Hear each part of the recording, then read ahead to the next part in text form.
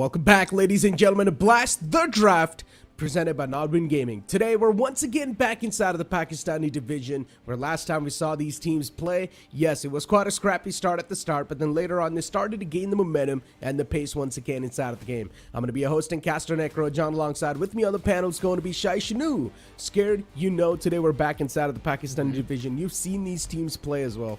Do you think we're going to see some sort of an improvement today, or the same thing's going to repeat once again? I am definitely looking forward to it because there have been so many changes in the leaderboard as well. If I'm not wrong, Wawa were the ones who were having a flawless run for themselves, which was basically come to a halt.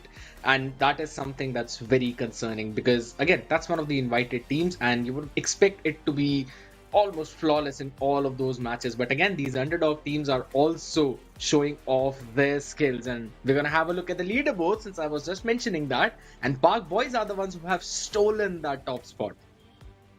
Pretty much stolen, as you mentioned. They've stolen that top spot away from Wawa, but then Wawa is now currently at the second spot with 4-2 scoreline with a round diff of 22. They've still got more round diff compared to the players of Pack Boys, but I'm pretty sure it's still not going to be that big of a hurdle for the players of Wawa in general.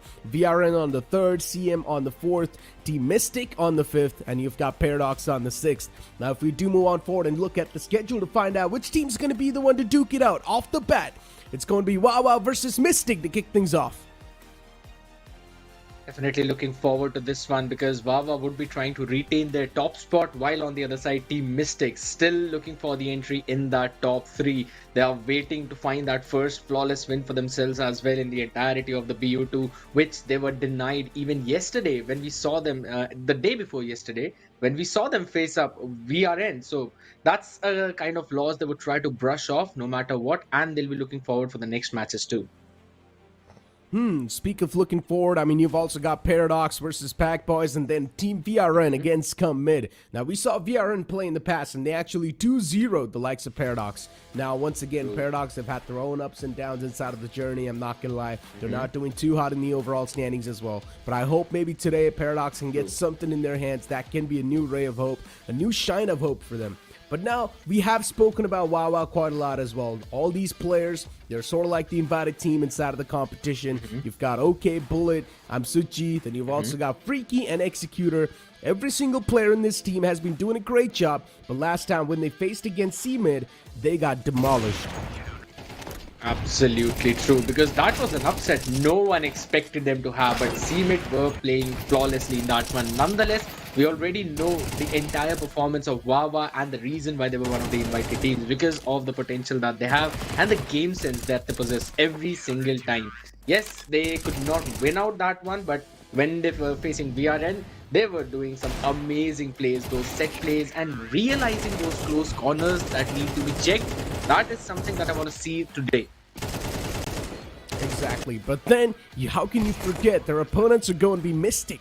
We've seen these guys play as well once in the past, and you've got Protagonist, Kamikaze, KZ, Flicka, Izio, especially Flicka as an opera. He's been astonishing me quite a lot. He's been impressive as well inside of the game. Kamikaze as well with the support. He's been quite phenomenal too. KZ sometimes on, sometimes off. Hopefully today he's going to find that middle ground. But Izio, how can you forget this man too? He has showcased some phenomenal game sense last time when I saw him.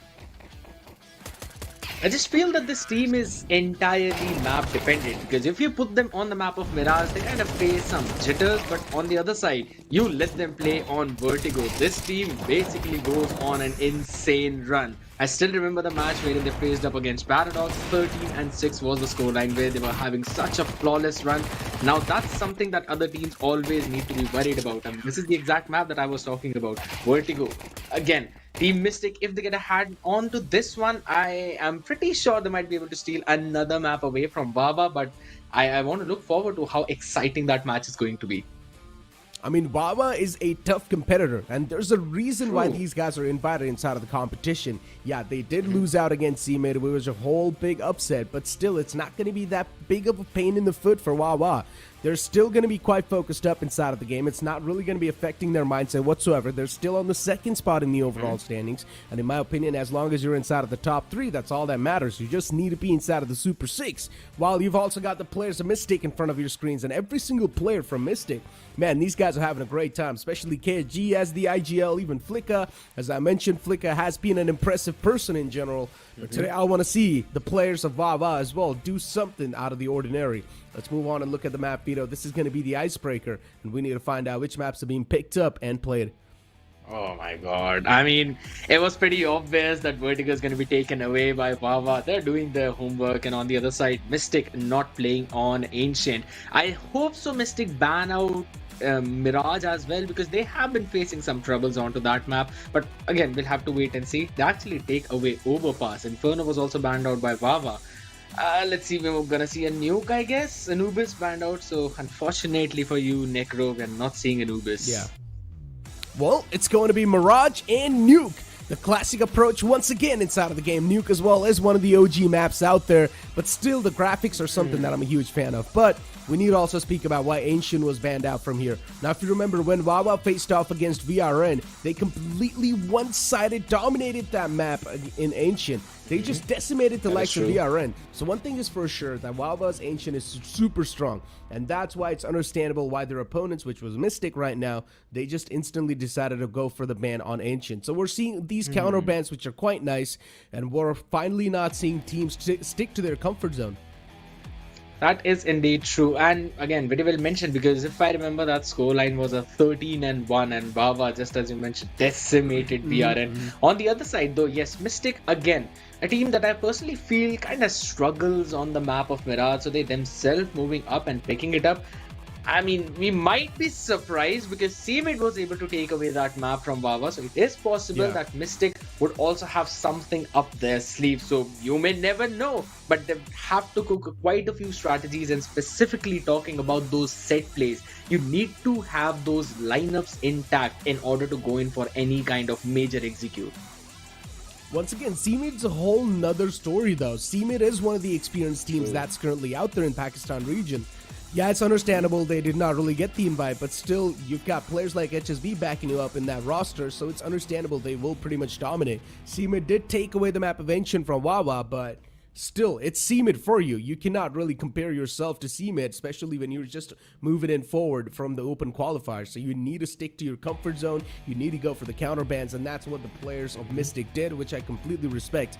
Now, I want to see, are they prepared well enough on the map of Mirage to face off against Wawa, a team that was dominating the competition in the initial phase? That is indeed true, and for the success of Team Mystic, they need to make sure that KHG is, yes, giving out some amazing calls and also going in for those important frags, because we have seen, yes, last time there were a few disconnects coming in, but the impact of KHG in that entire game, he was playing really well. His calls, yes, there were a few jitters on his T side, but on towards the CT, he was also doing a pretty solid job. On the other side, Kamikaze, again, a person that I really want to see back in action. Having a few jitters is absolutely fine. You can brush them off, but you do not want a bad game to kind of pave the way of all the other matches. You want to make sure to quickly get the performance back in action, because he needs to show up his A game if in case they want to stand a chance to get this game against Wawa. I mean, Kamikaze, as I mentioned, he's the supporter, but he still sometimes steps things up like he's the assaulter inside of the team. We've seen him play so phenomenally well. This man is mechanically blessed as well. So once again, I just want to see how the entire approach is going to be like. Wawa is one of those teams that has got no mental pressure. On the opposite side, you've got Mystic, which is going to be feeling the jitters. Without a doubt, the benefit of the doubt will go with Wawa. But you never know what's going to be happening inside of the game. Maybe Wawa can fumble down. Maybe Mystic, they've got something cooking up that we've got no clue about.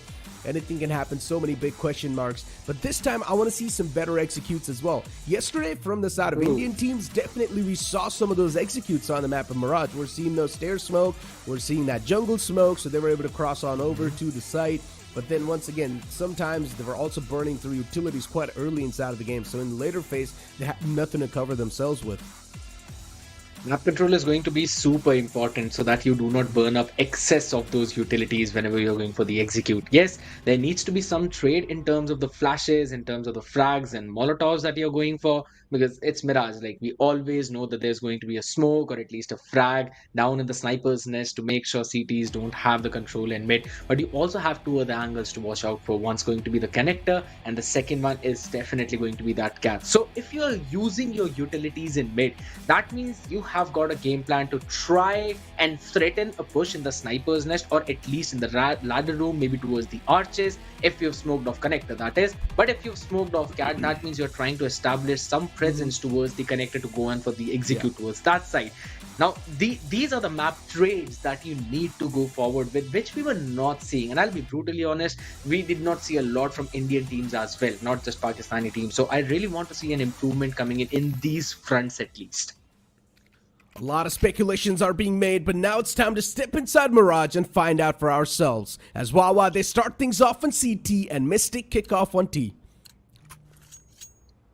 The pistol round that always paves the momentum. We've got Glocks in the hand for the side of Team Mystic, and it's the classic approach. Go on for the B hit as quickly as possible. That's what we normally see. Looking at Flicker, he was also the man who was trying to perform really well last time that we saw. Now both of these teams are on a loss streak of 2 maps. They would really want to brush off that. One thing is for sure, one of them is going to be saying bye-bye to that lose streak.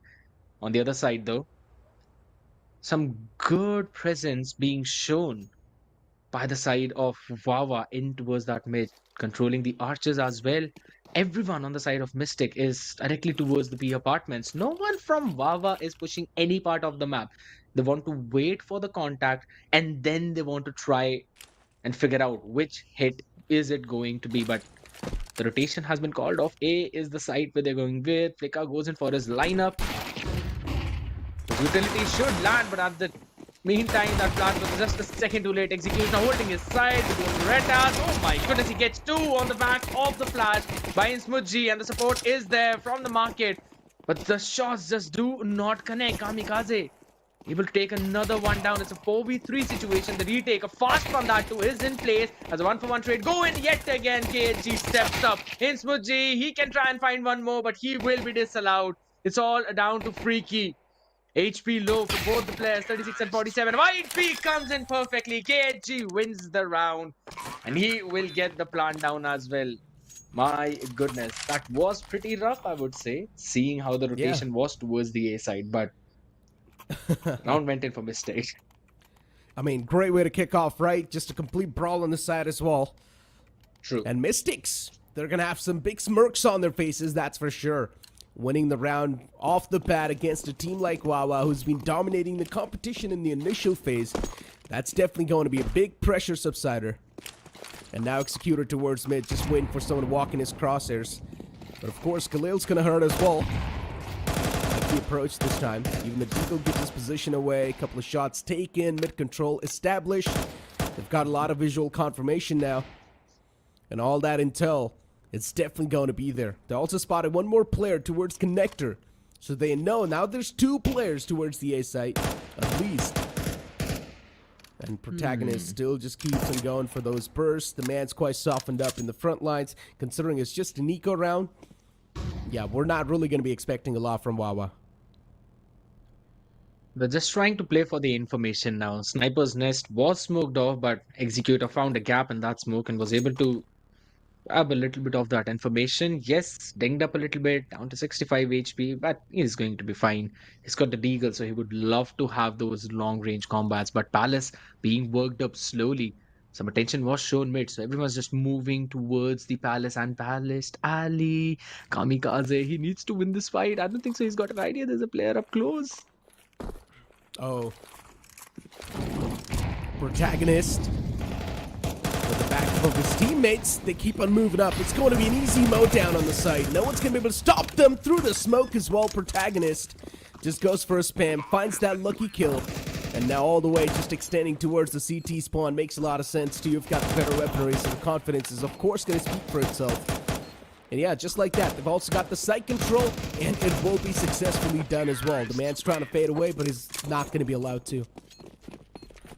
I love how all the connector and stairs were smoked off perfectly and they left out the backside open entirely because again you've got the Khalils, the enemy will be on pistols, so you've got that range advantage and they were so very ready to go in for that fight, picking off players behind the boxes too, and then at the end of the day grabbing that control. Now whenever a team executes on the site, you always want to try and grab as much space as possible so that the CTs would need to use or burn up a lot of those utilities to try and take that space away and yet not get the control of the site. It was done very well by the side of Mystic, but they also need to repeat it now because this is going to be the first gun round of the game. Galil's up against the M4s. And we already saw a quick double nade as well. Just making sure that no one's going to be there, and if it is, then he will be taking a lot of damage. Molotov out, making sure the clotheslines are going to be cleared off. And that's what they've done. They have cleared it off for now. Bullet as well, slowly and steadily exploring the A main. And now they found out that the A main's clear as well. The Flicka is sitting in an advantageous position. Spots out the toes. Maybe will be taken down. I thought maybe he will not be taken down, but he does. Unfortunate stuff for Flicka, even though he had the advantage in that scenario. His position got compromised quite easily. Bullet, he still returns back with one more towards main. And already he's done his job. He's found a 2K for his team. And now his teammates, they just need to keep on flowing inside of the site. And that's what they do. Mystics, they're still able to shut down the CTs in their tracks, but the trades are starting to happen back and forth, and it's really hurting the players of Wawa at this point. The position of Inferno, he was unanticipated. Oh my goodness, how did Executor get two from the smoke? The understanding of this man about the position of his opponents, absolutely phenomenal. Now, in the starting, Flicka did not anticipate a two-man push coming down the stairs, and that's why he fired a few warning shots. But again, there was another player right up in front of him, which he had absolutely no idea of. If I'm not wrong, it was Bullet, and he was able to take him down. And the re-clear also that came in from the side of Mystic. I love how they sent a couple of players to try and re-clear that space. Yes, it was a 1-for-1 trade, but at least the odds were not even out even further. But the frag comes in, chipping down, but okay, has taken so far ahead, dash up in the face, and Bullet actually gets the mode on the first one. Trade comes in quickly from KHG, who doubles it up. This is not looking too good. And now it's a 2v3. It was a complete mid-brawl. Where things did happen back and forth, but still the man advantage in the hands of Mystics. It's a good news. Lensmu G and Freaky, the two players alive. Now the game plan has to be a little bit shuffled up. And both of them are staying together, which I completely respect. And it's going to fade away the smoke. Mid's going to be cleared out as well. Now they know there's no one available towards mid. And they're also going for the A side re-clear. But slowly and steadily looking for to rotate towards the B side. They've got no clue that the players are on the A main. This is looking a little bit weird. A's going to be cleared out as well. All the three players just slowly and steadily flooding on the site. While the CTs are still towards B, clearing it out. And now the site control's taken away. C4 gets planted. There's a chance one man can be caught towards CT, all the way towards market. And yeah, Flicka is just holding that angle. Is not going to let anyone pass through. Spots him out. That little glimmer's more than enough. A double peek from the CT as well should be able to seal the deal. But Flicka has got two players in the front. He's got his back, but unfortunately Kamikaze will need to back away and play with his teammates. And now once again the reunite comes through. He's got the Galil in the hand. He has to clear so many angles. Towards the ticket booth. He's moving forward, but does not anticipate the peak from Ezio. An easy mow down indeed, and he was the man who had the maximum HP out there. Again, a mid-rush early on, just as you mentioned. We saw the aggression from Mystic towards B, and then we saw a slow rotate in the second round towards the A. So mid-aggression was possibly the name of the game for WW. They wanted to find some extra picks out there, but I would still say that was an amazing flash from Kamikaze. He picked up a little too early. Again, now this is something that I've noticed about Mystic. Even though they throw up some high flashes, it just seems that they are peaking a second too early before they pop, which gives the opportunity to Wawa try and find a timing or at least a 50-50 chance to win the duel.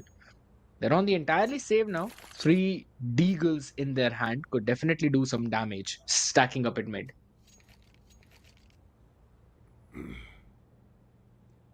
Oh. And especially for Mystics now. They've explored every single part of the map. They went to B, they went to A. Also showcased some mid control. At this point, just trying to figure out something. Freaky's already pushed up close and personal. Top mid, in control. And he's soon enough going to have so much intel that Mystic's game plan will be revealed. They just need to move out of their spot. As long as Freak is not able to spot him out on the spawn itself, it's all good in the hood. But there's a chance the man who's going for the lineup will be caught. And that's what happens. Flicka, he catches a bullet to his dome. There's a man up close and personal towards Palace, and even he peeks out and shuts down Protagonist. Slowly and steadily, all the pieces of the puzzle, they're falling into places for the side of Wawa, and they will out of nowhere just strike down the entirety of Mystics. And that was an equal round too, by the way. Mistake just not anticipating the pace with which Wawa were able to rotate on towards the side. I think that maybe they were trying to sell a fake towards the B, or they might have had a read that maybe B is the start side, so they wanted to give a call to end up at A. But that's not exactly what happened. They've been smoking off Sniper's Nest, but there's always a gap in there. Now, no doubt. Oh my god. Oh, the shot did not connect. Oh, the nade as well just dishes out so much damage. And now the players on top mid, they just can't do anything. Op shots are being missed as well, but it's okay. It's their buy round. They've still got the man advantage. Everything's looking pretty good for them. And Executor just pushes up in their territory, and he still gets away with murder. There's a man inside of that little alley. And yeah, Cubby gets cleared up. Kamikaze falls down as well. Unfortunate stuff. Flicka, last man alive. I highly doubt he can do anything at this point. Yeah, he's just being pushed up from all the different angles. Executor, he had a lot of confidence in that previous round. He got eco. Executor, the eco fragger. But I'll be honest, OK's couple of op shots were definitely not okay. So they've got to work upon it. And it's another save for Mystic. Their economy not helping them out whatsoever. All of them making sure to take some Kevlars. Will be looking to dish out a decent amount of damage on the other side. Yes, I was about to mention, and I was mentioning previously, there's smoke in the nest, which always has a gap. Now, I personally think it might be intentional. Oh my god, another op shot not connecting. All the players towards B. They just want to go for a quick B push with the Tech 9s. But one single Molotov or one single nade can dish out so much damage. The man catches bullet to his leg, and this M1's just going to completely mow down the players. Executor once again just strikes through. And with these eco frags, he's able to gain so much confidence for the later phase of the game. And the man's now stuck in the Molotov. He gets knifed as well. A little bit of pinch of salt on top of the wound. That is just nasty out there, and with all the Tech 9s, Mystic wanted to rush in towards the site, but again, it had absolutely no utility, so it was supposed to be a mow down. Had it not been the case, I would have been surprised. And that Molotov as well behind the van, pretty solid, making sure that they're not going in for any dry peek. They wanted to save all the weaponries that they possibly could. And on the other side again now, Wawa trying to explore the palace. They've shown quite a lot of presence towards the A, wherein they take either palace control or stairs control. But they speak up and mid. Okay, finally finds the first one with the AWP. Oh, they play together nicely. Okay. Being able to find that opening was so crucial. And Freaky as well towards mid was able to return back with one more. Out of nowhere, Mystic's entire take for this mid side has just vanished away. There's still a man towards underpass, and Freaky's got no clue. As he was just waiting for the right moment to strike, he's just waiting for that single glimmer, but Executor catches him. Oh, he completely forgets about Executor. And that push as well was quite nice from him. And now KZ towards top mid. I highly doubt he's going to be able to do a lot. He catches one man overextending. Executor shut down, but it's still a 1v4. Too much to ask for. I'll just try to save the AK-47 that he has in hand. No utilities. Head almost visible. Does not want to send any more utils. Because again, it's going to be just some extra investment of those dollars. Ready for that peek. Was in for a high flash play. Should be able to catch the player behind the box. Nope, it was not. Bullet had a perfect opportunity to finish him off. Now, Wawa are going in for a very proactive push towards Palace time and time again. As soon as they see some contact towards the mid, they do realize that Palace is open. They send up one player. Mystic can try and counter that. They should have the idea of how much Wawa are pushing towards the Palace. They can try and send a couple of players for the reclear, or they can just basically post up a couple of players to make sure that if Wawa send in their player for a push, they're able to catch him. In worst case scenario, they go for a 1-for-1 trade. And that does seem to be the idea, as we're seeing some quick rotations coming in, and Palace seems to be the area where we're going to see the fight. Yeah. Aggression towards Palace once again. And even towards mid, Freaky's got a lot of confidence to face these Deagles. All it takes is one bullet from Deagle though. So once again, Freaky, considering he knows he's got the automatic weapon, he's just not going to back away from that fight. Still pulls out his own Deagle, and he finds a nice haircut. Protagonist put to sleep. And now, Mystics, they've only got this one last man alive, KSG. It just feels like Mystic, once again, they're just stuck in this loop where they lose a round, they're back on eco. And then after that, they instantly get the money in their hand. But if they lose that round as well, they're back on that eco. It's the economical trap that you would want to escape from. And to do so, you would need at least 2 rounds back to back. I want to see a smoke up towards the connector from their side and also in the sniper's nest. Then try to re-clear cat, where you've seen a couple of times Wawa send out a player. Or at least go in for your mid trap play and then clear A. So that the players on A are actually caught off guard. Or the smoke of connector and wait for OK to go in for some ego peek, because he's been disrespecting those utilities quite a lot of times. They're going for that molly play at least. There's still a gap in the smoke though. On towards the sniper's nest. Again, a couple of mollies are being exchanged towards the apartments, and OK is just going to take all of that space. You do not want to peek into this guy. I love how Wawa are changing the position of their AWP. They've shown the presence towards A, they've shown it towards mid, and now are posting it up towards B. But the read from Mystic seems to be right, as they've held all the space from A side. Oh. And look at all the players now, slowly and steadily stacking up towards A. As you mentioned, the AWP is on the opposite side. It needs to rotate back to A soon enough.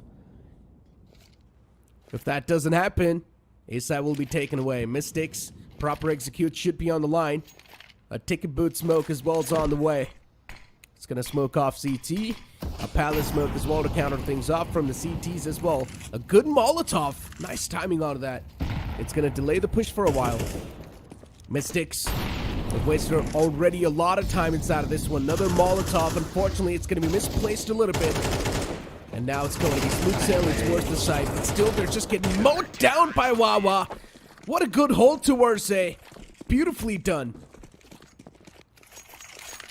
They were not able to bait out a lot of utils from Wawa. Only a few mollies left and right. That's all. They had all the bunch of it to try and stop the push from even coming. A perfectly well-placed round from their side.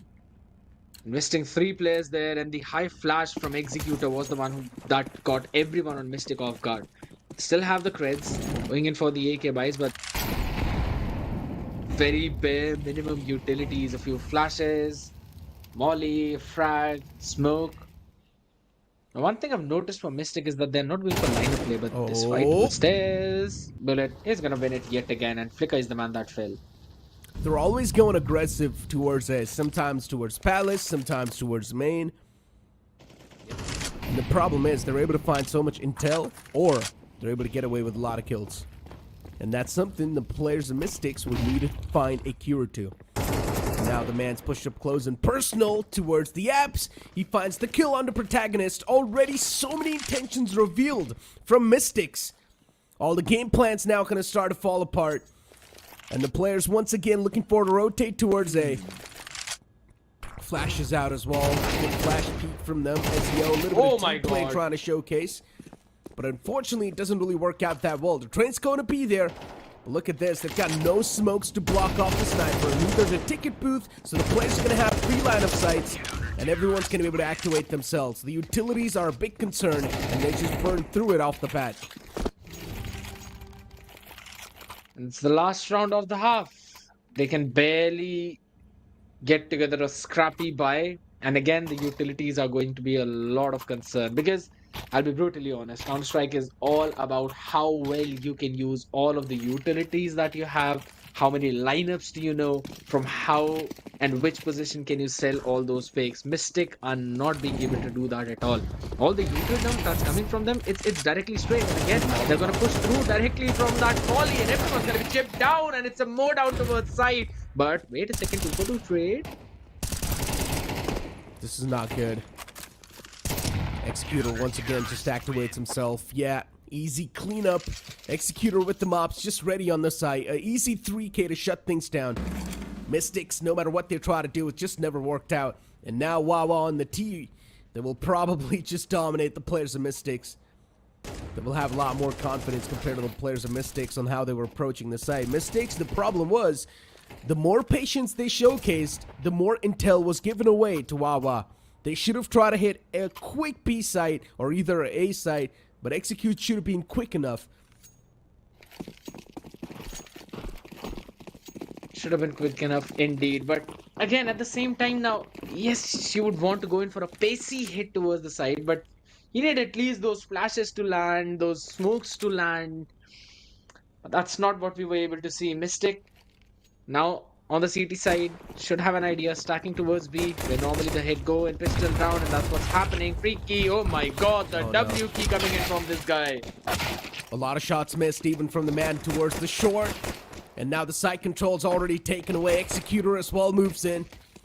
Oh, this man's feeling himself at this point. Executor, unstoppable towards the B site. And now gets his hands on the USP as well, but Bullet's going to be the one to seal the deal. Just like that, they get the B-side control.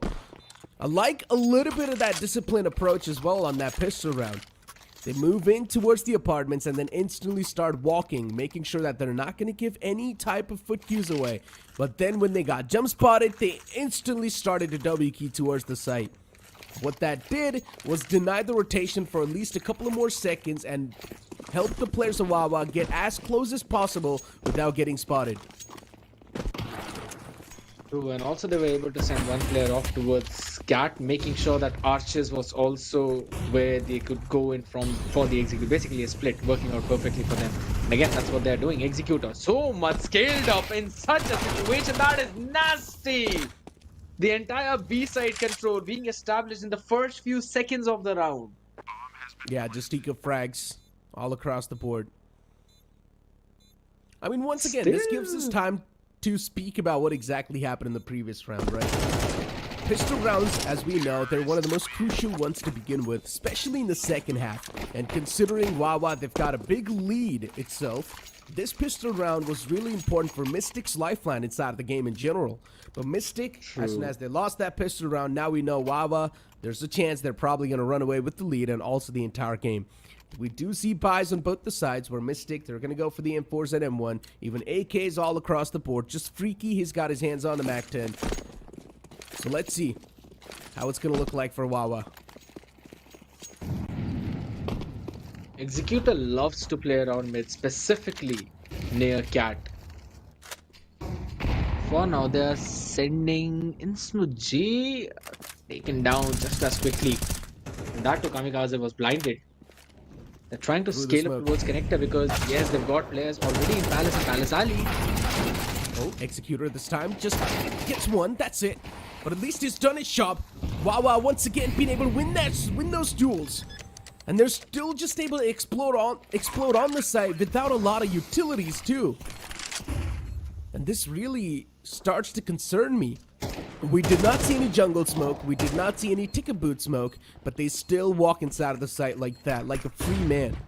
Not scared of anyone. Now even there's a push towards connector, a lot of confidence, but it might just overflow. And that's what's happening. Protagonist has already punished the player squad a lot. Freaky could have picked up the AK as well, but he does not really do so. Pushes through the molly, and Protagonist will be caught. Protagonist should not have went for the stick like that. He should have still went for a little bit of that disconnect, then go for the fight, and then maybe stick once again. The Molotov was just a little too wide. A couple of steps back and that molly would have been enough to take care of Freaky himself entirely. But it was just Freaky's movement, how quickly he was able to jump off of that sniper's nest window and jump down to dodge the maximum damage of the molly and move forward. Catching him off guard and finishing him off, and yes, again, he should have gone in for a potential tap. The flash out in the mid. Such a heavy mid presence being shown by Wawa, and look at the amount of pressure in connector itself. As Freaky is able to double it up. At this point, they're just suspecting Mystics. And now Mystics, considering there's still a one player on the site, they can't really do much. Wait, as soon as I say that, Mystics are the one to come out on top. The entire push was stopped. Interesting. Wow, they started off in quite a fiery note, but then later on, they got cooled down quite quickly as well. So Mystics, good stop. All on the back of the player who was playing way too long in arches and slowly creep forward, taking control of the cat, and was able to just go in for a pincer maneuver. And the players who were in connector were caught by the people on site, and also the one playing all the way back towards the cat. So now the approach is going to be changed from Wawa, creeping up towards the apartments and B site. Mollies and flashes and executor. Once again, a quick stroll on the site. With these MAC-10s are really starting to hurt now. Especially the run and gun, it's being abused to the fullest potential by these players. And Smoochie as well is able to get up. At least he got taken down, but still the trade's going to be on the board. Executor, he's feeling himself, but a good nade from Flicka to stop the man in the tracks. And now it's all down to Flicka with not a lot of HP to back him up. Moving in towards Market. And soon enough, he will be dealt with as well. It's not going to be that big of an issue at all. 19 HP. It's got to take care of that. Crossfire was able to take one down, but not the second. Perfect timing by Wawa coming on that trade. Now, where was this Wawa when we wanted to see them a day before yesterday?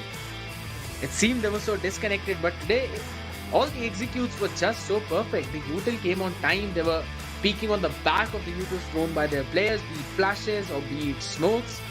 And I loved the way how they smoked off connector and immediately sent out a frag grenade on the back of it while their man was scaling up on it. And as soon as the frag blew up, smoke was dissipated. They found the player who was in the connector, was able to finish them off too. Yes, that was not the round which was being won by Wawa. It was still at the end of the day a round that went in for Mystic. But my God, the execute and the calls coming in from these people, absolutely brilliant. Exactly. Execution is something that really matters. But then we also saw, wow, they were just walking in the site without even throwing the smoke towards jungle, without even smoking off the entire staircase, not even smoking off the ticket board. But they were still just able to walk in the site, gain so much control towards A, and still come out on top. Complete raw execution towards the A site. And I'm just not able to wrap my head around what exactly is going wrong with the side of Mystics and the CT side. Even towards T later on, they were just not able to do anything. Wow, just completely one-sided dominated the game, which was impressive, of course, but this is something we all expected as well.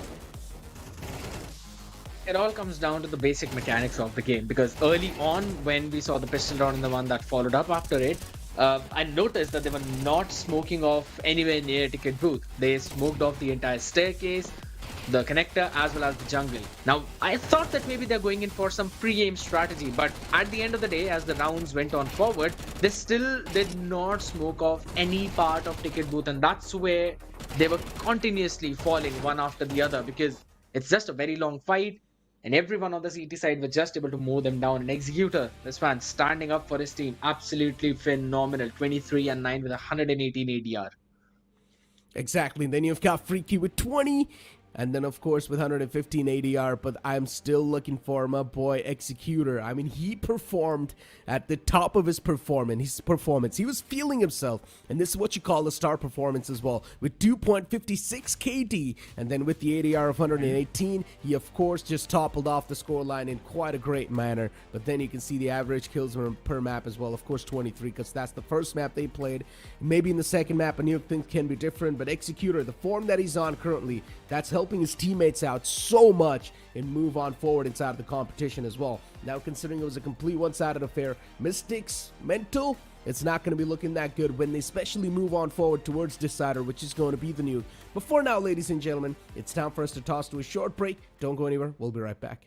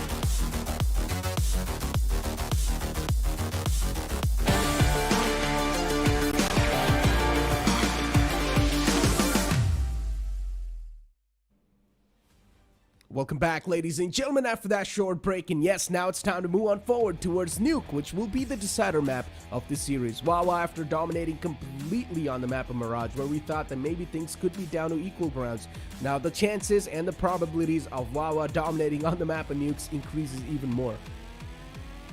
Personally, I think that Wawa might not be able to dominate in such a fashion on the map of Nuke. Yes, I would agree with you. According to the momentum, it definitely looks probable.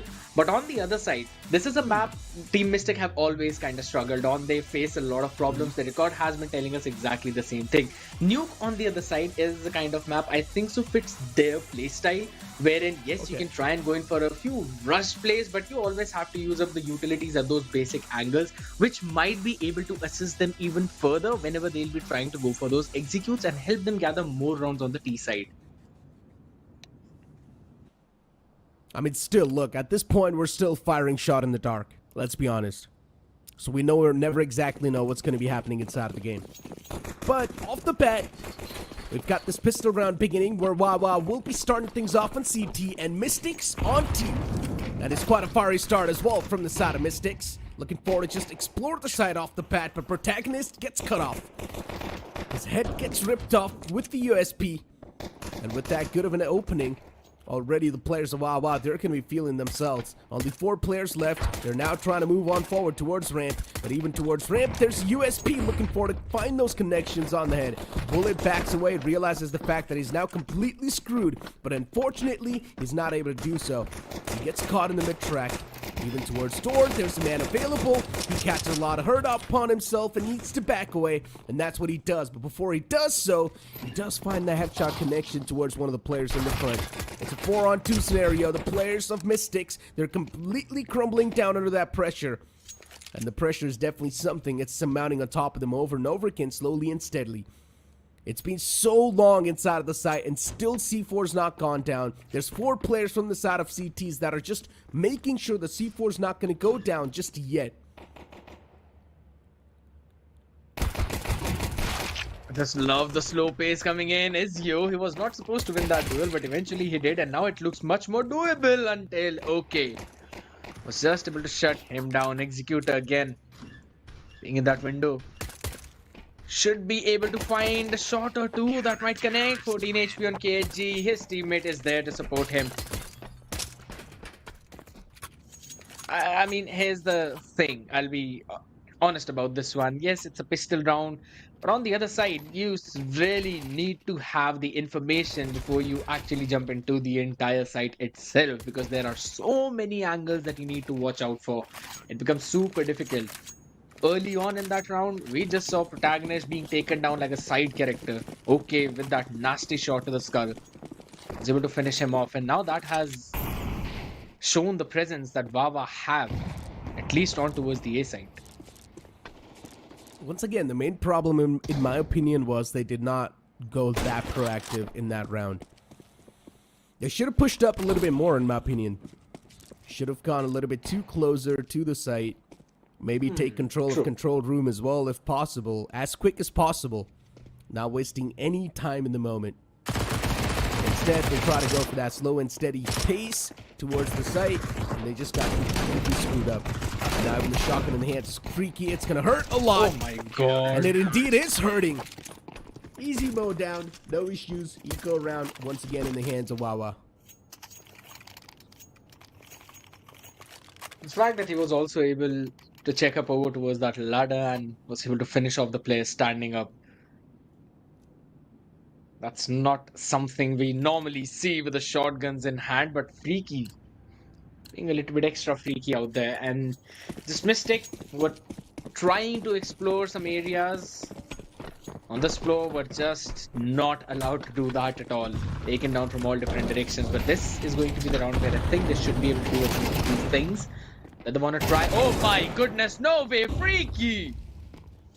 Good. Only 3 players left alive in the front lines, but the AKs, once again, even they're starting to fall down on the floor. The scout in his hands, of course, going to start to hurt as well, slowly and steadily. Bullet gets his hands on one of the big guns. And now it's a 3v2. CT's once again in a big advantage. MP9's not something you would want to face up in that close range. AK in the hands. Maybe the trade can be there, but no kamikaze. He still just keeps him spraying down. And okay with the scouts able to find a beautiful headshot. That's going to be the opener the man really needed. The man's right in the front. Unfortunately, OK does not check it. But a kamikaze with a 3K to save the day for his team. But they've already lost out on so many guns.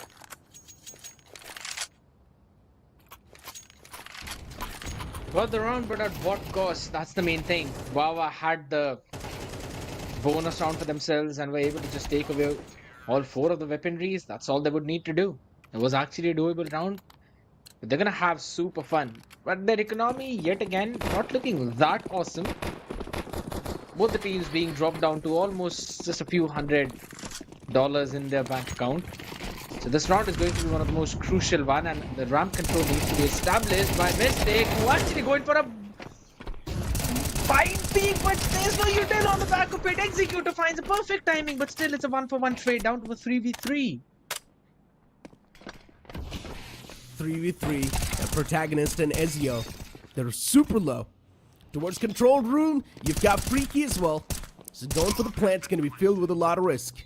But Freaky's also being held by the man towards ramp. So he just cannot peek out yet. But CTs in general, because the man advantage, we know they're just going to be better inside of this retake. It's not going to be that tough to establish, and they easily do so.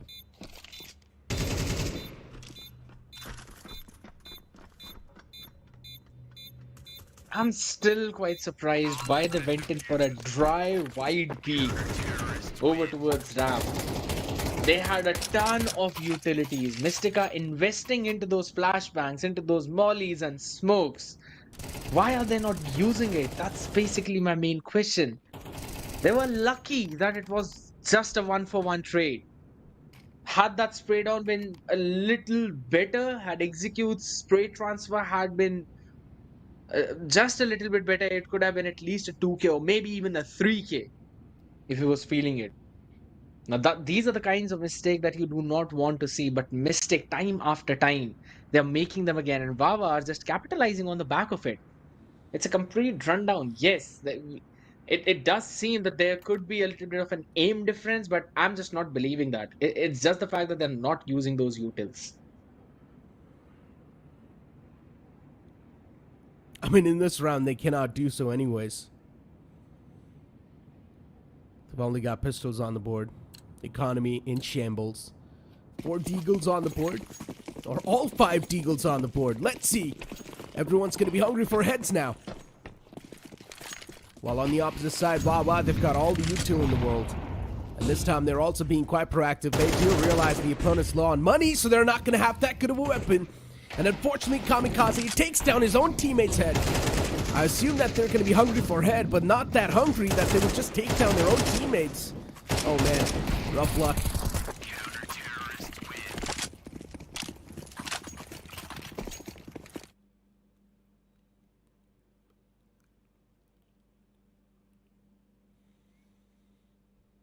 Look, it's just an understatement about this point. Yes, that.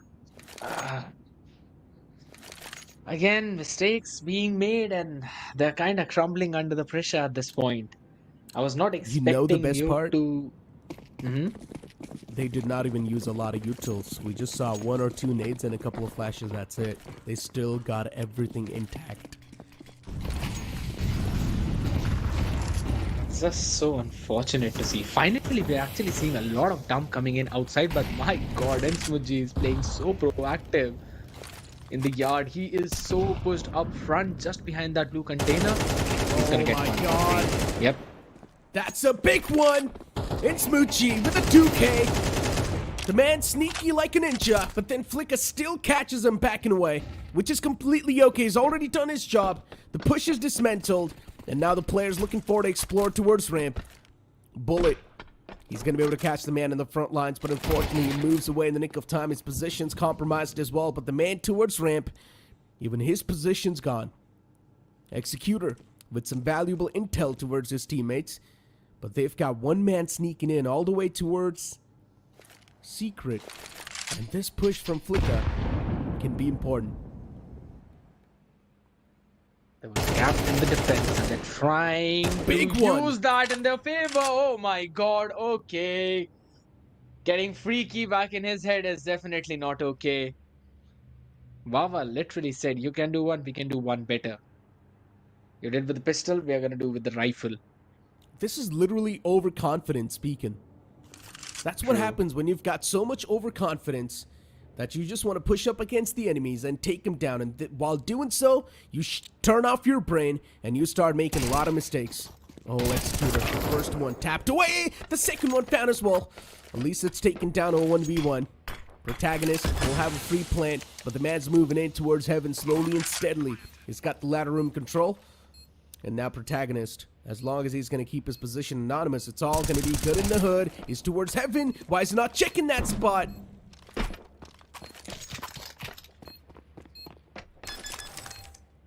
Again, being open from multiple directions.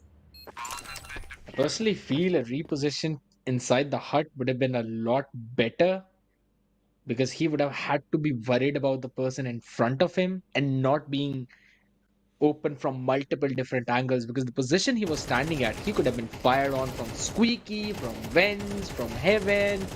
And if anyone was playing in hut, he could have gone in forward and fired it from that position. Just again, mistakes after mistakes, but the play is coming in from Wawa. This is a team that will not let you get away with those plays. They will always try to bite you back, and that too very hard. On the outside, we are seeing Molotovs being used, and so are some being used towards the A side. Quite sure if it was meant to land it like that, but Freaky again gets a pick onto Protagonist. That's a rifle off. You cannot let these type of solo picks happen. And once again, players just individually trying to explore a lot of the map area. It's working against him. Smokes out towards outside. Maybe they want to creep and crawl their way towards secret, but OK is already ready with his crosses trained. And those count KFG. Even now, the players looking forward to get the ramp control in their hands, but Bullet single-handedly shuts down both of them. Mystics, it's a systematic dismantle against them. As Wawa, once again, quite a clean approach. As we mentioned, they were looking quite overconfident in the previous round, but now in this one, they took a systematic and a disciplined approach.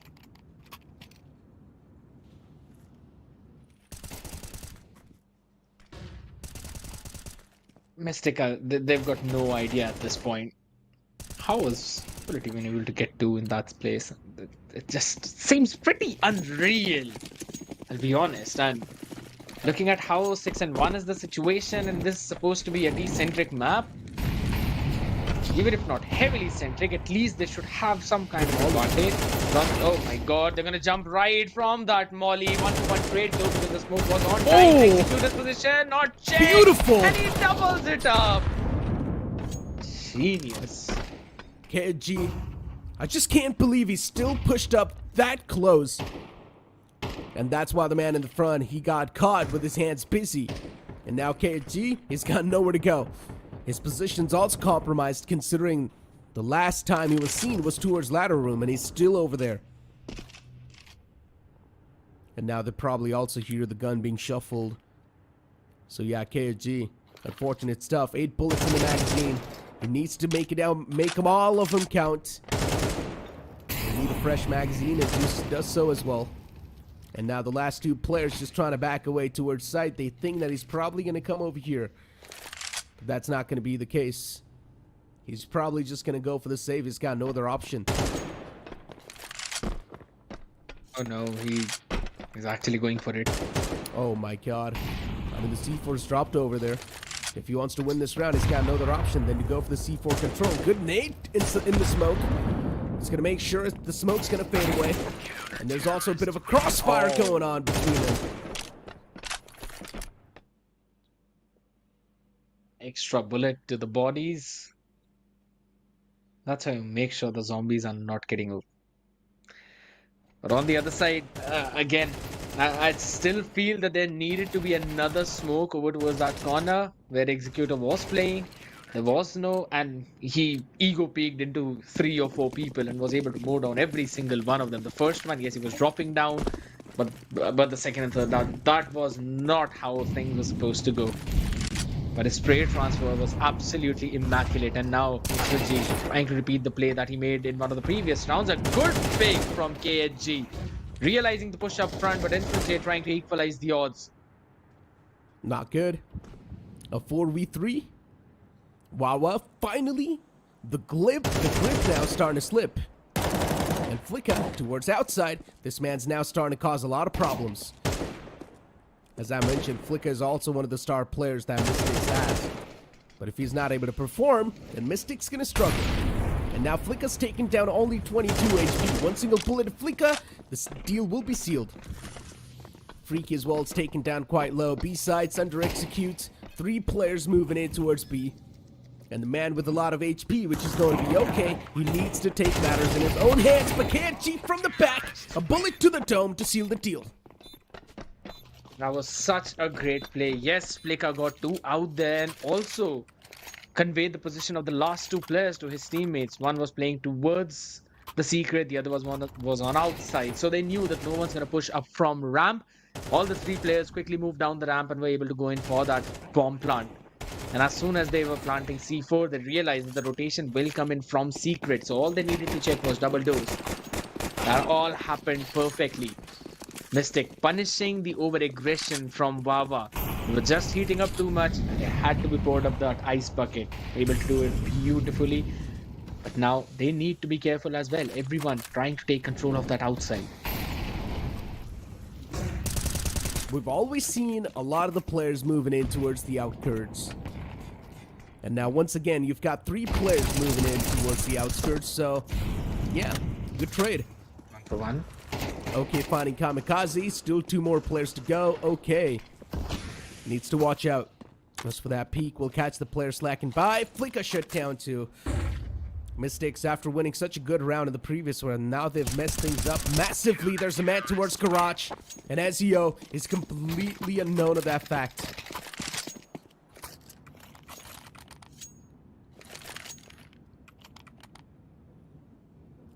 Getting a couple of AKs back as well. That's all you need.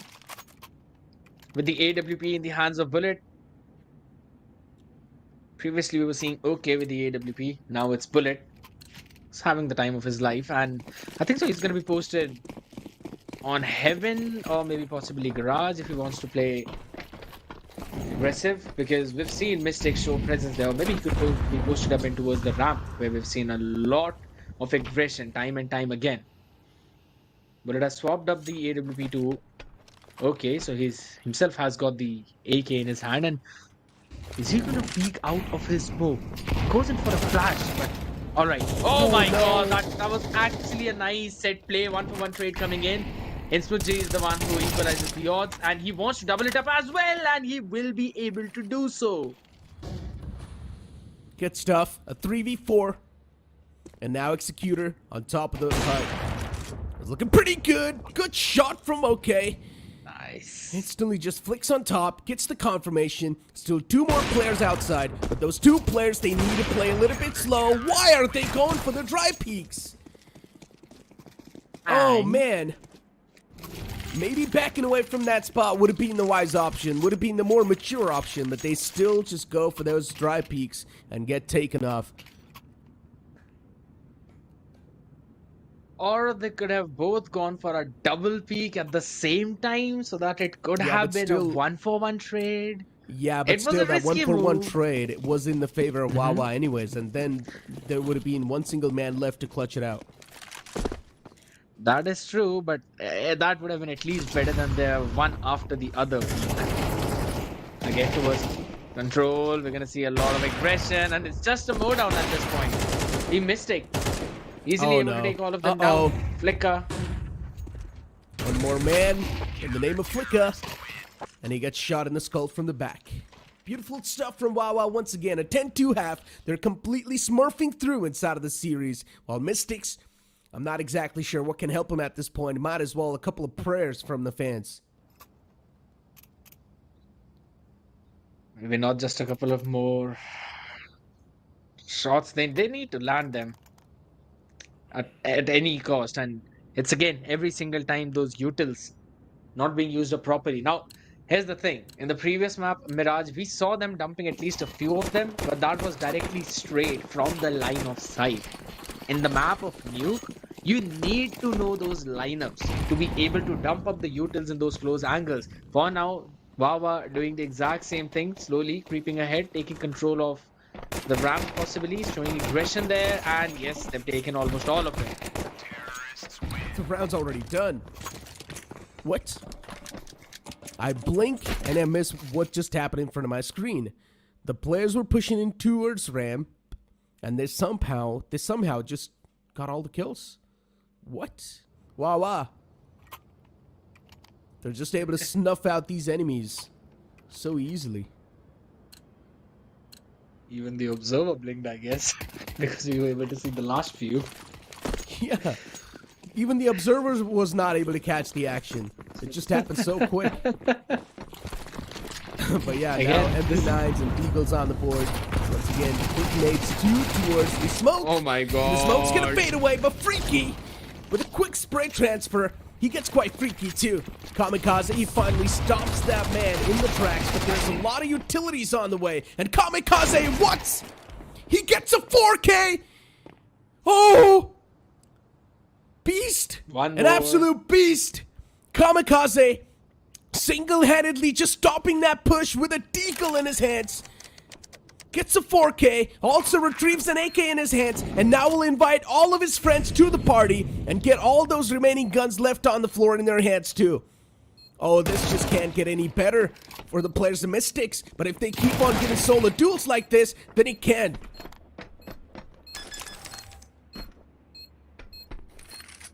I was able to finally get that shut down.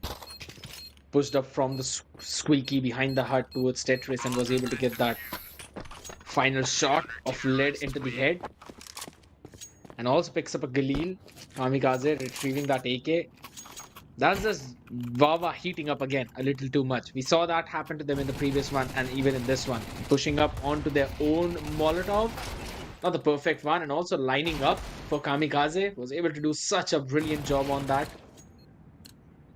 It was just about time that we saw this happen from Mystic, and now this has pushed up to a broken by the members of Wawa.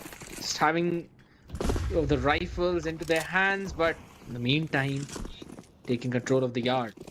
Yeah, moving in from the outskirts towards Secret. Not even using a single smoke doing so. I don't even exactly know what's going on at this point because OK gets caught, which is completely fine. But he was the man who had a Tech 9 in his hands. AK up close and personal. He's trying to pay it out. A shot with the shoulder P. Finally does so and now catches his dome. Beautiful stuff. But they lose out on 2 players in return. Now this is starting to get a little sweaty for Wawa. A 2v4 in the makings. Protagonist with a FAMAS in his hands. The players of Wawa, they need to pull out some type of an outplay. Even the C4's drop down and somewhere down line, the players of Mystics, they're going to have much more confidence when they see that C4 on the floor, and they've already done so. There's a man on the closed right, Freaky. He's going to go for the check in his wall soon. Or maybe not. If he does not check the close right, it's a big issue, and he does not. And that's how Ezio finds the opportunity and the momentum inside of the fight too. And now it's a 1v3. Wawa, as I mentioned, it's starting to get a little sweaty for them. Well, his position compromised, but he still finds that headshot. Quick flick to the head. The man gets put to sleep, but that's all he's gonna find. Nice shot indeed, but the numbers was just too much for him to handle. 11 and 4. Mystic showing some members yet again. It was a scrappy buy for Wawa, so yes, we can say that it was a gun's disadvantage, but at the same time, the mowdown was pretty solid from Mystic. They were able to shut down the big threats down there in secret and not using any utilities.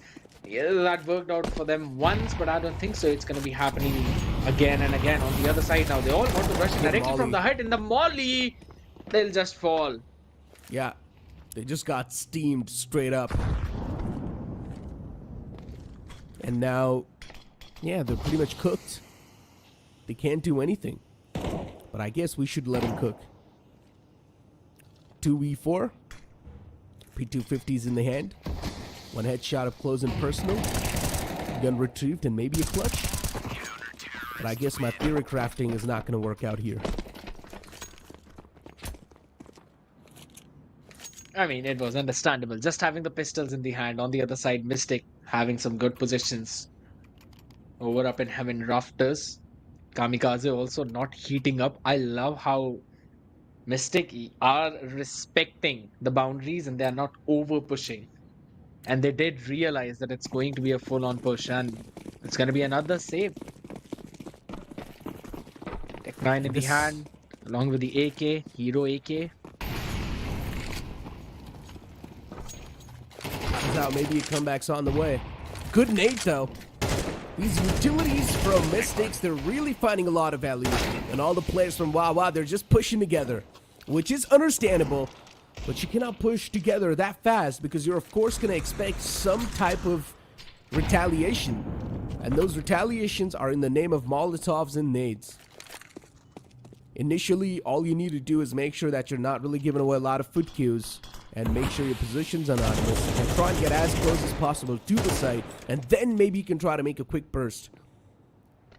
But it's not been the case for Wawa. They have been just pressing W off their spawns towards the site. And that's why they've been countered so far. Shots missed from Flicka. It's okay as long as he's going to collect that kill. Ezio as well replies back. A 2v4. AK's in the hands of Executor. See what he can pull off here. Executor able to reply one, but that's all he's going to find. The Hero AK did not work out, but they've got more than enough creds to go for a full buy in this one. And some utilities will be on board as well. Mystic slowly shifting the momentums in their hand and were again able to have a perfect read.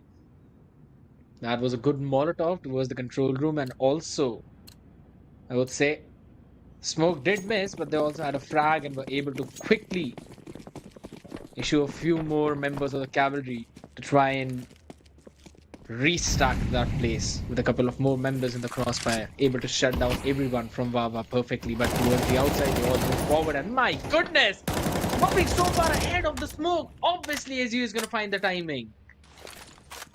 I mean, already two players have managed to sneak in though. The nade was a little bit too deep, so the smoke did not fade away. But in Smoochie, he does not even need the fade. He's straight up just going to walk out of the smoke like the smoke criminal. And now they're also starting to get flanked all the way from the back lines. This is not good. Secrets being pushed by the CTs. Someone else has joined the party, but they get spotted. This is a little bit of a blunder from Protagonist, but it's fine. He still gets that kill. And now things are taken down to a 3v4. Man advantage in the hands of Mystics. They should not overcommit on that angle. They should just hold it down there.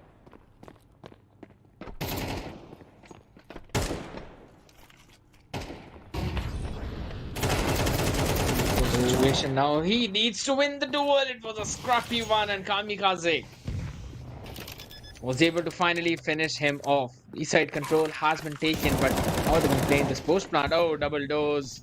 No one's checking that. Flicker moves forward. Bullet needs to be proactive, and he's gonna be welcome with a headshot. Yeah. WW. They're now starting to get just melted because the amount of overconfidence they're showcasing inside of the game, it's really affecting the way they play the game as well.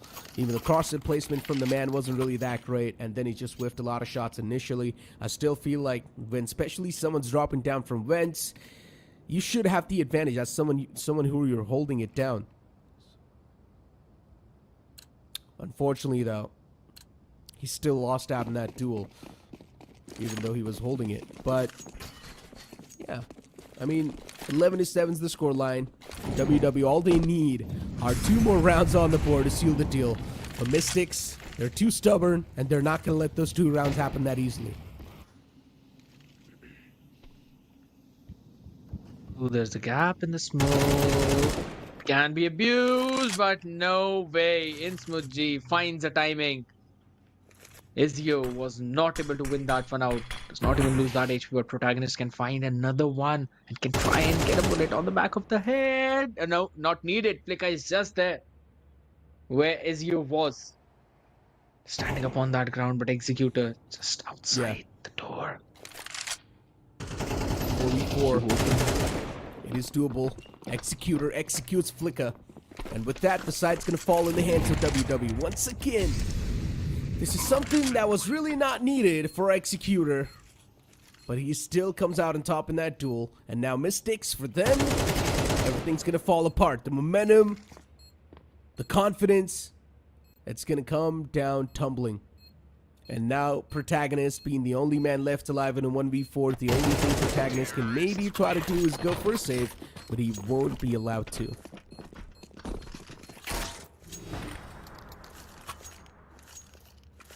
They suddenly lost all the ideas out there, and even though Mystic were the ones who had the advantage, but still say they kind of lost all of it. As soon as Wawa slowed down the pace of the round, they literally had no idea, no clue how to play on that pace. Every single round where Wawa was going in for some pacey hits, Mystic seemed to have an answer, or at least they were ready for the shot, but that is a nasty one. Executor though. Rinse and repeat. Equalizing. Do the same Mystique once again, and just peek out through the smokes like that. You should be expecting an opera there. But unfortunately... Oh, what did he just do? He just dropped down on the ground, took a lot of damage, and now he's moving away. I'm not exactly sure if that was planned or he had another option. I'm not sure why he did so, but he definitely did take a lot of damage. But now he's pushed up close and personal. He could have found the advantage, but Flicka just looks back, checks the angle, and he shuts down the man quickly enough. Mad Towards Heaven catches the upper, so that's a really good news. And a big sigh of relief as well for WW, but still KG, he picks it up, and now he's going to be the one to carry the torch on forward. There's still a Mad Towards Heaven, and KG is not really looking towards that spot. The flash was good, but it was a little bit too delayed. But still, it's going to be Wawa to come out on top. As expected, they still dominate the second game of Nuke as well. While, unfortunately, the players of Mystic, they woke up, but they woke up a little too late.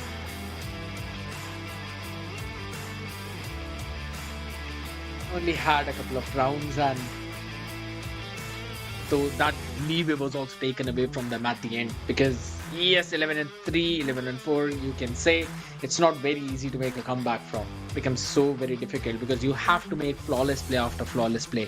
Wawa, they were able to do that, and for some reason it just seems that in the beginning they were able to catch the members of Mystic by surprise with the pace that they were using in the game, and once Mystic got comfortable on that, they just slowed it down so very much that Mystic had no idea what to do. Again, they realized the quick hits might come on either towards ramp, or maybe it's going to be towards the hut. Everyone's gonna burst out from there, and they were ready with some setups, at least a crossfire or maybe a molly to stop the push. On the other side, when the pace was slowed down, they had to check every corner perfectly, and they were just not able to win the duels. I mean, once again, especially when we saw Wawa on the T side, InSmoothJ was the man who was moving in from the outskirts a lot of the times, and he was able to get away with murder twice off the same time. So I'm not able to understand. He did the same thing twice. He actually come out on top twice as well. So I'm not exactly understanding why Mystics were not able to counter InSmoothJ in that entire circumstance. They should have realized that he's doing the same thing over and over again, and there's probably a chance he's probably going to peek out once again. But InSmoothJ was able to get away with murder twice in the outside. So once again, these type of little problems, they were not really replied back in that quickly of a manner, and that's why Mystics, they just completely came tumbling down. But as I mentioned, for Mystics, yeah, the time's already ran out. It's too late for them to even make a comeback in the overall standings. Soon enough, we're going to be able to see the overall standings in general, but yeah, it's a little bit too late. Possibly, because they needed at least one map, and this was the one that they needed. But at the end of the day, in the round when Mystic were on the T side, they just seemed so very lost that they had no idea how to go for those executes. Yes, on the CT side, they were able to grab a few rounds. It was 11-2, and again, bringing up the game to 7. That's actually a pretty decent feat to achieve. They were able to get 5 rounds in a row. But after that, again, with the adjustment coming in from Wawa, there was absolutely no way. Few dry peaks came in from the side of Wawa too, and they were being punished for that. But At the end of the day, this shot nasty one from Flicker. Honestly, I was not expecting that to happen. OK was just popping off in this one, along with Innsmouth J. On the other side, it was Kamikaze and Flicker.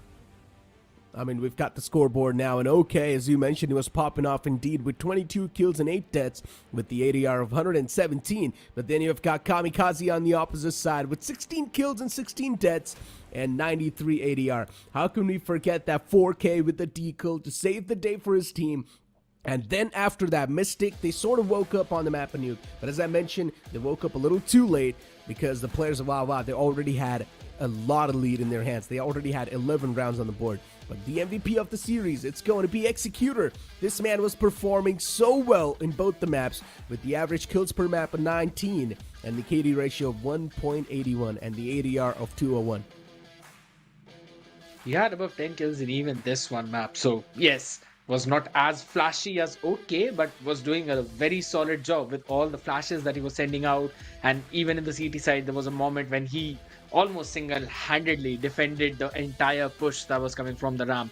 So doing a phenomenal job onto that side. And when he was on the T side, he was able to take the space away, was also able to move around. He played kind of a lurker when it was needed to be. And at the end of the day, a very solid play indeed. From the other side, it was Kamikaze with an ADR of 151, average kills per map 12.5. But in terms of KD ratio, there's an entire difference of 1. But then, once again, how can we forget that push from the side of Wawa? They moved in from the outskirts without any smoke. They were quite exposed, but they still managed to make it inside a secret. And that in itself is something I was not able to wrap my head around because you rarely see these type of moments. But yeah, in general, this is what I'm saying, but I keep on saying that we're not really seeing those proper executions. We're not seeing those smokes being utilized in good manner. We're not seeing those proper nades being used, those Molotovs being used. Molotovs, maybe yes, they're using those one in quite a good fashion. They're stopping the push. They're stalling the push for a while with the Molotovs. But still, it's about the smokes. It's about denying the vision, and we're not seeing that to the fullest potential, of course. As we do see the leaderboard, Wawa, of course, once again, back on the top. Pack Boys on the second spot. Team VRN with a 3-3 scoreline with third. That's going to be your top 3. But then CM's going to be on the fourth because CM, once again, they will be playing their upcoming game, and everything will be decided right there. That is indeed true. Wawa already completing 4 of their matches, have only got 1 remaining. Park Boys can definitely come on top, but on the other side, for Team Paradox and Team Mystic, it's just as you mentioned. I possibly do not see a chance for making them into the top 3, but maybe ending things on a good note is going to be the key. Exactly. I mean, ending things on the good note will definitely be the key. But ladies and gentlemen, we're not exactly ending the show for now. It's time for us to take a short break. Don't go anywhere because there's still 2 more series to go. So we'll be right back.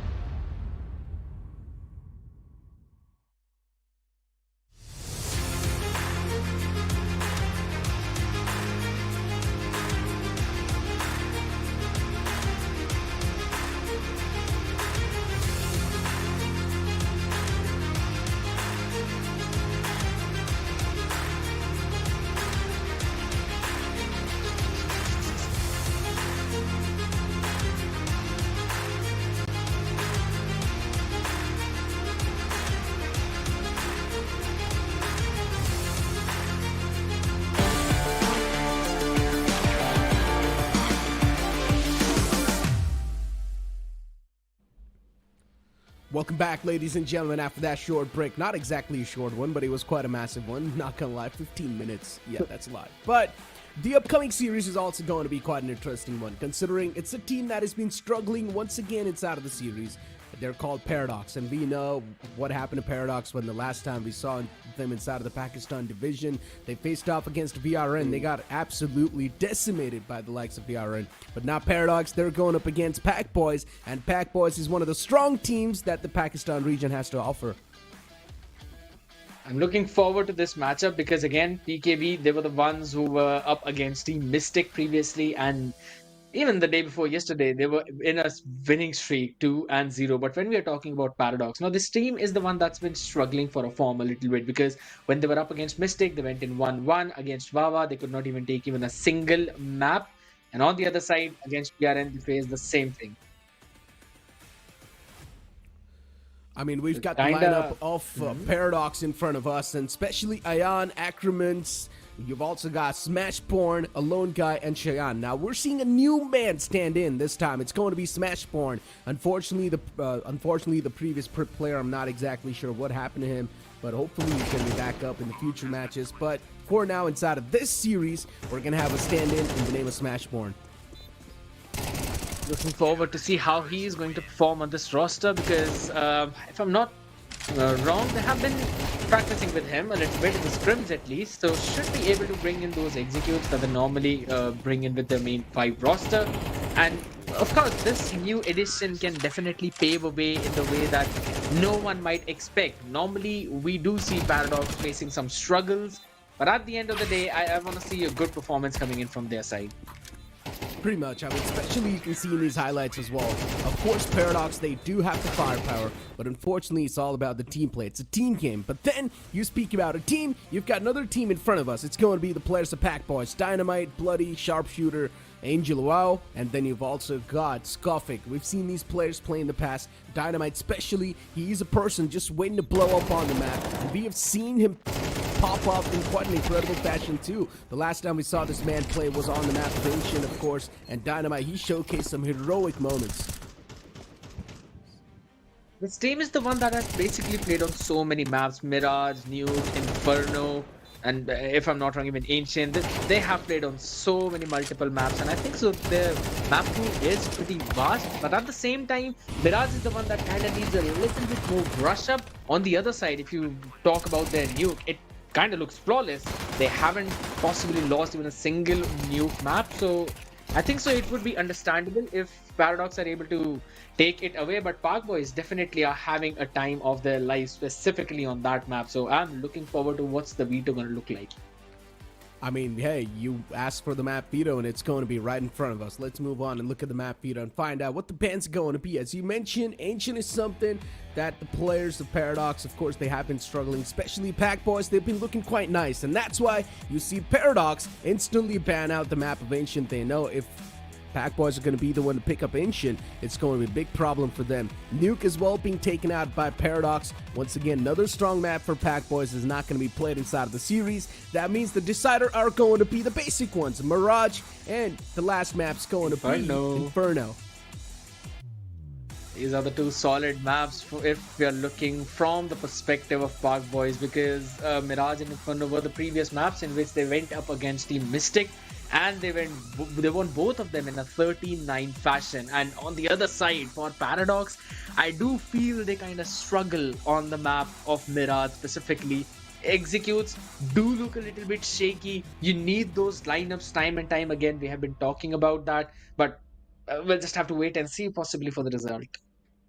I mean, in the map veto, once again, as I mentioned, we're back to the equal grounds. We're back to the classic grounds, Inferno and Mirage. And one thing is for sure, Pac Boys, they're going to be comfortable without a doubt.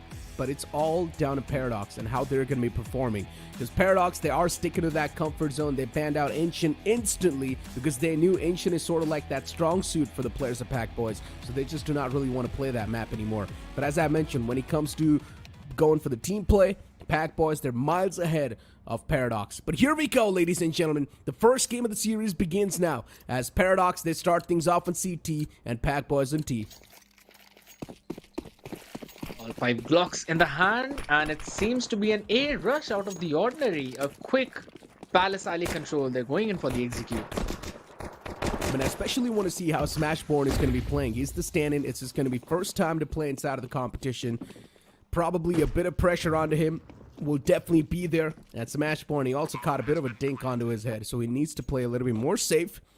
Wentz is being held off by Skofik, making sure no one's going to be able to just move inside of that area that easily. Sharpshooter as well, up close and personal towards Connector. He's holding it down towards Jungle. But it's just going to be kills flying all across the board. Paradox out of nowhere. It's going to be a burst of kills for them. Even Ayan towards Palace is able to find some connections. And what just happened? You blink it and you miss it. Out of nowhere, this retake just came through so quickly. That was just one of the craziest flashes that you would witness. A lone guy with it was able to bring out the best of it, and his team just capitalizing. And the timing that they all worked with, it was impeccable, because as soon as the flash popped, they all peeked in from 3 different directions. If I'm not wrong, it was the jungle, it was also from the connector, where in one place was on standby, and from the CT, just being so coordinated. I love to see this kind of team, Paradox. You always miss it, and again, seems to be the same story for this round. Smashborn came in here replacing Psy. I mean, it's just been first round, so I can't really say a lot. And once again, considering the opponents are going to be on an eco, they still try to go for the force buys.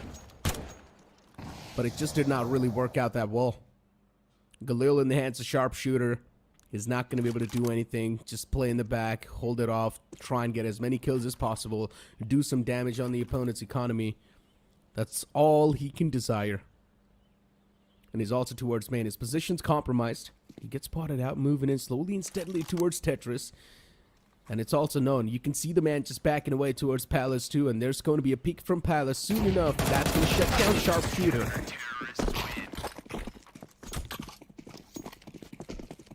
And again, with that flash, love to see the utils being used, I'll be brutally honest. Specifically those flashes and how team peak on the back of it.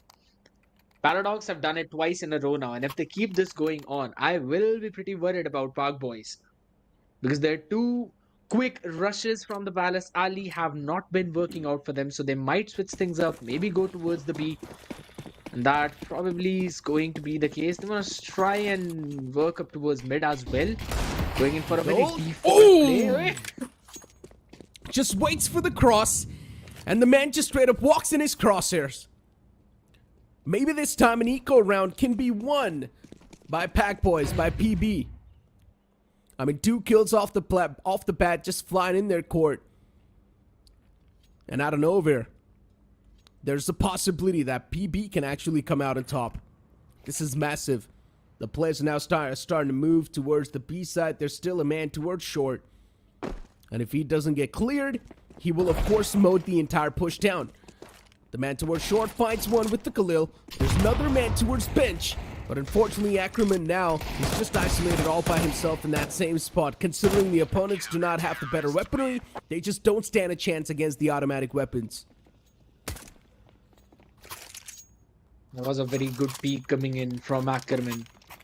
And honestly, the way they just took control of the archers. Whenever you go for a B execute, you always need to have the archers control, or at least you need to have the player playing in archers neutralized, and that is just not the case, because you'll basically be pincered from 2 different directions if you do not control the player from archers. That's one from archers and then second from market. So you either flash and smoke market off, or you flash volley market off and then you move forward. But for now, with aggression being shown, Cat being smoked off, Sharpshooter threatening a reposition behind the boxes. That's going to happen, but the AWP is now being repositioned.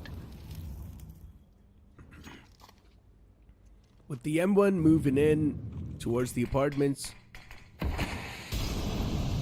AK as well in the hands of Dynamite. Still just waiting for someone to peek out. Maybe the Opera can be caught, and yes, that's what happens. Big mistake from Ash.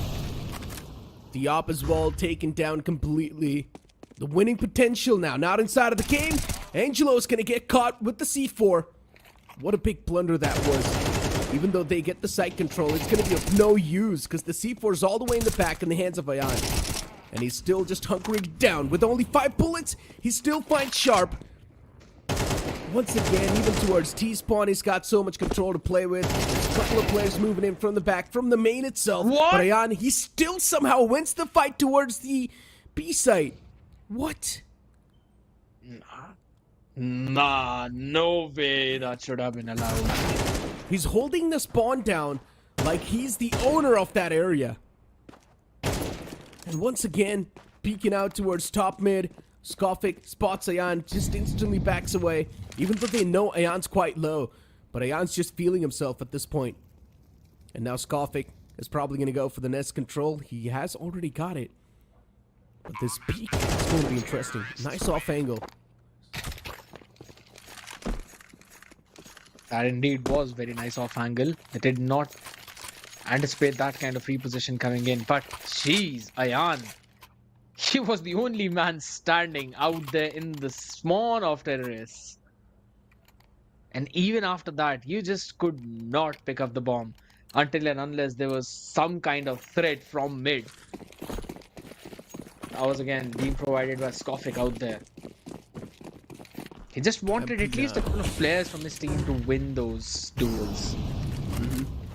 MP9's FAMAS and one single M1 in the hands of Smashborn. Interesting. 7 kills in the hands of Ayan. This man was holding down the spawn pretty nicely. And look at Ayan, once again, just pushing up. He's found so much territory control, it's crazy. And now he's also gonna give the call away that the main's clear as well.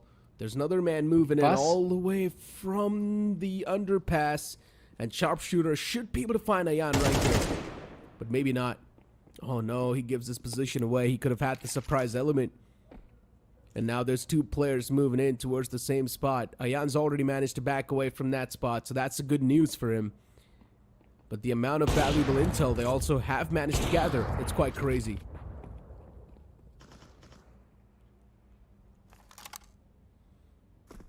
There's control in the hands of Bloody at this point, waiting for someone to peek, and also the connector being taken by Skofik. This seems to be a very well executed A hit as he's also got the jungle control. He will find the first one.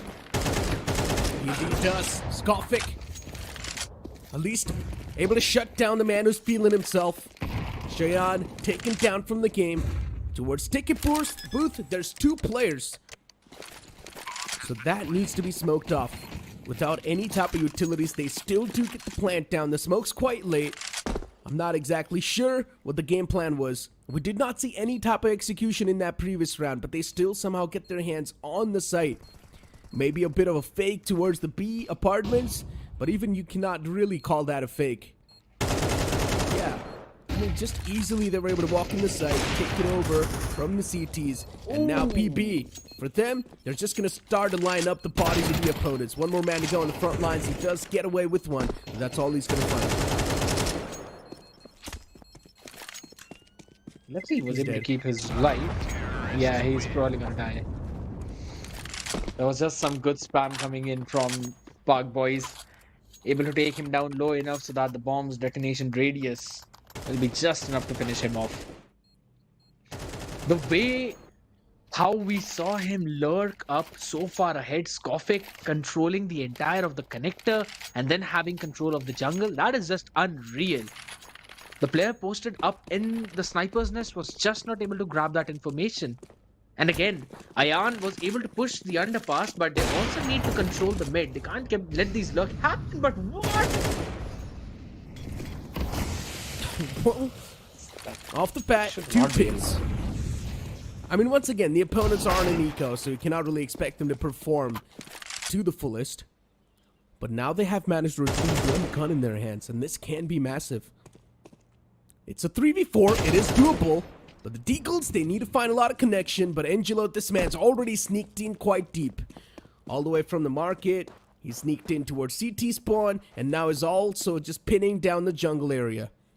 The amount of map control these guys have, it's crazy. B-site was completely left alone, and that's why they took the advantage of that. They did not really fall for the trap of Paradox. Bomb has been planted. It was all thanks to the first pick in the sniper's nest and also a pick towards Palace, that shoe rotation.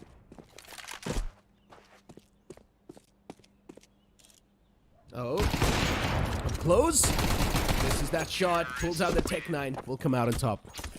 Easy stuff. Oh no. Salt on top of the wounds. No way. Just making sure that he's dead. You've got to be worried about a few zombies out there. Everyone's first word was Z. But yes, that slow approach from Park Boys again working out. Slowing the pace down seems to be the trick for their side, because the first 2 rounds were very pacey and both of them were dealt with. After the next few, every single round was super slow. It's about time that we're going to witness a quick engagement in mid. Is this... What? They just walk in towards short with a lot of flashes to back him up. We saw a lot of flashes, some Molotov towards connectors. And that's it. They did not even use the smoke. They used the smoke so late. Oh my god, this has to be a joke. Pack Boys, they're just straight up running towards the site without even caring about anything in the world. Good smoke fade. Angelo finds the man. And now Cheyenne's still left alive. All the way towards market. Even he's going to try to back away, save his weaponry.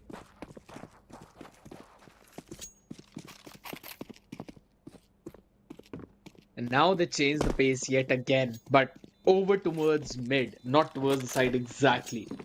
And I've always mentioned, you want to take control of the B side, take control of the arches. Because market, it's kind of out of the question. A brilliant play. And it's just as you mentioned, I like the play, come on. I mean, they used up a ton of flashes out there in connector, making sure that the player cannot go out for a peek. They also did the same thing in towards the nest and then moved forward. They got a few trades in their favor. It was down to a 3v3. And then, I mean, they controlled the arches. That smoke fade was perfect. They realized there might be someone in the market, finished them off, and then controlled the entire area. I'm loving the approach from Park Boys now. Paradox have to find a way. I wouldn't say the approach was good. I would just say that it was the mistake of Paradox. They were. It's Paradox's mistake that they did not counter that. It's not that hard to counter it. If there's a lot of flashes on the way, that's why you instantly try to be a little bit more proactive as well and try and pull off something. Even Paradox, they've got some utilities, right? Even they can throw the Molotovs, the smokes, to try and deny the vision, or even they can throw some counter flashes. Yeah, there's a lot of ways you can actually tackle this entire circumstance that just happened. But Paradox, they just sort of took a lot of time to think, and they missed that opportunity to counter it in time. So yeah, now Alone Guy's taken down quite low. Ayan towards site, tucked behind this wall. Does hear a lot of footsteps in the front. Position's compromised, so Scoffix gonna peek out and get him down. Quick readjustments on the crosshair. Even find Cheyenne on the way. And now it's a 2v3. Alone Guy's way too low. And I highly doubt Alone Guy would also want to give his kill away like that. Towards short, the man was spotted. Luckily enough, did not really catch any hurt. And once again, it's going to be pullback. They go for a save. So what the previous round did was, again, it threatened a very fast cat push. Now, I totally agree that there's a way to counter that. You throw out the Molotovs, you also throw out the flashes. But wait a second, Scarfake is going to find one of the exit frags out there. Ashron finished off. Now, yes, so you can throw out all of your utilities and... Jeez, they're not going to let you finish though, are they? Always try and find a fight out there. Alright, we're finally at a situation where he'll be able to save the rifle. So it threatened the player on the arches, and basically now the arches player is just not present there, which gave them the opportunity to execute the site through apartments, and they did that brilliantly. Ayan was playing on site, it was not a pretty position, he was taken down, and the rest was history. Park Boys, they are the ones who actually took the time out because of the disconnect. Oh no. Bring the man back, please. Angelo's here, Scoffix here, Bloody's here, Sharpshooter's here as well. They're missing out on one player. And that is Dynamite. Once again, Dynamite facing some issues. I'm not exactly sure what the problem is. Even last time when we saw PB play out, it was Dynamite who faced a lot of issues. And once again, Dynamite's the man who's facing some issues. Hopefully they're going to be sorted soon enough. I feel it. Sometimes it happens, the tech issues. But there's the commitment from the team. Always trying to burn out those timeouts to get their man on board, being together. And that is working out. Approach is, I would still say, pretty solid. Because Paradox, they need to find an adjustment to this kind of pace change that Park Boys are bringing. Then they are the ones who are trying to go in for a reactive play. But here's the problem for that.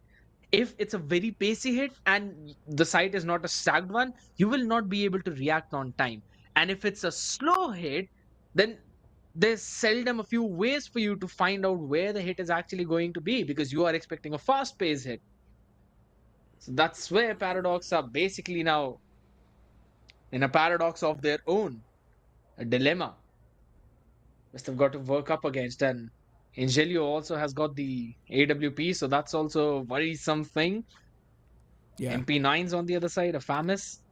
Not a pretty buy. indeed.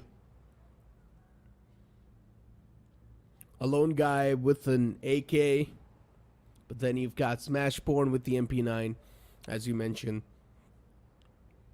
Not too good. If you look at the PB, though, I mean, look at Angelo. He's got $9,000, and he's also got an op in his hands. The amount of money this man has, it's insane. Dynamite's finally back inside of the game to dominate the grounds. And even he's got a lot of money. He's probably just going to go for an AK.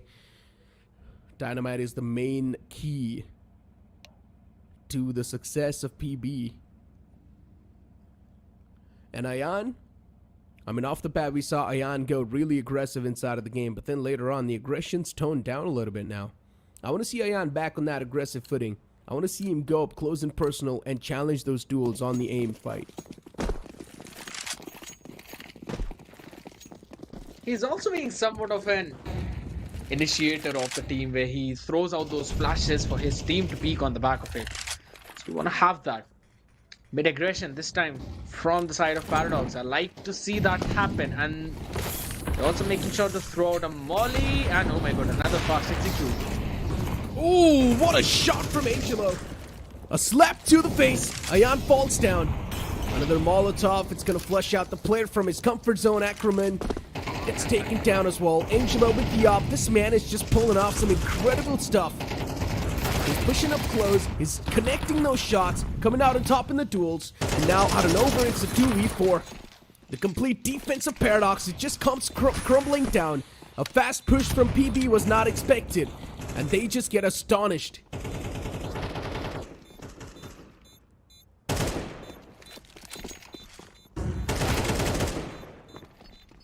Oh, Scoffing. Another shot. On to smash. Save for Shan. He'll be allowed to keep the weapon that he has. Famus on the other side. The opener that Angelio found on the player on Arches, it was the main key for their success of this execute. And again, the way they're changing the pace. If I'm not wrong, there was only one player towards B, correct? Who was towards the truck area. He tossed in the Molotov, but then the T's pushed in with a smoke. They used the smoke to extinguish the Molotov, and they just straight up barrel stuffed the man down on the site. The rotation was quick enough, but unfortunately it was still too late because Angelo, he was connecting some nutty shots. He got the man down towards the short. Or no, there were two players. One was holding towards the short, and one was holding towards the bench.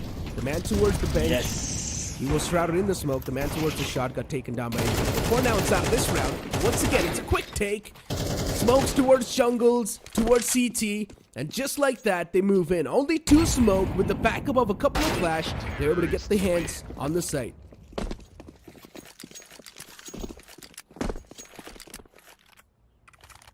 Will execute yet again. And I was expecting them to hit the B's A side this time because they had gone on the B for quite a few rounds. So A was inevitable. It was understandable that they might go in for a pace change towards A. Went in for that quick hit yet again. They're working out for them.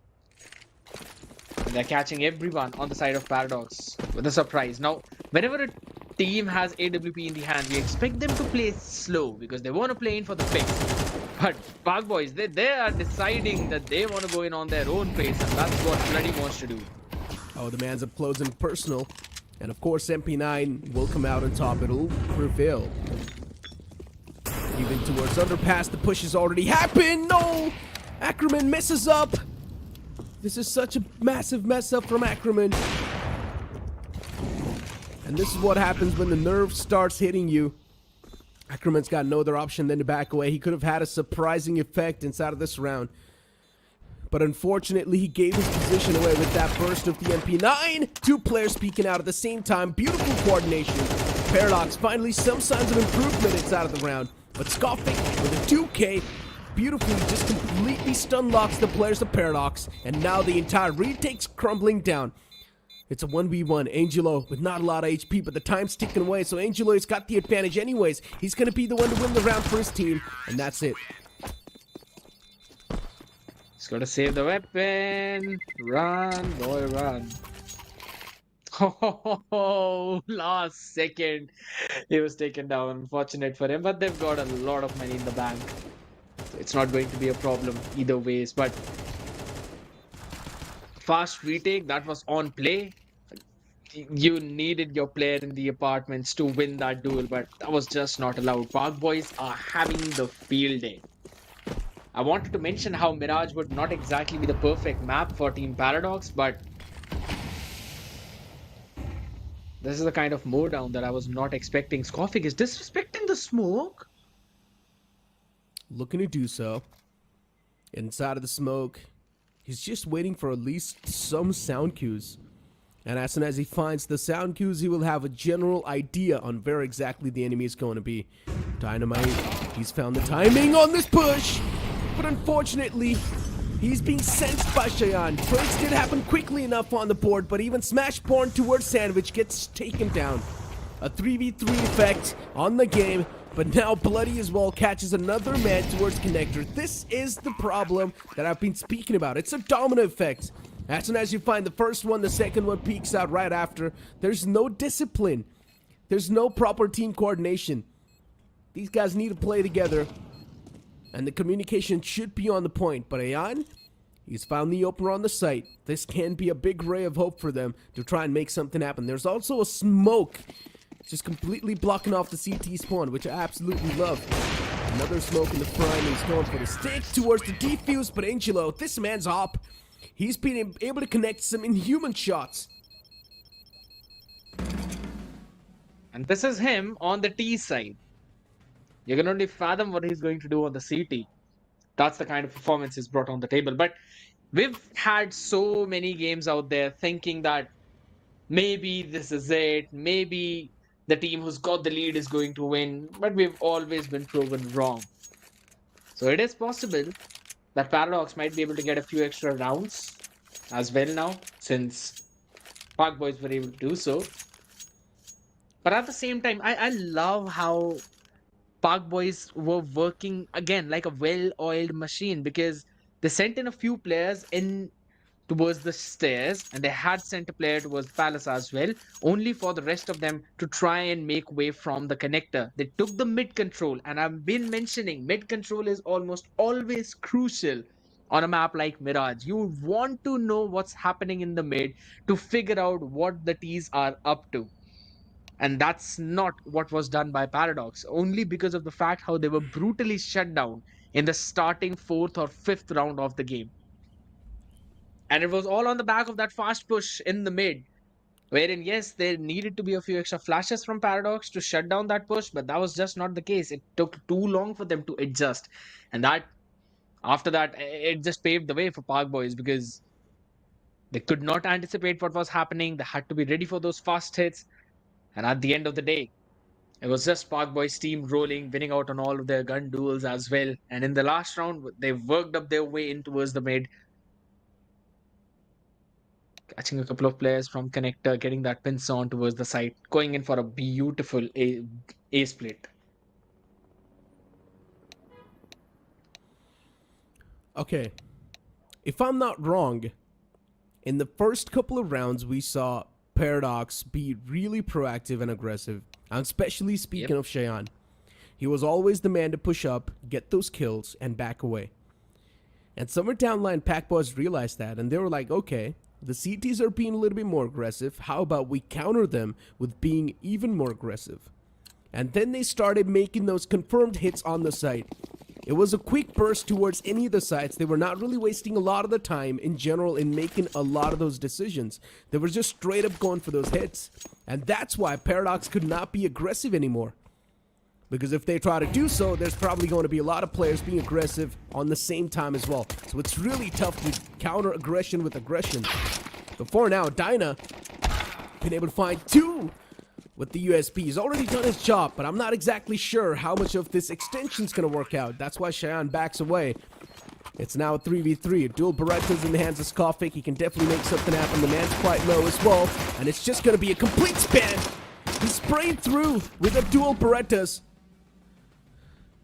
And I guess we also have some sort of an issue going on, ladies and gentlemen. The previous round did not count. It's going to be restarted once again. Unfortunately, it's tough for Dynamite. I feel kind of bad for him, not going to lie. He was connecting some nice shots. But yeah, it's going to be a restart, ladies and gentlemen. The previous round did not count. That is indeed pretty unfortunate. I was also pretty sad about the shots that Dynamite was able to hit, not being counted. Those 2 nasty shots from the USP were actually the ones which equalize the numbers, or if not bring it in the favor of Park Boys. But it is what it is. 1 member down either ways.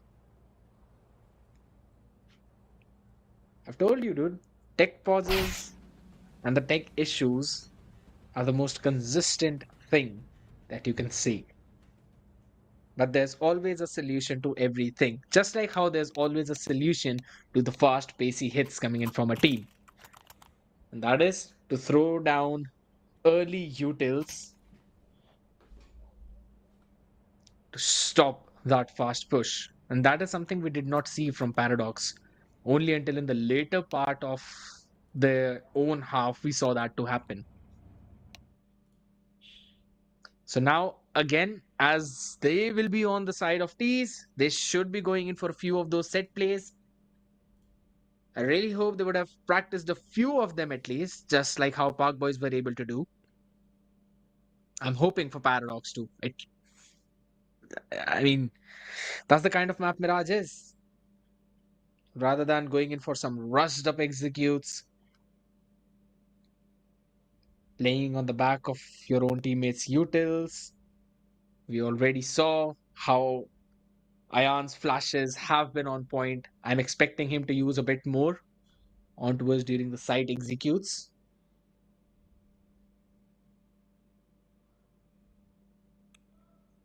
I mean, Angelo's been feeling himself.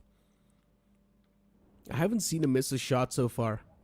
Whatever shot he's shooting is actually connecting that. So yeah, he's going to be a massive threat for Paradox. If he gets his hands on the op, it will be GGWP. But yeah, similar approach this time once again from Paradox.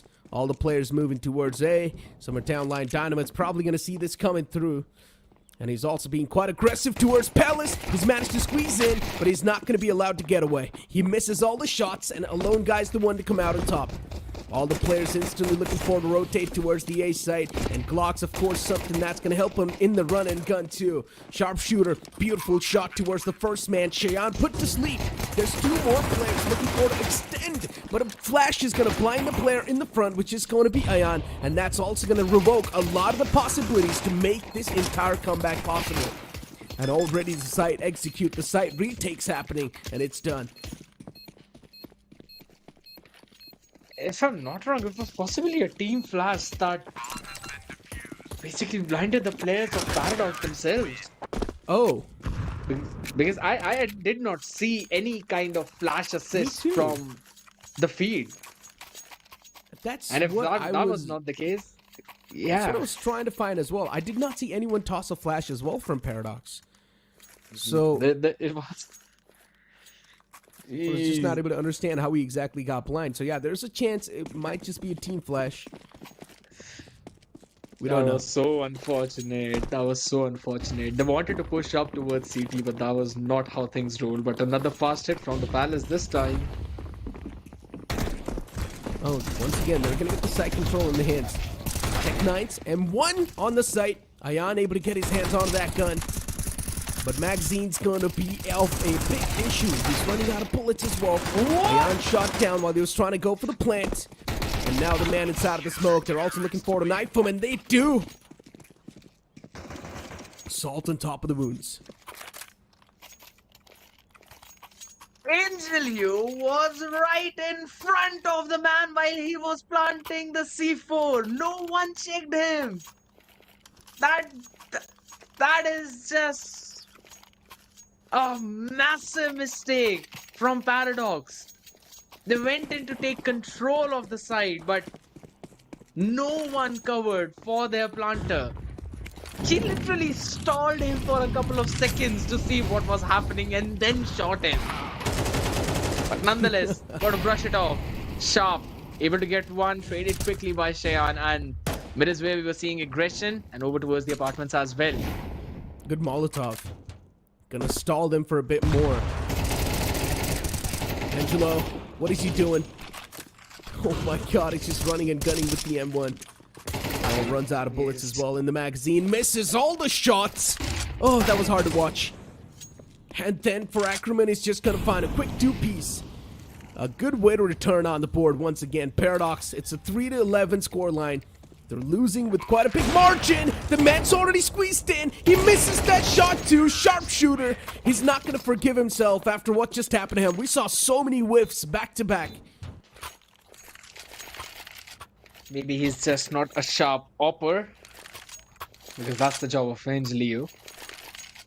But on the other side, yes, again, a pretty messed up round coming in. There were quite a few mistakes from Park Boys, but the capitalization on the back of it, specifically by Ackerman in mid, he was able to take down a couple of players. If I'm not wrong, Angelio was the one who was peeking in the sniper's nest, and he ran out of the M4 bullets. I really hoped for him to just stand back and hit that reload button. His team had the advantage. There was no need to go in for that.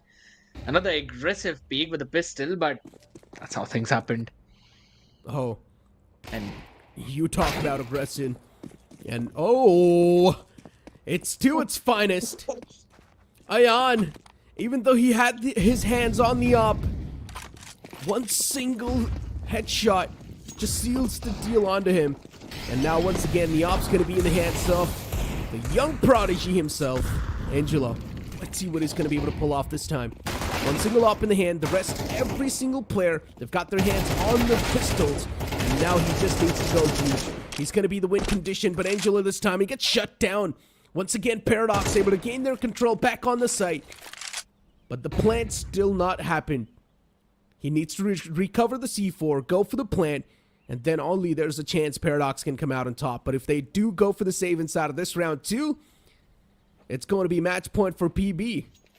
So Paradox, they need to go for the plant. They've got no other option. They need to try. Op recovered, and what a quick shot that was. And that was a no-scope too.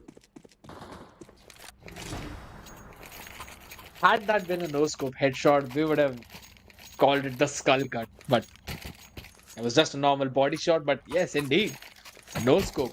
Sharpshooter just made me eat my own words for the previous round. There's some unfortunate shots not connecting previously, but this time around, I'm still surprised that a couple of the players have not invested into their helmets. Sharpshooter with the AWP as well. Oh my god, the off angle by Bloody. It's going to get very messy. SMG's on the board. And Ackerman, what a beautiful headshot that was towards short. It's a 3v3 affair though. Still, somehow the players of PB, they're able to make it count. And they're able to neutralize the man number. Sharpshooter, with his hands onto this op, is holding that tight angle towards the window. But once again, market control will be taken away easily by the CTs. There's a man positioned towards close right. And Dynamite looking to pop out of that window. Just slow and steady approach inside of the retake. You've got a lot of time. Just make the decisions cautiously. First peek comes out. Dynamite unfortunately gets caught off guard with a double peek. And just Ayan and Ackerman, they do the job. The double up gamble just not working out for Park Boys, but they only need one more round. On the other side, Paradox, a mountain to climb, 7 straight rounds. Otherwise, it's a done deal, this specific map. And a lot of players out there and people out there would also think the same. The Park Boys, they'll be able to close things out. But again, you may never know. Previous round worked out for Paradox. This could happen the same. All looking to gather towards stairs, though. It's gonna get so messy here. Oh no. This is where the ends meet. Or at least PB's economy has been in the shambles for now. Good flashing. It's gonna blind off anyone that's in the front lines. And this man single-handedly with the FAMAS is doing a lot of work. 5-7. Finds the activation, but not the kill. Ayan just dropped down from Palace while being shot by the 5-7 and was able to quickly scope in and get that shot with the AWP in his hands. It was actually a feat to achieve, I'll be brutally honest about it. I was expecting him to fall down to his death at that point. Did not happen. Paradox on the back of it. Another round. They're adding the mixtures now. Went in towards the B first, then towards the A. Showing some mid control. Walking up Cat 2. I like the way how they're playing around the map. Again, showing some attention towards mid. Yes. Shaishanu, there's 4 players towards the A site. That means once again it's an A stack from them. But luckily enough for Paradox, they're once again gonna avoid this trap. It's big. Considering it's an eco, the best bet the players of PB could take was a stack. But that stack is being completely avoided by the players of Paradox.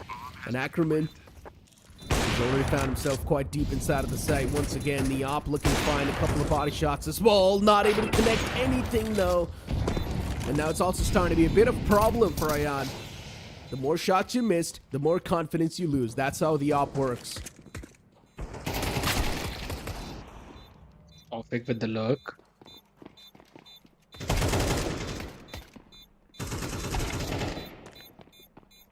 It's just a wrap.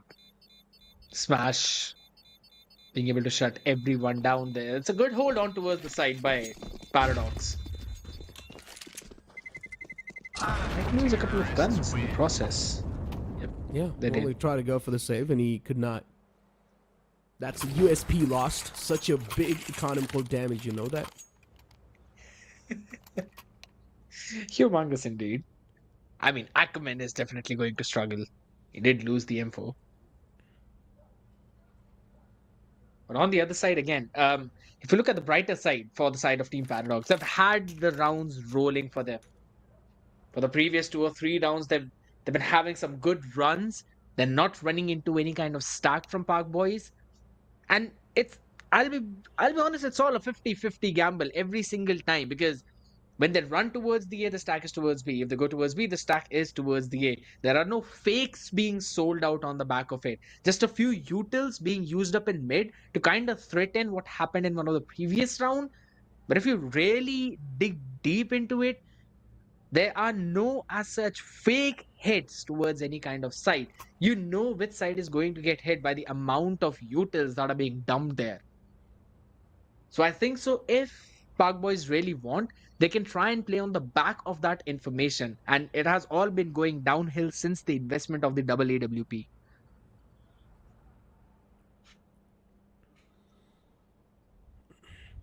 I mean, this time out from Pack Boys, they need it. Because they only need one more round. And they know this round is. If they do not really win this round itself, that means once again the economy is going to come tumbling down, that's for sure. And then after this round, it's going to be an eco, which of course PB will confirm lose. And that in itself will make the comeback possible for Paradox. So the players of PB, they're booking it everything onto this round. And if this is not converted into a win, PB, they're of course gonna lose all the momentum they had. They're gonna lose all the lead they had over the players of Paradox. You gotta give it to them though. They're doing a great job. Angel able to find the first pick through the smoke. Good spam. Unfortunately for Paradox, not the ideal start they wanted to have. From the apartments. Scoffing towards the site, forgot to use any type of utilities. And now once again, the entry from the apartments is going to be possible. Dynamite needs to go huge here, but unfortunately he gets deactivated as well. A 3v2 affair now. Two players are quite softened up. Bloody, he can definitely pull off this clutch towards the site. He needs to at least get a 2k and make it down to a 1v1, but no, he messes up massively. And now it's a 1v3. And Sharpshooter, he's just tucked in a corner. Even he whiffs everything.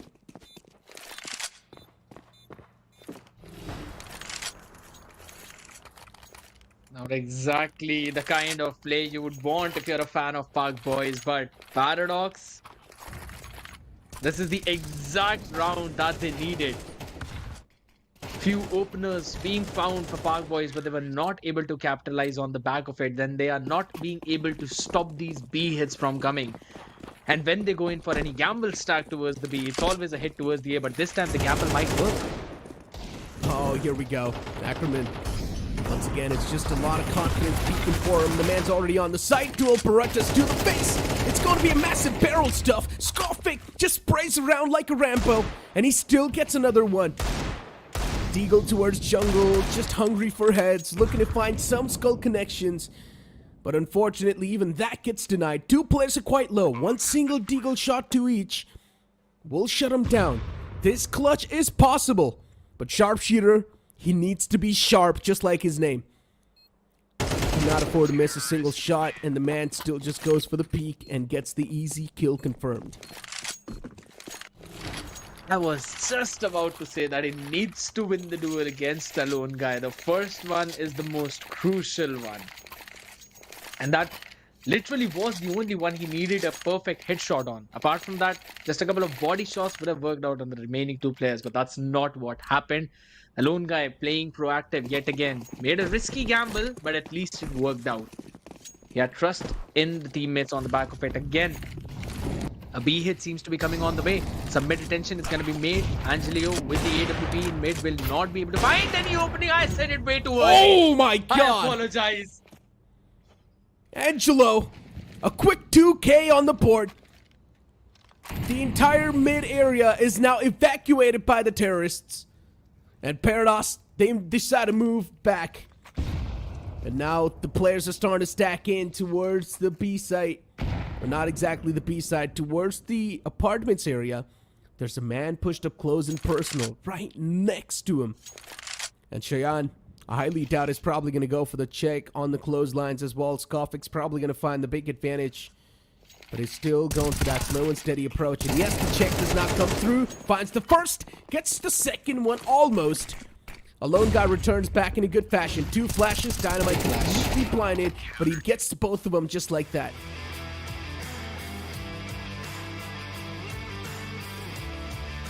I'll just say it out loud. It was a round being won on the back of Angelio's picks in mid. I'll just directly say it. Through the smoke. Perfect timing with the frag. He was able to find out the first. There was a gap in it.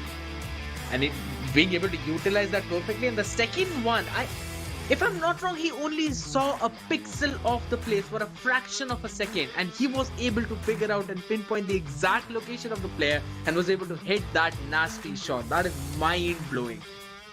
And on the back of it, that... You can tell by the players' faces too, they were not that satisfied with the win. They knew they threw a lot of rounds that should not have been thrown in the first place. They almost had the victory as well. They were on the match point. They just needed one single round, but still that one single round was being stretched out for such a long time. Mentioned before, most of the rounds were only just dump a utility in mid and go for a direct hit. It could be A hit, it could also be a B hit. They mostly went for the A hit when they knew they had the weaponry advantage. Even if it was a close range battle, they knew they're going to win out with the heavy weaponry because the enemy would be on the pistols. And when they had the rifles, they would try and fake in mid a little bit and then move directly towards the B for that execute, taking the archer's control as well. That is exactly how they won all of those rounds. I like the play coming in, but yes, a lot of mistakes from Park Boys. I mean, Pog Boys did the same thing in their attacking side. They were just pushing up inside of the side, True. just quick hits. And then later on, Paradox realized the same thing as well. They were like, okay, Pac Boys are being a little bit too cocky in their CT side, so we might as well try to be aggressive as well and punish them. And that's what happened. But all the time, whenever we saw the players of Paradox be really aggressive on the site, Pac Boys were just not able to answer back that wall. But then, yeah, in the last round, of course, towards mid, they showcased some good cover. Even especially Angelo being able to connect those op shots, sort of save the day for them. And that's why they were able to come out on top pretty much in that round. But Paradox, you got to give it to them. Good reads on the fly, good adjustments on the fly. And they were able to just adapt accordingly. True, absolutely. Adaptation is always the name of the game, and specifically the ones that come in those mid rounds. I would say Pac Boys were able to just capitalize on the back of it, and that too really well. And Angelio on the AWP was popping off today. But a few rounds on the attacking side, he was able to take enemy down, and also when they went in on the CT side, just able to wrap up perfectly. Still, there were a lot of situations when close corners were not checked. So that's something that the teams will generally improve with time as soon as they get more experience. But this knife kill, I mean, you can say that everyone loves knife kill, and hey, it's me who's like, man, come on, don't knife. That's not the perfect way, but the shot definitely was perfect. I mean, let's be honest, a lot of the times we did not even see the smokes being used properly. Even when they hit the B site, we're not seeing the smokes being utilized towards short. We're not seeing the market window being blocked. Everything was quite exposed, and they were still able to find their footing on the site. Even towards A site, we saw no smokes towards ticket booth, towards jungle, towards stairs. It was just a complete raw approach, even from PB and even from PX. But here's the scoreboard, ladies and gentlemen. A lone guy, 18 kills, 12 deaths, and 88 ADR. And then you're going to find Skofik on the opposite side, top fragging with 21 kills, 16 deaths, and 105 ADR. Angelo with 18 kills as well. And in my opinion, Angelo in the first half, he was the MVP. He was literally top fragging at that point. It was just on the CT side wherein they kind of fell a little bit, but it's quite understandable. Sometimes you do have those jitters coming in, and it's always about the momentum because they were not able to build a proper economy for themselves, and Team Paradox were able to capitalize on the back of it. And just as you mentioned, yes, a lot of mistakes, smokes not being used up perfectly, but at least they were going in with a few flash plays on towards the side. It was not just dry peek coming in. Even in the last round, they did not check the arches corner. Yes, that is true, but they at least used a couple of flashes. So I'm really happy about that. A lot of improvement is needed, but at least we are seeing some. Hey, we're not exactly sure if the implementation's going to be there in the upcoming map as well, because as you mentioned, a lot of improvements are needed, and once again, improving on the fly is a little bit too tough. But let's hope that in the upcoming map, things will be improved a bit more. But for now, it's time for us to push to a short break. Don't go anywhere. We'll be right back.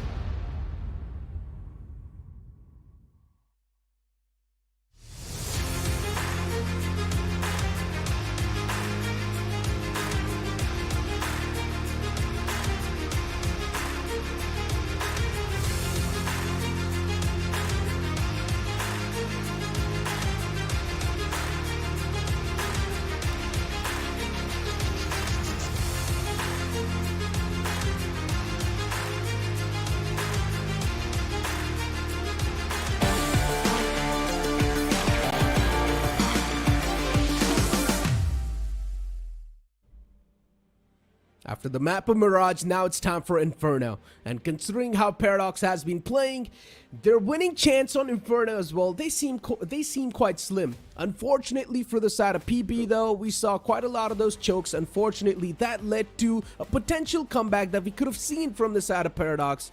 But I'm pretty sure in the map of Inferno, those chokes are not going to be seen, and PB will try to take things a little bit more serious. We'll just have to hope for the things to go in that scenario and in that way, because we've seen Inferno coming in previously as well, and if I'm not wrong, it was right from the team of PKB, because we have seen them play on Inferno. 13-9 was the score when they were up against Team Mystic, if my stats are correct, and they were able to show a pretty decent performance on that one as well, and they ended a half at 8-4 situation. So I'm expecting the similar kind of performance from their side, but again, on the other end, you've got Team Paradox, who will be looking for a redemption. And speak of the redemption, especially, Paradox, after that initial, all the scuff they had, later on they started to establish that little bit of comeback. So you can maybe say the momentum's still there in their hands, but unfortunately, them losing the game should definitely affect their mentals. But the players of Paradox, they had smiles all across their faces. While if you look at PB, there were a lot of concern on their faces. We don't exactly know how the upcoming map of Inferno is going to look like, but as I mentioned, statistically, PB should dominate. That's going to remain the stats until they're changed. What's going to happen as banana control is going to be established. PB rushing up directly towards B. Already 4 players. They're going to find the entry towards site. The players are tucked in quite a good manner. It's also a little bit of a crossfire with Coffin and the man behind default, but he still gets caught. Unfortunately, the site's now completely opened up, and Paradox, they need to find a way to retake. It's a 2v3 scenario, site taken in the hands by the players of PB, and already the retake started. Angelo spots out both the players towards CT, and he's still going for the challenge. I'm not exactly sure how good of an idea this is going to be, and it's of course not a good idea at all. Angelo falls down towards the back site. Now the sites will probably be opened up, but the Glock up close and personal will find the value. And now the man looking for to back away towards Coffin. Dual Berettas in his hands.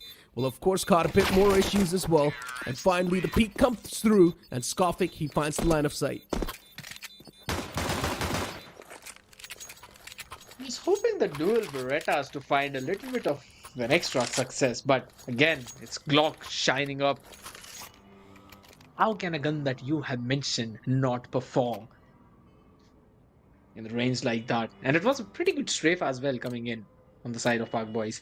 But on the other side, now since they have shown that they can go for a fast execute from banana towards B, I think so that control needs to be established. But Paradox seem to be stacking towards the A. What a gamble coming in from their side. Oh my god!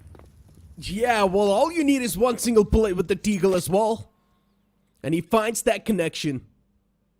Big shot. Skofik down. Sharpshooter catches one more man slacking up.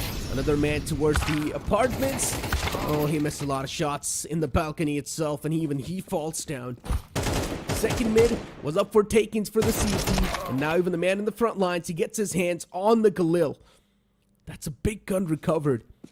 And look at the amount of damage the players of Paradox have already dealt. It's a lot. Only 2 players up and alive for PB, while Paradox, they've only got 1, and this clutch is possible. I like the thinking as well. Smoke off the tree area and push all the way back towards CT. He's trying to pull off a little bit of a 200 IQ play. And Dynamite's now, it's waiting game for him. If in case Ayan really wants, he can try and go in for the save. Dynamite. He's got the timing. Perfect one indeed. A good idea. Pushing up front. No one would expect that. Normally everyone would think both the players are playing together on site. There was a smart play coming in from the side of Park Boys out there. But Paradox, I would say, they kind of brought it a little too close. I was not expecting that to happen. Sharpshooter though. But this angle, it just seemed for a second that it was a lag moment coming in. He just stopped shooting after firing one shot. He didn't stop shooting. He just missed all the shots. That's one thing, but still. I hoped he could connect those shots because it could have brought him the weapon Nonetheless, we're going in with a very much default setup. 2 towards B, 3 towards A, and banana control given. And already the take started. Smoke towards tree to block off CT. Dynamite now trying to creep and crawl his way on towards the site. Luckily for Dynamite, there's only one player, and that too right in the front. If the crosshair placement's going to be on point, Dynamite should be able to find the pick. But a lone guy, his crosshairs are trained. And he just steals Dynamite and backs away. Towards B, the push is anticipated, but still there's 2 players waiting towards the A site. And just waiting for the players of PB to step inside. I like the patient showcase from the side of Paradox, but that little fake towards the B they did, it did not pull out any rotations. There's still 2 players towards the A. Well, now make it 3. Such a one and done angle by a lone guy. Oh, here we go. Already got the boiler control. Now looking for the drop down in the pit. It's a good crossfire from site towards pit. But unfortunately, it's really not going to matter. Bloody just decimates through. He just smashes through that entire crossfire. And now the site control's easily taken as well. PB, some good shots on the skull. And unfortunately, Paradox, they just can't do anything. And now it's all Those down to are right Ackerman. peaks. A 1v2. And now these guys can definitely try to just go for a double peek. Shut them down easily. Once again, it's a crossfire. And I like this. From Graveyard towards the opposite side. And now Ackerman just looking for to back away and just go for the save. All those were dry peaks towards the A side, wherein they all I know. moved from short. All of know. them were dry. And the funny part is, they knew that the players are probably going in to be towards pit. And they did not even use any Exactly. Molotov nor nades to try and soften the player up. Exactly. I mean, look at this.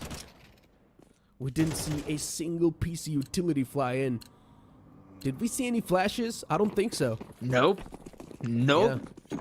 It was just once early on towards Banana, wherein Paradox threw out a util. That is all. But again, quite I mean- a bit being used up.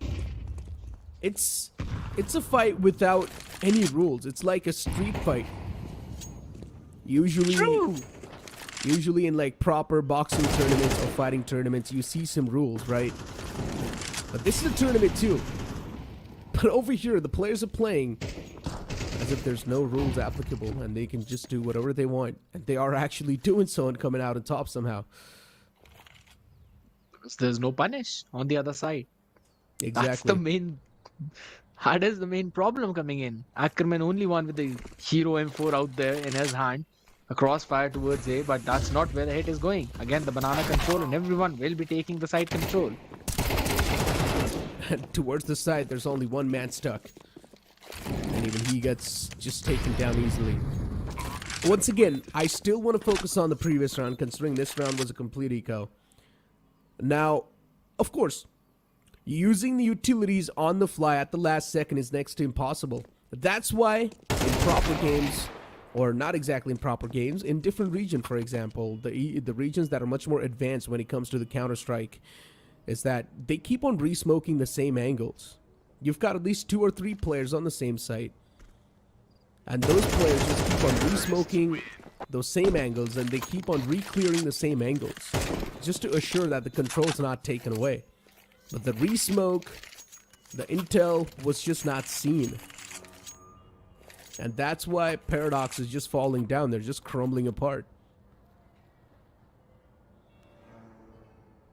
And there's no as such fake coming in either in this round too. Park Boys, they're just walking in on the map, entirely dry, and they execute the side where they want to. Does not matter how many people are there on that side. We literally did see them in the round prior to the previous one, that they walked up Banana, took the control of Banana, walked towards the site, and then backed off from there. And then went in towards the start side, only to win all the duels out here in the open towards Banana though. Good hold. Good hold. Really solid hold from them. But once again, the major issue here is Ackerman's got no utilities left anymore. He pretty much just util dumped everything towards Banana off the bat. So that means to force out the utilities against Paradox, it's quite easy.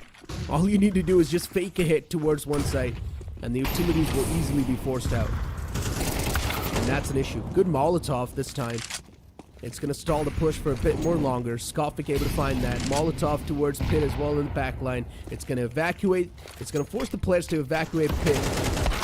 Another smoke out to make sure that he's going to be able to make the entry inside of the side itself. Just directly fall on top of it. There's still a man towards Pit, and his position's compromised as well. But Engineer is just looking for to burst out. Unfortunately, Cheyenne goes for the reload at the wrong time. His hands were quite busy, and the A side falls apart. But it's still a 1v1. Ion and Sharpshooter, especially Sharpshooter being quite low. 70 HP, and Ackerman with all the 100 HP. Fake tap comes out, just trying to force out the player, but he's all the way in the back lines towards Archway, and now he's going to go for the peek too. There's a chance he can be caught off guard. Initial shots missed, and he loses that duel. Ackerman, he's going to be disappointed in himself, that's for sure.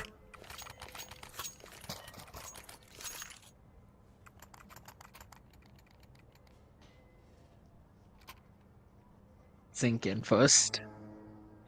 That really was not what we all hoped to see. But I'm still surprised how our Park boys always ending up on a stacked site and winning out the duels. At least bringing the numbers equalized. Then there's 2 times in a row now that they've executed towards that site, and that is where the players are.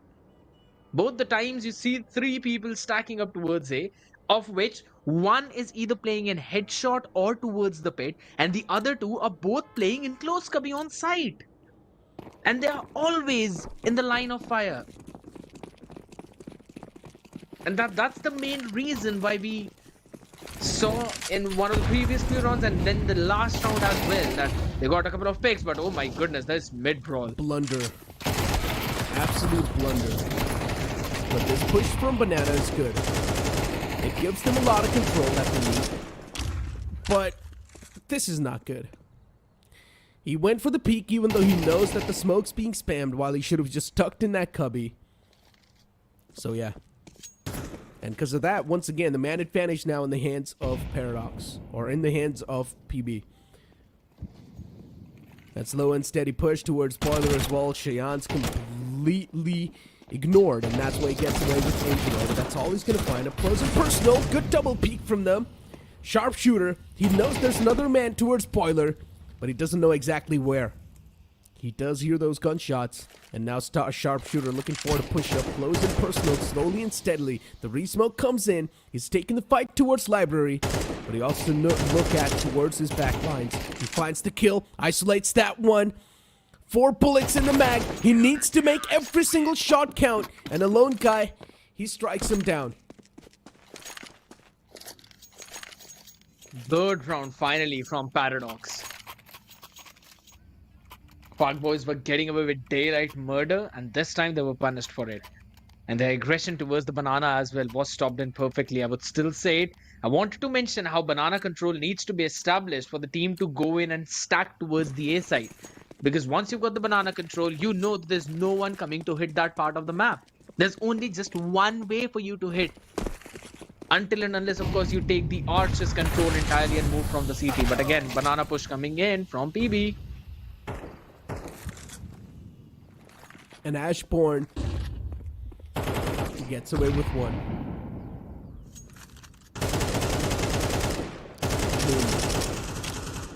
This is not too good for them. Sharpshooter being taken down. He's one of the best players that the lineup has to offer, and so far he's also got the most amount of kills too. Cheyenne, good return on the board. Dynamite shut down. A 3v5. And now the players of PB, they're definitely going to start to feel a little bit more uncomfortable, considering they lost the previous round. And Now Ayan as well, just wrapping up from the back lines, doing so much damage with the FAMAS. He collects 2 kills. Unfortunately, Bloody, he does take down a lone guy, but he's taken down so low himself.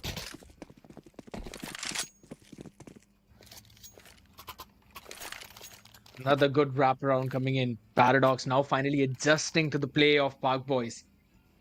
And that long range spray down worked out wonders for them. A couple of picks for Ayan. And on the back of that, they were just able to get another.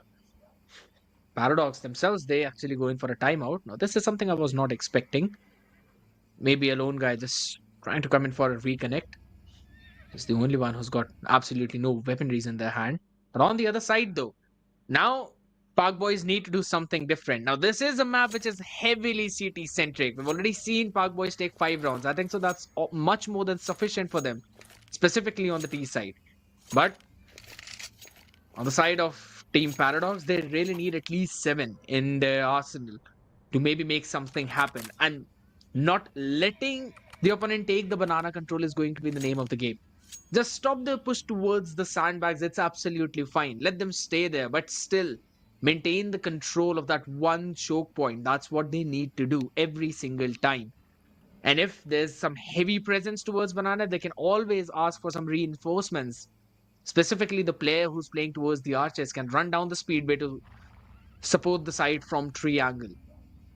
While the other people, one of them can just hold mid, other one can play on the backside in pit, try and stop any push that might potentially come in from apartments. That's actually one of the simplest default holds that you can go on CT. But Park Boys, they've been just demolishing that entire setup only because of the fact that Paradox are just letting them run around the map freely. I think so Paradox also has a boot camp. All the players are sitting right next to each other. Interesting. Observing. But considering the players of Paradox, they've also got the advantage, the weaponry advantage. They're probably going to come out on top. Over here, the players of PB, all they need to do is keep the economy humble in the hands of Paradox. Just try and deal as much damage as possible. But unfortunately, Angelo, he misses all the shots with the P250. And that's just going to help Cheyenne stay alive for even longer and keep on mowing down the lawns. I thought that they will probably try to do a bit more damage, but that's not the case. And Dynamite is going to find a quick... Oh my god, he sneaks up. Trigger discipline as well. He does not go for any shots, but unfortunately just does not work out. I was going to get questioned so much. He was the one who crossed that part in the smoke. It is always so fun to watch these moments. There was an opportunity, but it was not taken away. No damage being done for Paradox. They're gonna be pretty happy on the back of that one, either ways. But yes, when Angelo actually jumped out from the apartments, I was trying to fathom what he was doing at that point. Just running, jumping, being a nuisance. Banana control not given. Paradox is the one who maintains it this time around. So we're gonna have a stalemate there for a few seconds. Angelo wants to go for an exploration. On the other side, 2v2 potentially brewing up. Good nade. So at least it's going to instill a bit more of a terror in the opponent's mind. Angelo with the return. Strikes down Ashbourne. Another peek. Even Sharp taken down. These solo duels that are happening, I'm not a huge fan of this. And unfortunately, the players have just fallen down slowly and steadily. They're losing out on the man number. Another solo duel taken, where Skofik as well gets taken down. It just feels like everyone wants to make their own individual play. Everyone wants to be a hero. There's a reason why there's a role assigned for you guys. Someone's supposed to be the supporter. Someone's supposed to be the rusher. But unfortunately, everyone just wants to be the playmaker. And now there's a man quite up close and personal inside the smoke. He peeks out. Unfortunately, the kill does not come through. Bloody's got his teammates back. Beautifully done. Now they need to play together. Good peek on the first one. And Bloody, oh, he's the collector. He's gonna collect all their souls. Name says it all. Yes, all the solo duels being taken. And even after that, Park Boys were the ones who won the round. It was a 3v5. Yet they were able to come out on top. Ash, on the back of one of the flashes from his teammate, was able to take down the first win. But only after that, it was just a showdown of Bloody. Getting a 3k for himself in the previous round. And on the back of it, Paradox going in for a timeout. The best thing they can do is a 6-6 half. But their economy, they've got a solid amount of it. Should be able to full buy in this one. But at the end of the day, if you just try and look at it, they're slowing down the pace. But there's no plan of action as to what they want to do. Everyone on both the team, they're just going out exploring. They're trying to figure out where the players are. They come across one of their opponent. They take the duel. And then it's all just 50-50. Could go either ways. But I still like the adjustment that came in from Park Boys. Because on the back of the information that they lost on towards the A side and mid, they quickly decided to go for a B hit on the using the control of Banana that they had established early on in the round. So I like that late rounding play from their side. They can't just rely on it time and time again. It's a disconnect. We're gonna have a rollback possibly. Oh wow. Hello there. A hand of friendship being handed out by Dynamite. And yeah, as usual, we're facing some tech issues. Some players not really able to connect back in. We're not exactly sure, but the players are facing some tech issues. I'm pretty sure the game's going to be resumed soon enough. But yeah, in general, for PB, with the way they've been playing, they're showcasing a lot of the confidence in their playstyle. And as I mentioned, there's a reason why there's roles designated to every single player. One's supposed to be the supporter, one's supposed to be the assaulter, and one is supposed to be the IGL. These are the designated roles that you've got. That means if you do play accordingly to the role, you will automatically play like a team. But so far, that's not the case. Everyone just wants to be the rusher. They want to be the lurker and get that info and also get the kills and be the playmaker, which is not possible at all. You just cannot win like that.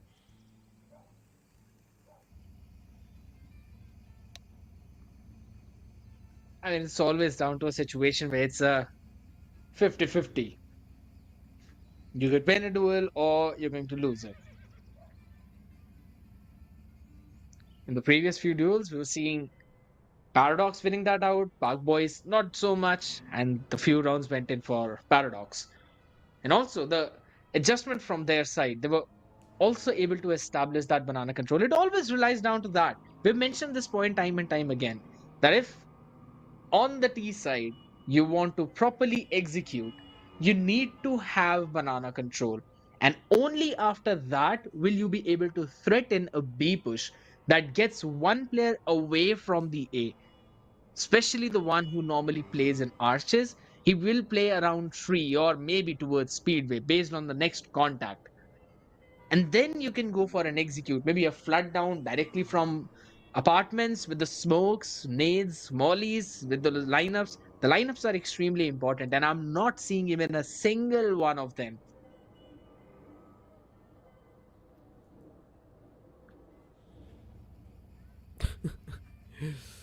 I mean, lineup's a whole nother story. We're not even seeing proper face-to-face smokes. There's so many lineups that you can use to clear out the cubbies, especially towards B as well. If you tuck yourself towards in the barrel and look up, there's a lineup you can line up, and you can toss that and clear out the closed cubbies inside of the site. The default will be mollied out as well. There's a molly for the coffin. There's a smoke lineup for the coffin, tree. Everything has a lineup. And if we see those type of lineups being utilized, then PB will be unstoppable. But that's not the case. PB are just straight up pushing in, even inside of the pistol round. Remember, there was a bit of a crossfire towards Coffin and the site in the closed cubby. If there was a Molotov to flush out the player clothesline, and if there was a smoke towards coffin, that crossfire would have just never came through. There's so many of these ways that you can isolate the duels. There's so many of these ways that you can completely dismantle these set plays. But still, the T's are just not using those. I mean, they are taking the isolated duels, if that counts. Jokes apart though, but still, yes, even I want to look forward to some util dumb plays at least. Those smokes, those flashes need to come on time. It's like after every 5 rounds, we're seeing one of the flash come in. But at the end of the day, I guess we've run out of the timeout. No, we haven't. Still have the timeout in play. But here's the thing. If Paradox really need to stop the push that Park Boys are making time and time again from apartments, they either need to establish the control of A long, wherein they are making sure there's no one peeking from mid or no one peeking from boiler. And if they lose that control, they've got to have a crossfire setup. Previously, you could play towards graveyard where you had decent amount of cover. Now you can't do that. You are either playing in headshot or you're playing in pit. And you just have to wait and pray for the player who's playing crossfire on towards the A site itself to help you out. But that does not always happen because all of those close angles are normally mollied or at least fragged out, so your players are generally flushed out. It becomes even more important to maintain the control of apartment. There are 3 ways to execute towards that A site, and you need to have control over 2 of them in order to shut down the third one.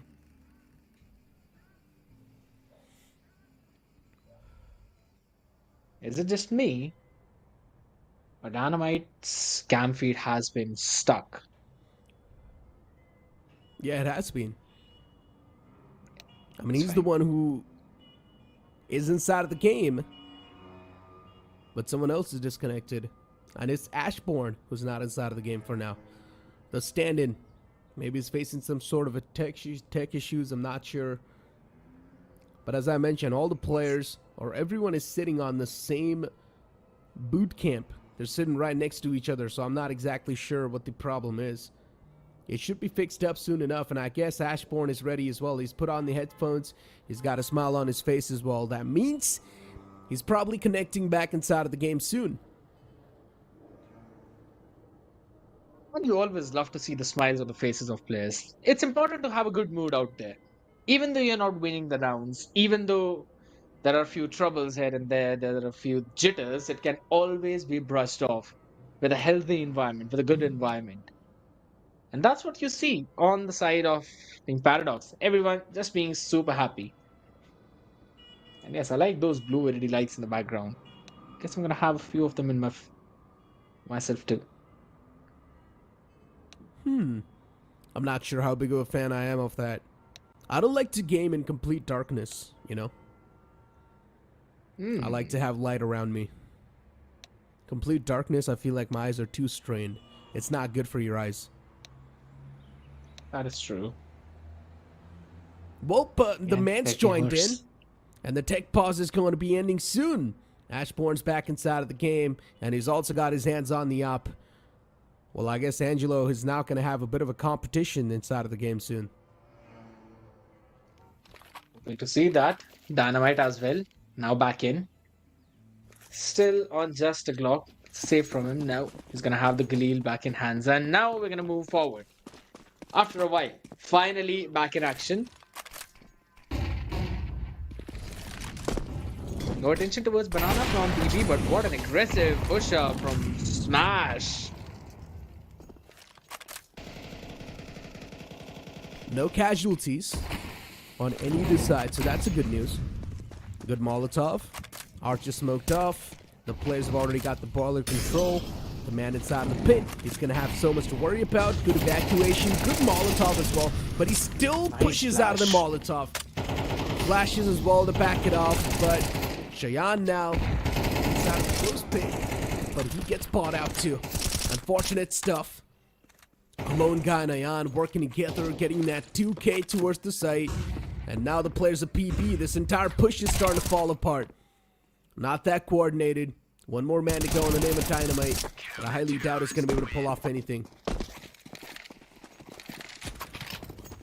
The only time we actually saw Ashborn move was when the round started and when the round was finished. Every time the entire fight was being taken around the A side, he was holding the angle of Banana, and that is a very crucial information because it's giving the idea that there's no one lurking. So the player in arches can play up forward to try and take control of the mid. And if there's anyone pushing in boilers or mid, he will be the one to give the information.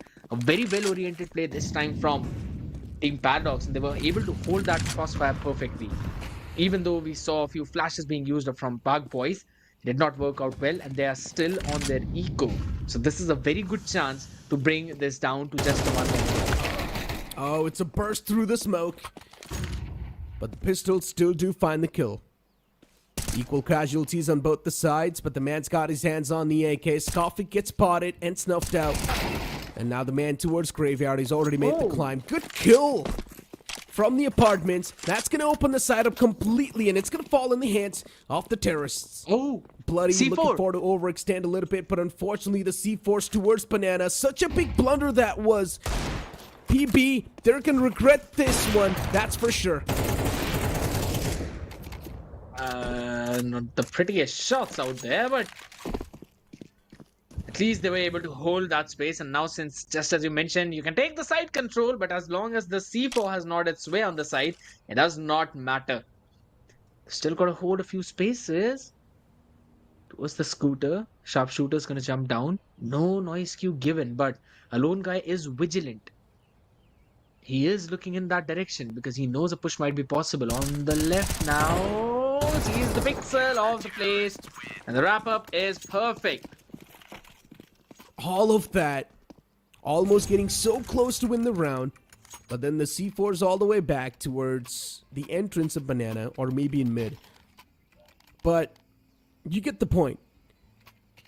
They were almost about to win the round as well. They could have done something new. Maybe all of the players just rotating in from mid itself. Maybe someone could rotate it from the B side and maybe go for the flank. Even that could have worked out. But yeah, a lot of shoulda, coulda, wouldas can be said throughout this entire tournament. But for now, the up in the hands of Ashborn is not able to find a lot of the value that needs to be found. The man pushes up close and personal. Equal presence both the sides. Smokes out as well. Catches a bit more hurt. The spam's gonna catch a little bit more. The Bloody just disengages from that fight in the nick of time. Good nade as well towards Boiler. Bloody softened up a little bit more. The man towards Pit is also compromised, but he's still just tossing out that constant utilities. And Cheyenne, even though he's blinded, he still gets that kill. He was blinded by his own flash too. Imagine if he would have been taken down right there. Would have been a big blunder. Backside, Alone Guy. In. And even he gets snuffed out. It's one of the most common angles to check. As soon as Alone Guy gets shot at, two players from tree. Looking forward to pull off some shenanigans. Here comes the boost. But he drops down. Scoffy hears that drop. Now he knows there's two players towards Coffin. Which is not a good news for the side of Paradox. Even the man towards Banana gets spotted. Slow and steady retake from the side of Coffin begins. Angelo finds the first one, but unfortunately that crossfire from Banana and Coffins will find both the remaining terrorists. That was actually a very good crossfire, and the wait, the patience from the player out in the Banana. Not giving a wide peek, just slowly jiggling left and right. That's all he needed to do. He wanted to stay alive to threaten that pinch, and he did exactly that. I love the patience that came in this time. Yes, early on in the round, we saw some quick aggression coming in, but I always like the double push, the double peek coming in. Because yes, even if you're traded, you know that your teammate will be getting that trade back. And that was brilliant from Paradox in the previous one, but they have got a mountain to climb. 6 rounds on Inferno in attack, and that too in the second half. 7 to win, 6 to reach 12, and at least stay on an overtime. That's pretty difficult, I will say. Well, at least Paradox, they're making this one competitive. And it's True. not like they've woken up a little bit too late. No, they're taking this series way too up close and personal. And as we mentioned, T-side on the side on the map of Inferno is a little bit too tough. So it's understandable. PB struggled, but you never know. Recently, inside of this region specifically, players have been feeling better on the T side.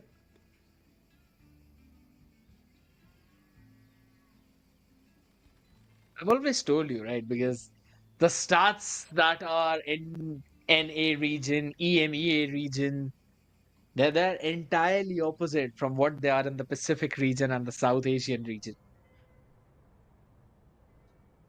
If a map is CT centric, they're gonna have more rounds on T. If it's a T centric map, we're gonna have more rounds on CT. It always do be like that. Feels weird, man. I mean, what if they are the ones who are moving in opposite direction? You may never know. No.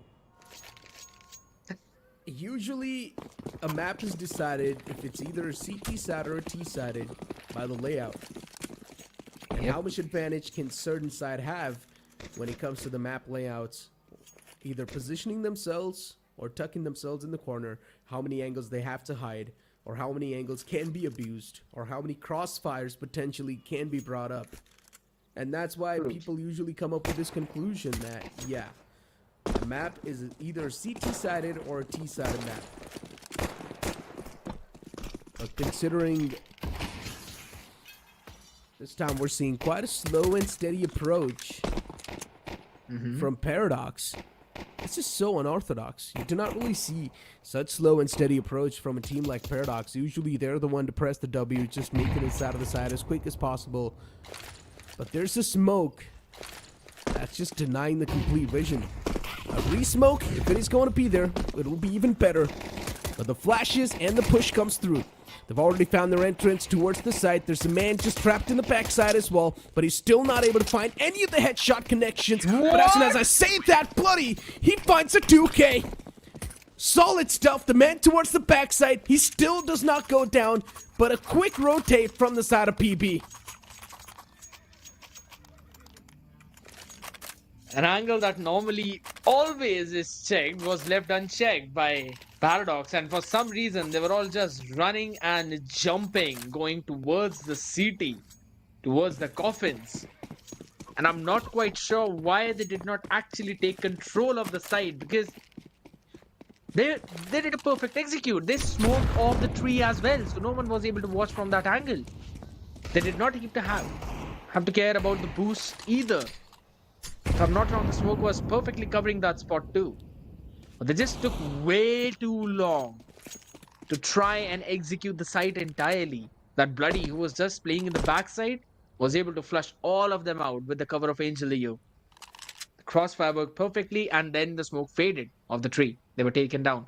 But right now they're looking to work towards mid. But look at this. PB, they've learned their lesson too. They're not being over aggressive. Good find, Sharp, with a 2K as well. Needs to go for a fresh magazine, and he does so. Angelo as well with a 2K returns back. And now it's all down to Smashborn. It's out of the apartments area. And the MP9 up close and personal will seal the deal.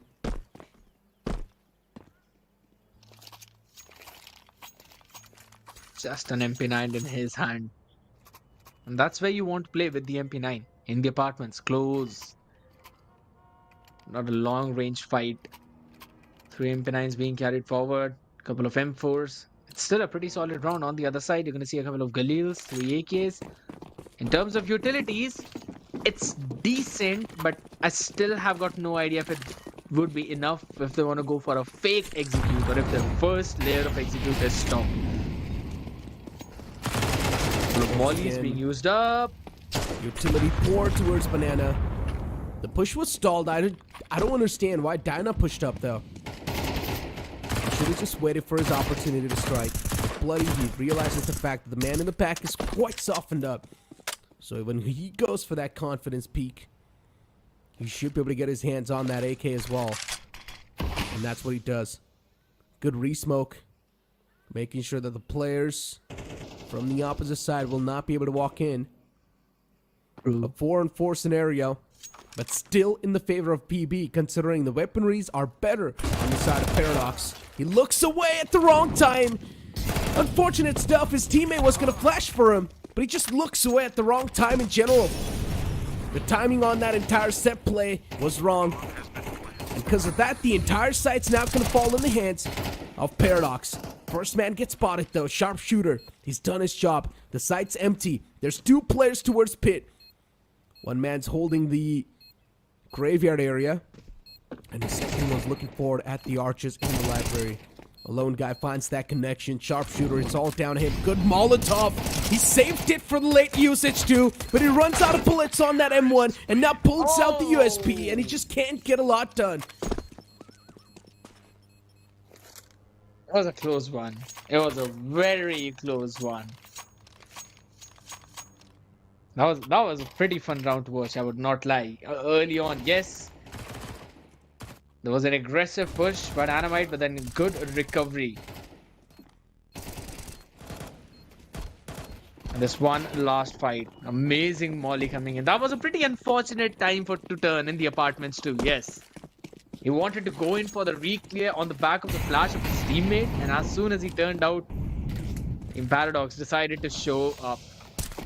One of the most unfortunate timings you could eventually have, but Sprag's gonna push off the smoke for a second or so. Bloody, again, having that control, realizing no one has pushed up front, will be keeping the control of Banana, at least for now. It's a stalemate there, and on the other side of the map, we're seeing 3 people being invested towards the A from both the teams. Oh, he comes out. It's a good one too, but this time it's going to be Ashbourne to come out on top. Good headshots from Ashbourne. Quick adjustments. Even towards Boiler, Dyna catches a man. Good stuff. There's a man already squeezed in really deep from apartments. And luckily enough for that man, there's no one really holding him off towards even Boiler. Dynamite falls down. Dynamite's got a 2K for himself, but this push through the smoke might just find some crucial openings as well. But he's taking too much of a time to flush himself out of that spot. But Sharp gets away with one, catches the man fading away, and now it's a 2v2 scenario. A lone guy in Ayan versus Bloody and Sharpshooter. And considering they know one man's on the side, he's went for a fake tap as well. Sharpshooter, he needs to still find the position for the second guy. But Ayan, he returns back with a kill onto Sharpshooter. Now isolating the situation to a 1v2. Bombs planted too. You can feel the nerves of Bloody. Bloody's been feeling himself so far inside of the game, but not inside of this round. That was a questionable decision from Sharpshooter going in for that fight. Wanted to play a little aggressive, but that was not exactly the place you would want anyone to play aggressive, especially when it's a 2v2 situation. There was a possibility of a 2v1 isolation, and Sharpshooter wanted to play on that gamble. That was not a good decision at all. He should have waited for his teammate. What has been done has now been done. Again, Banana is where the push comes to show. 1-for-1 trade for now, but a long range. Oh my god. Yeah, but but able to win with a pistol. But trades still happen back and forth. Banana control's taken away. A 3v4, advantage in the hands of PB. And if they do win this eco, the entire circumstance is going to be completely different. Paradox so far, they've given a really tough fight to the players of PB. PB, they're just constantly on that struggling phase in the game. And now to nowhere, it's just down to Sharpshooter, but at least he gets away with the kill. And he's probably just going to go for the save. Going forward, this take is going to be way too much. So it's better just go for the save, and yes, that's what he does. What are the chances that we might see this game going on an overtime? A lot of chances. with the way things are going right now, even I do seem that. Because it's always 50-50. There are no 75-25, no 60-40s, 70-30s being taken by any of these teams. Yes, there are sometimes a few flash peaks, you might see a few set plays, but I'm not quite sure if they're working in their favor or not, because a couple of times I've already noticed they flash themselves and their teammates. The timing is just a second off. An extra bit of patience is what they need, and that might eventually help them. Util dump on both the sides. The man's already pushed up, and he still does come out on top. Good flash. Ashbourne gets completely blinded, and that gives the man advantage for PB. Not exactly the man advantage, but man number neutralized. And considering it's a 4v4, PB, they can still look forward to winning this round. Paradox. Once again, the same approach towards A. Go for the boiler control, smoke out arch. Same classic approach, but this time there's a chance it can be capitalized easily and read by the players of PB. But so far, slow and steady approach. Both the teams taking their own time, thinking their decision through, and pushing through like a madman from the apartments.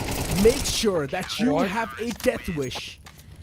And yes, as I mentioned, all of the players just pushing out through the apartments like that. It's a one single doorway. You cannot burst through in that way. You will automatically be isolated. The players have to peek out one after one. And that's why they just get completely decimated. All the 5 players from the apartments. Once you try to do that, you've pretty much got a death wish. And there were at least 2 people watching that one angle. There was no way all of them were going to miss their shots. Yes, that was not the best of the best decisions, but it seems like Paradox are now kind of running off ideas. 3 nades off the bat towards mid. Hmm.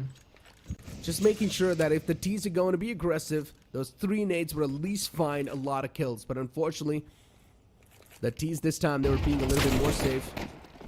And look at this. Big flood towards Arch. And the players are just able to clean it off on the back of the blocks. Somehow, Bloody, he's able to find it. 1 player crossing through. At the A site, it's going to be mowed down.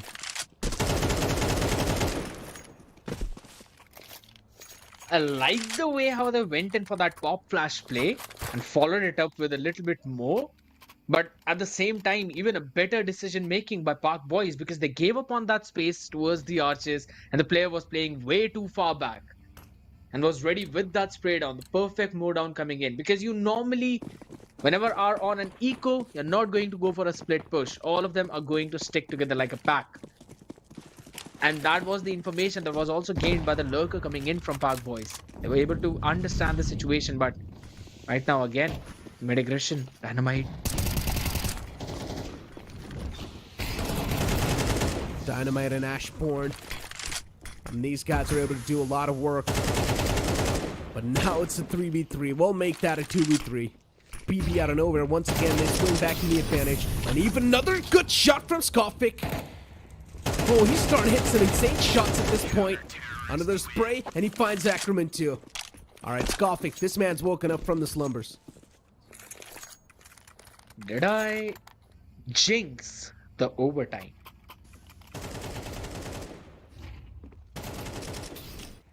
That seemed to be the case, because Skofik is coming alive at such a point in time that you never really expected him to. And at the same time, we were seeing Dynamite pushed up so close in the apartments and was just slowly walking down. He went into the balcony, found the first pick, and then moved back down the boilers, threatening a pinch for the players who were pushing short. So again, a good play now. Banana aggression yet again. Oh, that is a good molly. That is a good molly. Yeah, double nade, a Molotov, flashes as well to top it off. What can you even do? It's a complete death trap towards B Banana if you try to go there. Off the bat, maybe what you can do is show your presence so they can't flush out all the utilities and then move up. Then it can be a good move. Going in off the bat, just like that raw, it's not the way to go. Scoffing burns down Ayan. And yeah, now the players are just straight up starting to fall out. They just can't handle themselves.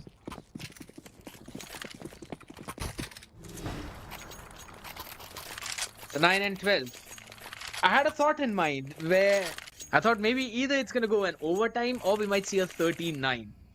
And with the way things are going, I think so, a 13-9. Another rifle round. The last one potentially. If in case Paradox are not able to win this one, I don't know what's going to happen. And they've tried everything. They're just not being able to break through the defensive setup. Maybe the last thing again, going for a banana push, and it's going to be a massacre out there. Oh, banana push this time. A quick 1-2. This man just fired all the bullets he had in the gun. Another Molotov. It'll stall the push for longer, but the players are so low. Look at Cheyenne on 1 HP, Ackerman on 9. If another man moves up and he decides to go for another spam, he will possibly find all the kills. And that's it, just like that. It's going to be the players of Pack Boys to come out on top in that game, but still the first half was way too close. And you can clearly see the signs of worry on the faces of Pack Boys. Even they themselves did not expect this series to go this competitive. And both the series are went in for a 13-9, and if I feel it's basically become a standard scoreline for almost all the teams out there. It's either going to be a 13-9 or it's going to be a sheer domination out there. Because well, I mean, you thought it was going to be an OT. Yeah, but I had two thoughts. Maybe an OT or a 13-9. I wanted to go for a benefit of the doubt. I brought it as an OT. I mean, somewhere down the line, I knew that Pack Boys are going to be able to dominate this game, but dominate was a little bit too much of a praise, I would say. Maybe not dominate, but still somehow win the game with a bit of a cushion should be the right words over here. But unfortunately, I'm not exactly sure what's going on with the players of Pack Boys. They should have been able to dominate, but one thing is for sure, Paradox, they stepped up quite massively. They stepped up when they needed to. Even Ayan was able to perform so well. Even Ashbourne, a new stand-in, he was able to get a lot of kills for his teammates. And this crossfire too, as I mentioned, off the bat inside of the highlight too, you saw that crossfire. The only way to avoid that crossfire is a coffin smoke, and you just Molotov the close cubby inside of the site. And even towards the B banana, we saw quite a few times when the aggression was brought in, but it was met with sheer resistance. When Park Boys were on their T side, they were getting free space over towards banana. There were most of the situations where a couple of players were playing back in the side, which is not exactly the perfect place to be at when early on in the round you want to grab info. But I would still say Paradox were able to step up, just as you mentioned perfectly. They were able to get a few rounds for themselves and make that half competitive. Sharpshooter as usual, the consistent fragger from them, but Bloody in the game of Inferno, he was feeling himself, that's for sure. Angelo, in the first game of Mirage, he was able to get a lot of kills with the op, but then in the second game, Bloody has to be the MVP, hands down. He was getting some of those kills that were really essential. He was also the impact fragger, he was also the frontliner for his team, but then once again, a same mistake being repeated by these players. Pushing in all the players through the app doors itself. As I mentioned, if you're going to try to do that, all the 4 players or all the 5 players just pushing in inside of the apps and trying to burst on the site, you got to have a death wish. It's a strategy that's not going to be that viable. Agreed. And with that, we've got the match board as well. Bloody, just as you mentioned, being on top, 103 ADR with 19 kills, 15 deaths. On the other side, you've got Ayan with 17-17 with an ADR of 86, closely followed by Ashbourne with 85. I mean, Team Paradox, I'm just astonished by the surprise, by the performance that they've showcased. I'm completely astonished. But the MVP of the series, it's going to be the man, the myth himself, the young prodigy, Angelo, with 1.57 KD and the ADR of 187. And average kills per map is going to be 18. That performance, the absolute nuclear performance Angelo pulled off on the map of Mirage was definitely unparalleled by any other player. But then we've got the comparison between some of the best players inside of the squad. 1.11 KD ratio from the side of Bloody, and then Ayan with 1.03. In general, Bloody stats are a little bit better compared to Ayan. Yes, but average kills per map, Ayan is the one who wins out on that trade. And it's just as you mentioned, it was not a situation where they had a massive domination, specifically the Park Boys, but they had a bit of a cushioning out there. That is true. But at every single point, there was a chance when Team Paradox could have made that comeback. But we're going to come back and see the leaderboard yet again, because we will see a few changes out there now. Park Boys on top, dethroning Team Wawa. Exactly, as you mentioned, dethroning Wawa, a team that was dominating the competition. They still are, don't get me wrong, but Pack Boys, a 7-1 scoreline, a 7-1 win-loss ratio is of course going to keep them at the top with the round difference of 29. Still Wawa, they've got more round difference, but the points of 10. In general, Pack Boys, they've been doing a phenomenal job. Unfortunately, the series got a little bit too out of their hands. But once again, you got to give props to Paradox. They've showcased a lot of improvement on the fly. Wawa on the second, VRN on the third. Now, just keep one thing in mind. The upcoming matchup is going to be between Team VRN and CM. And Come Mid is one of those teams that have defeated the players that was just dominating the entire competition. It was the players of Wawa. So anything can happen. If a team's managed to dominate a team that was dominating the entire region, there's a chance that team can once again showcase the similar domination in the upcoming game. So anything can happen, ladies and gentlemen. But for now, it's time for us to push to a short break. Don't go anywhere. We'll be right back.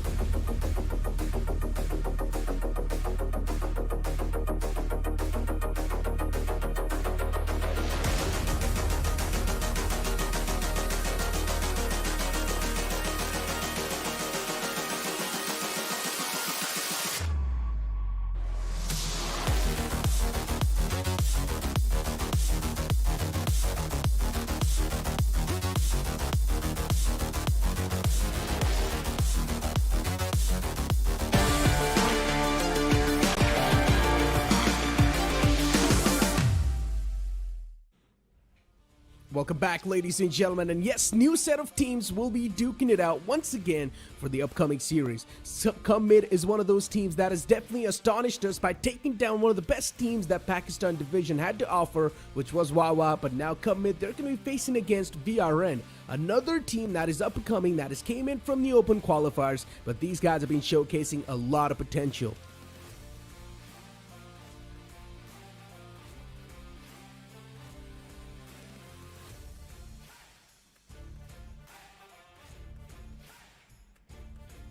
Exactly. And then especially VRN, we saw this team play in the past as well once. VRN, they just demolished their opponents. They were playing against Paradox. Well, a while ago we saw Paradox play against Pack Boys, but now VRN, as they're going to face against Come Mid, maybe that confidence that they gathered, especially when they faced off against Paradox and when they destroyed them, that can maybe transmit on forward inside of this matchup. But as we do see the lineup off the side of VRN in front of us, Abdur, Criminal, Trance, SR, Musab, especially we know what SR and Abdur are capable of. Abdur being the IGL, he still steps up massively when it comes to the IGL role inside of the squad, but then SR being the entry, especially on the CT side, wherever you're going to see SR and Trance on the one side just stacked up, you know that side's going to be on a complete lockdown. No one's going to be able to step inside of that site. Trance and SR, it's a deadly duo that you would not want to face up against. That is indeed true. Again, this is one of the duo that has been working out for their side, and VRN, if we're talking about this team previously, they won 2-0 against the side of Paradox, and we've already seen Paradox. Yes, there are a few jitters here and there, but they are not that easy to defeat. On the other side, if you're also talking about their opponents Come Mid up against Wawa, winning out in a 2-0 fashion, that's not something that you normally would see. But I also want to look at what the veto would eventually look like, because both of these teams, they kind of have a few maps in common, but one thing that is also common in teams is going to be the way their IGL gives those call out, because Come Mid, they've got Soulmate as their IGL, and the way this guy likes to play around in those attacking rounds, I would still say it's kind of similar to VRN. But once again, keep one thing in mind, HSB is a flex, so he can also take over the IGLing role if he wants. And HSB, he's got a lot of experience, so I'm pretty sure there is some scenarios, there are some instances where HSB is probably taken over the control. Soulmate as well, he's one of the experienced players out there. He has been performing with Soulmate for a long time, but once again, you never know. HSB, he's one of those players that likes to take the IGLing roles in hands, and I'm pretty sure mid-game or somewhere, he's probably going to be the one to make the calls as well. But in general, how can we forget about Sad But True as well? Even the last time when we saw him face off against Wawa, Sad But True was phenomenal. He was also able to get a lot of those numbers on the board. Yes, it's a whole nother fact that HSP was the one carrying his team in the back, and he was the one who was the most consistent performer, but still Sad But True was always there in the back lines. There was always a time when Sad But True would somehow clutch up a round and would come out as the unexpected person. But what something could also be unexpected would potentially be the veto that's going to come in front of us right now, because honestly, I really do not want to see Mirage. We've seen a lot of Mirage already. I want to see some different kind of maps, so hoping it gets banned out, but Ancient and Inferno are the first two ones. Ancient being banned out, Come Mid was pretty strong. They dismantled Wawa on the map of Ancient, so that's why off the pad VRN's going to go with the Ancient ban. But then even Come Mid with Inferno. Once again, VRN just taking off Vertigo. All the off maps are being banned out, and now once again we're back to the classic grounds. It's going to be Mirage and Nuke on the play. We saw the same veto being played for the first series of the day, and now it's also going to be the closure. Mirage is a map that's been sticking with the South Asians for a really long time, and once again, this is what the players of Come Mid would like to start off with. It's understandable, because honestly, the map of Mirage, just as you mentioned, they have played a lot on it, and this was one of the map in which they won against the side of Wawa. It was a 13-8 scoreline. Yes, Ancient was also the second map, but Nuke is the one we have seen some jitters coming in from the side of VRN. If I'm not wrong, they've won once on it, and they've also lost once against in their previous few matchups. So I'm still not quite sure if that's going to work out really well for them, but Mirage definitely is going to pave the way for the teams in this series, because if you're able to get the momentum on the map, then it should be possible for you to close things out on an easy note.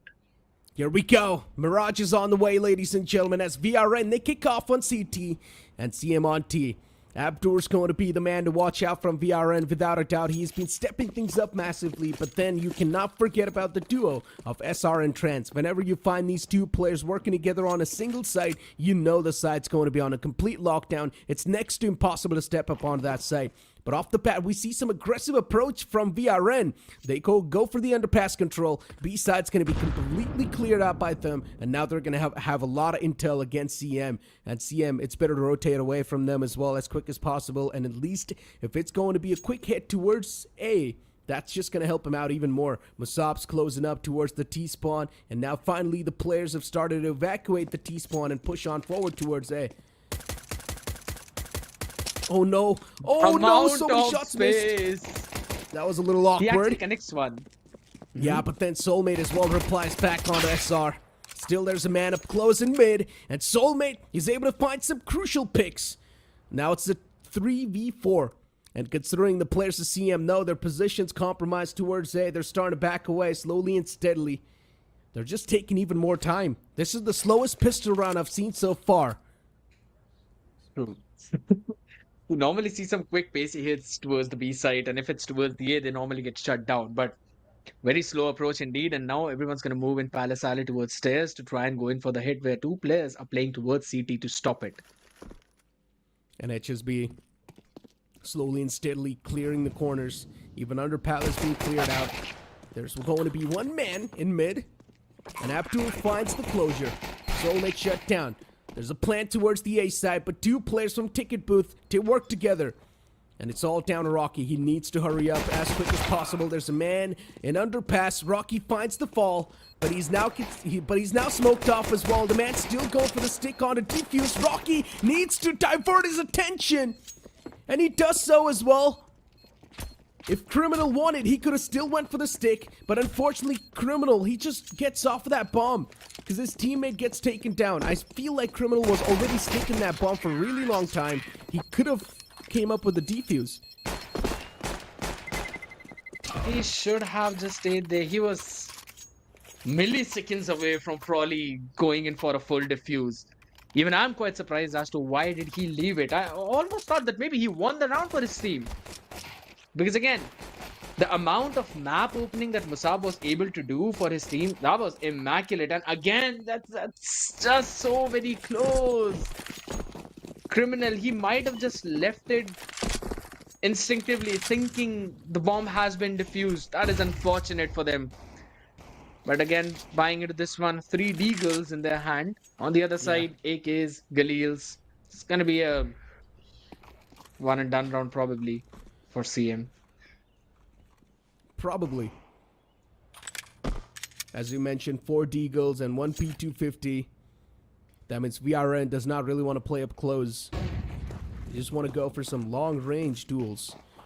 And already, CM, they found the control towards mid. Once again, slow and steady push. They're taking their time in gaining that intel and then pushing up. But we're not really seeing a lot of smokes once again being used from them. CM, they're just pushing in quite passively, quite slowly. But the utilities are still not being utilized. Connector was smoked off. The smoke's going to fade away. So that's a good news. And the site's now going to start to fall in the hands of CM. It's a slow and steady dismantle from them. And even the last man towards Palace gets spotted and shut down. There are a couple of players now down towards the B side as Bomb is making the way towards a slow and steady approach from come mid. And I understand that's a good decision. They had the good buy, so they wanted to take those long range battles out in mid. And as soon as they saw there was no retaliation, no aggression, they realized that it could potentially be a stack. So they had to work slow, they had to work calm in a collected manner. And they gave the cover to their teammates. It was absolutely phenomenal. Couple of Deagles in the hand of Musab and Criminal now would want to save it. Maybe not, as Bono is out for the hunt. Gets one, wants to double it up as well, slowly, as the other player is now playing in market. Soulmate slowly creeping up ahead. Bono from the arches. Should be a wrap up. Yes, it is going to be.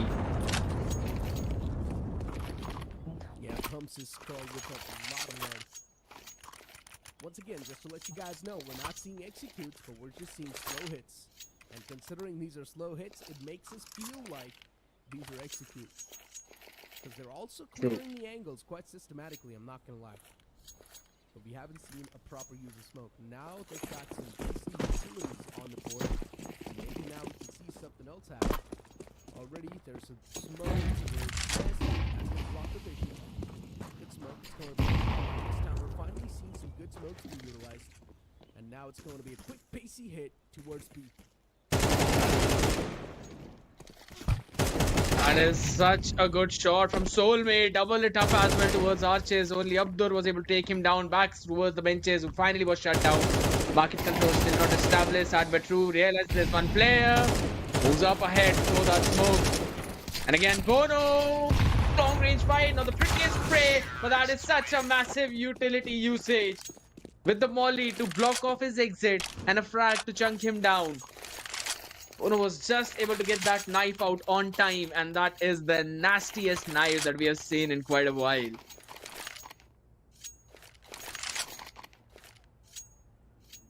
Seems like something you don't always see daily.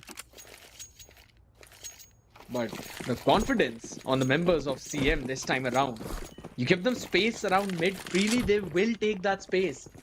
And that was the reason they were able to execute towards B. Controlling the entire cat and then moving towards Arches.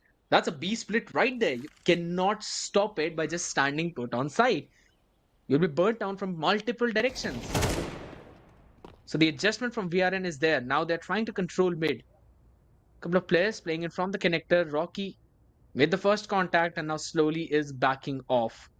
Knows the enemy has got pistol. They'd be liking to double it up, and Rocky gets the first one as well. Right on the skull. Musab taken down. Ooh, some good trades coming in. On the back of Abdur's flash, SR was able to take one, only to be traded right away. Abdur. And Bono. There's a gap in the smoke though. The Molotov is going to push anyone playing the back. That is actually a very good molly in the nest. Bono still maintains that mid control. Making sure to threaten any push. Sad but true. He's taking the space towards the side. Criminal. Making sure he gets the bullet in the head. Oh my goodness, Rans, the lurk. Could have found the timing, but Bono has the better weaponry. And they should be able to take control of the A, because look at the amount of space Rocky has created. Playing right in the nest. Should be able to move ahead, but his lurk is also being anticipated. Good. Creeping away. The both have made their cross, and this is the perfect timing for Rocky to move forward and get both of them in the back. Spray down comes in. Bono gets one, and there should be a perfect wraparound. They're just getting the second one as well with the Galil. Yeah, CM, they're just making it look too easy at this point. And I told you, Shai Shanu, you had second thoughts about this team, but I told you, CM, they are indeed a promising lineup. They've got one of the best players that region has to offer. Every single player in this team, not every single player, but at least 3 of them, they've been competing in the CS competitive scene for longest time. So yeah, they've got a lot of experience, and I knew this team's going to be packing a lot of punch as well. And look at the way they're playing so far. We're seeing quite a systematic approach towards the site. This time, Satbatru is the only man who's pushing up inside A. But now the rest of the players just moving up towards the short. Rocky as well's found control towards ladder room. And the rest of the players, they've backed away, making the CTs think that there's no one towards short. But one man's already squeezed in towards the ladder room. They're trying to give him that good position. And let's see if there's going to be any type of conversion or not. Musab is still looking in that same direction. But the man towards ladder room, he's still got his crosshairs trained. Slowly and steadily, once again, the players starting to make it out towards mid. There's one man towards the A side, which is going to be sad but true.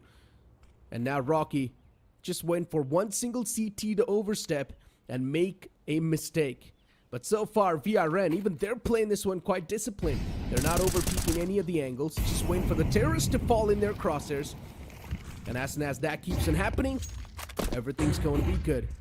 A missed Molotov from Sad But True, and it's of course not going to be that great, considering now it's all down to Rocky. It's a 1v5. SR's taken down a bit low, but it's still not gonna matter. Musab finds the off connection, and now the man's barely alive on a sliver of HP. Run, boy, run. You've got to save your rifle. But how long would you be able to do that? 11 HP in hands. He needs to hit those nasty headshots. And he's already got 2 players to worry about. One long, one close.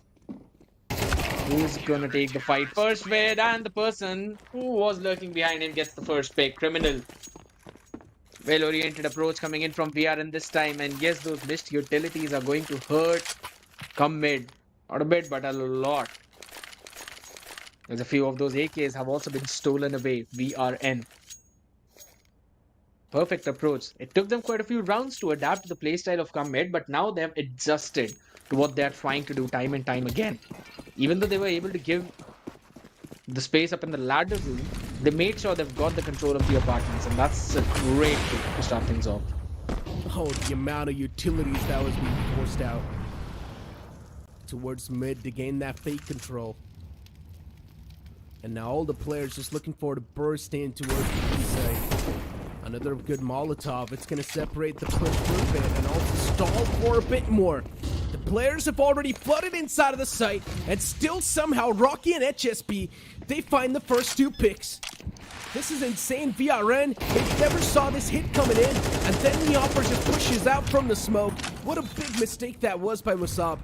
He wanted to catch someone off guard, but then he just gave an isolated duel to the opponent. And now it's a 2-on-5. It's better to just go for the save, and that's what the players of VRN are doing.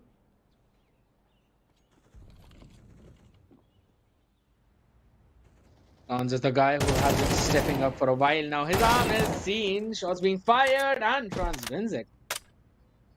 Actually a pretty solid fight that he was able to win. The M4 in the hand. Now he's got to be worried about the other players who will be lurking up to try and figure where his position is. He's got to be as good of a mole as he was. But even I was pretty surprised. Even though a lot of fake mid presence was being established by come mid, if I'm not wrong, Musab was still able to have that control of the sniper's nest, which should have given them the information that it's entirely a fake. Any hit could be coming in either towards B or A, and that to a PC one. B was the side where hit came through, but there were absolutely no Molotovs being put in the apartment. There was a frag grenade that was used up, but it missed the mark and it went directly back towards the van. And the player himself played it towards the bench, was taken down.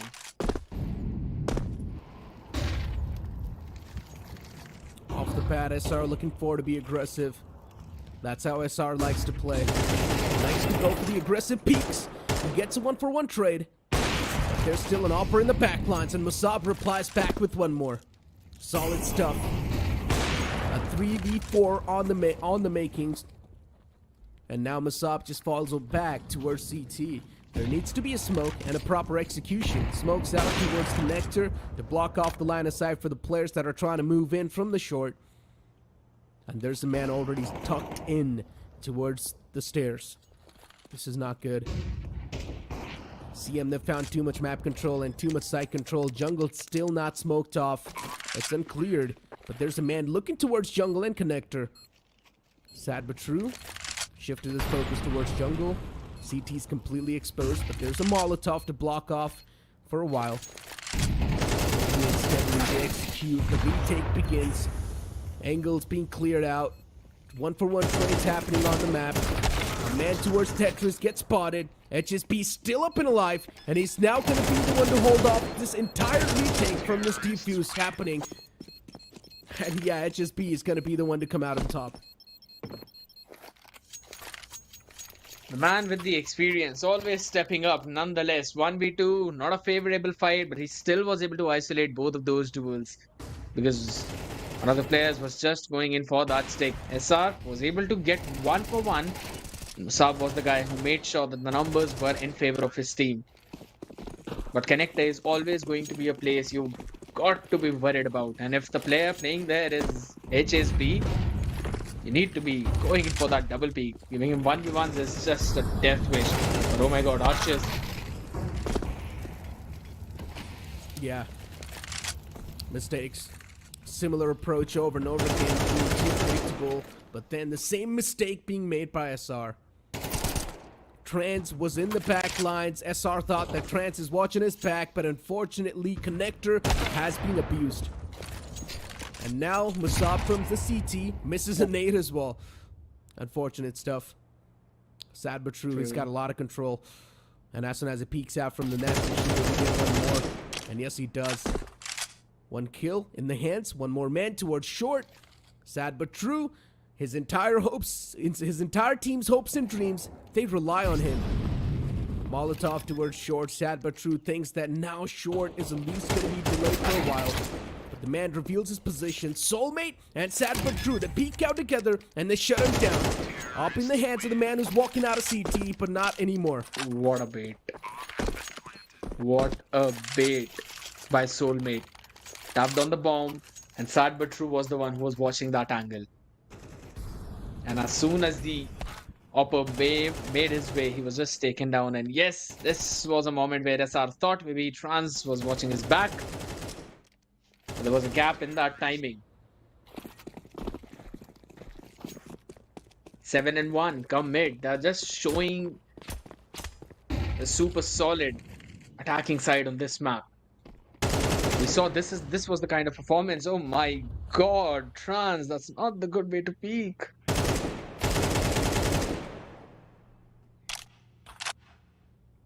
HSB. It's really getting tough to take down HSB. And once you take down HSB, CM's firepower drops down drastically. So he's kind of like the main playmaker for them. He does not spot him at all. Musab might just still have the advantage. Unspotted, unchecked. He's still sitting on top. HSB spots him out, but too late.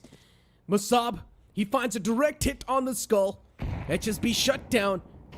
And now to nowhere, this 3v4 seems possible. Only if one more Deagle haircut's found. But this might just be too much to ask for. The C4's lurking in towards the A side slowly and steadily. And A side's completely vacant. It's probably going to fall in the hands of CM soon.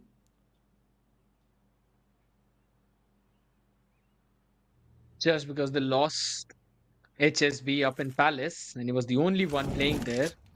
Viren thought maybe the hit is going towards B side, and that was the exact idea. Center, come mid, wanted them to have. They can take that space, long range fight, criminal shots not connecting. Not connecting. Just a small ding. Towards mid. And now his job is to take down the man towards short. Rocky's position's uncontested, so yeah, it shouldn't be that tough. But the players are now slowly and steadily starting to flood on the site. Man towards Palace. He's got a nice little crossfire going on. But I'm not gonna lie, BRN, they're making this round really close. Last man's way too softened up. He cannot pull this clutch off anymore. And he's trying to go for the save onto that AK. And Musab should be able to save it as well. I doubt that. Is he out of the range? Because if he is, then he is in the range of the fire for Soulmate. Yeah, they're gonna try and go for the double peek. Oh, he ran backwards. That was a good flash from him to bail out his exit. Otherwise, he would have been taken down. Now, the confidence on HSB, isolating both of the duels. Now, yes, there were mistakes from VRN, but still, HSB connecting those shots was one of the main priority.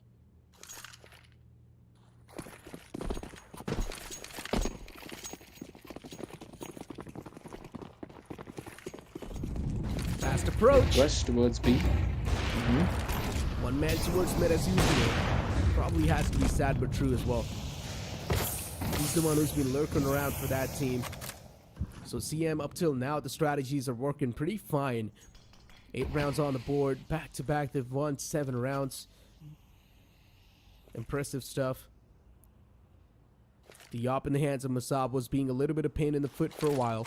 But not anymore. And now they're looking for just flood outs from that site. After does find one burn kill, but that's all he's gonna get. Criminal on the site is single-handedly trying his best to hold this push off, and he has done so as well. But Bono, he finds a quick haircut towards bench, and now the site's gonna fall in the hands of CM, or almost does. We're still waiting for Sad but True to recover. And he's still towards short. 2v2. Sad but true is making his way slowly and steadily to the side. Unfortunately, Bono gets caught when he tried to jump down, and Sad but true's positions are compromised. He finds the kill towards bench, and Trans is inside a market. C4's dropped on the side as well, and Sad but true is way too low. He's got a decent amount of time, and that's why he's playing on it. But if he's gonna peek in from the same angle, he will be taken down. Terrorists win. Yep. It was Trans understanding that Sad but True was playing slow. He wanted Trans to peek. He just repositioned a little bit so that Sad but True had many more angles to check and was able to find a perfect timing on the back of it. But yes, that frag and Molotov, it was absolutely perfect from VRN. And on the back of it, they were already able to ding 3 people to such a low HP that even checking those angles was going to be very difficult for them unless they were able to just get those headshots, which was just not the case. Mid control that time was in the hands of VRN, and on the back of that, they were able to stop the push. So they'll be looking to repeat the exact same thing again.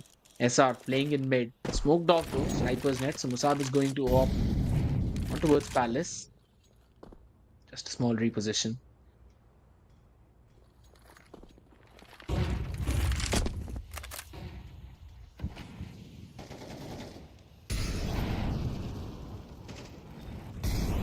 SR, Connect. as I mentioned, if SR and Trans are working together, it's tough to take the side away from their hands. But so far, the slow and steady approach has been hitting them hard. And even SR and Trans aren't able to do anything. Yeah, the previous round was won. Oh my god, no way both of them lose out in that duel. But at least the trades did happen. So I guess that's good news. HSB needs to be taken down, but he still wins that duel. HSB, I highly doubt if we try to see how many duels he has won, the number's going to be insane. Oh my god, what Rocky. a nade. Quick taps. Even the nade was good. Rocky able to find the tap as well. 1v2. The man is known towards jungle, and after he's falling into the trap slowly and steadily. We're gonna get the plant down as well. Just some extra bit of gold back in their pocket. 9 and 2. Chance to get a 9-3. Because the economy on the other side is not decent. They could barely afford some Kevlars and rifles, along with just some basic utility. So nothing to delay, or if they delay, then nothing to retake. It is going to be problematic, and come mid were the ones who got that mid control in the previous round. A late mid push worked out well, and then they got the connector control only to push from main and connector. Rocky though, playing in the off angle, realizes there's some might be playing in the underpass. Abdur, Oh my P9 in god. hand. Soon, collision's gonna happen. Rocky, yeah, classic AK advantage. Unfortunately, the man just had a MP9. It really just doesn't make a lot of sense holding angles with SMGs in my opinion. You always gotta be the one to peek, because you are probably just gonna be running and gunning with that thing. And yeah, HSB from the amen, slow and steady clear, finds SR. A crucial big man taken out of the game. And now Trans and Criminal. Let's see how many more criminal activities can be stopped by them. Because Soulmate, this man's like this creepy ninja, just keeping inside of the sight. But Trans, he still turns back and finds a 2K. Impressive stuff from him. All by himself on the A side. He's still holding things off, but not anymore. HSB from the same A main, he still finds Trans. And now Rocky towards short, he shuts him down. Beautiful stuff by the side of CM, making the first half 10-2 a completely one-sided half, but still the slow and steady approach has been quite immaculate. They're just keeping the opponents in a complete guessing moment.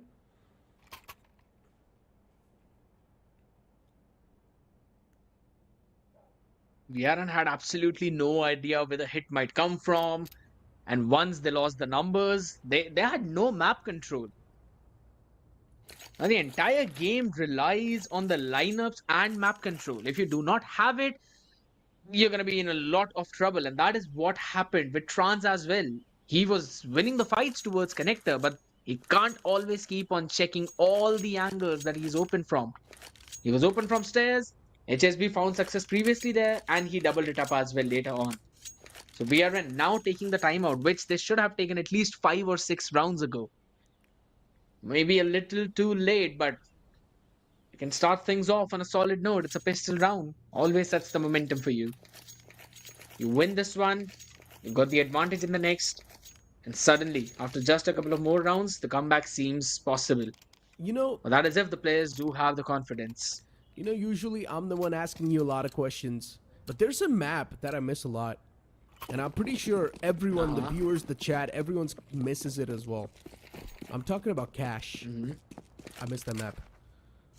I wish it's going to be back in the competitive pool soon. I want to see it back in CS2. Start a Just wanna play petition. it. It's fun. It's really fun. I miss it. Oh, but this time, quick take on the T side. VRN. They've already found the entrance towards the A. A good tap in the head from the back. But then Bono as well just slaps SR down. Towards B as well, there's going to be a take. A lot of shots missed initially, but then later on they do find the proper connections. And Bono and HSB, they single-handedly are like an impenetrable wall to the B site. And they just keep the B site anchored down.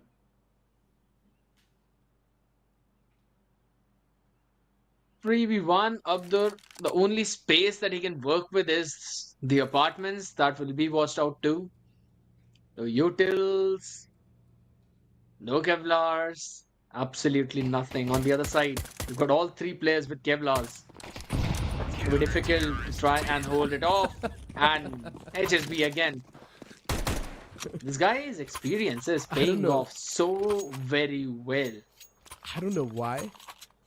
It looked really funny to me. Abdur was like, throwing utilities, taking shots. He looked like that hero who's causing a lot of troubles to the villain. But then out of nowhere, a nade comes in and he just gets blown up. Say it.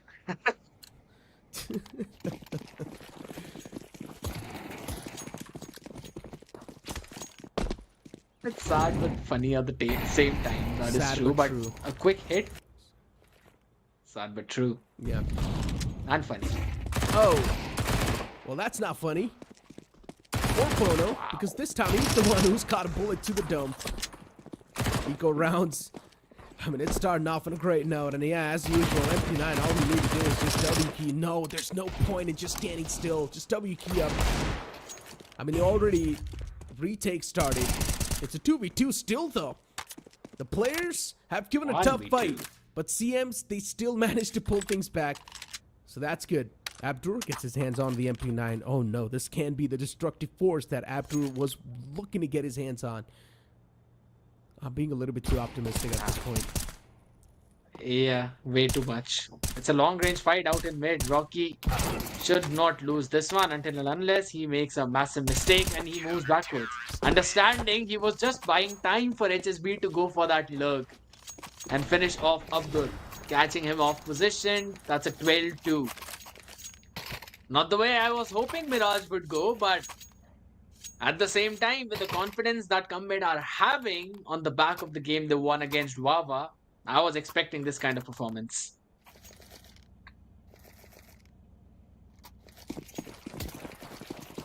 HSB, he's got some nice skins. Even Bono, the entire team of CM has got some cool skins. Oh, There's a gap in the smoke. Interesting. A little pixel angle through the smoke. Unfortunately, couldn't get anything done. But he's still playing for the intel. Palace smoked off once again. Nicely done. There's a man towards underpass. Mid control's taken away. So CM, the only things they've got to work on are the sights.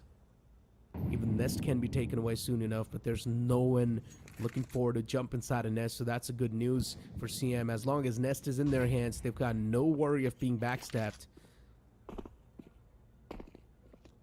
Bono's got to check the angle a couple of times. Already see a player trying to jump up. Oh, Bono. Oh no. Bono falls prey. Soulmate under Palace. He catches the man in the front. The players are now starting to take a lot of damage. HSB in an off angle. It's sad but true. What? There was no way he's trying to do that. He was trying to pull off a Stewie 2K, but then he forgot. It's CS2.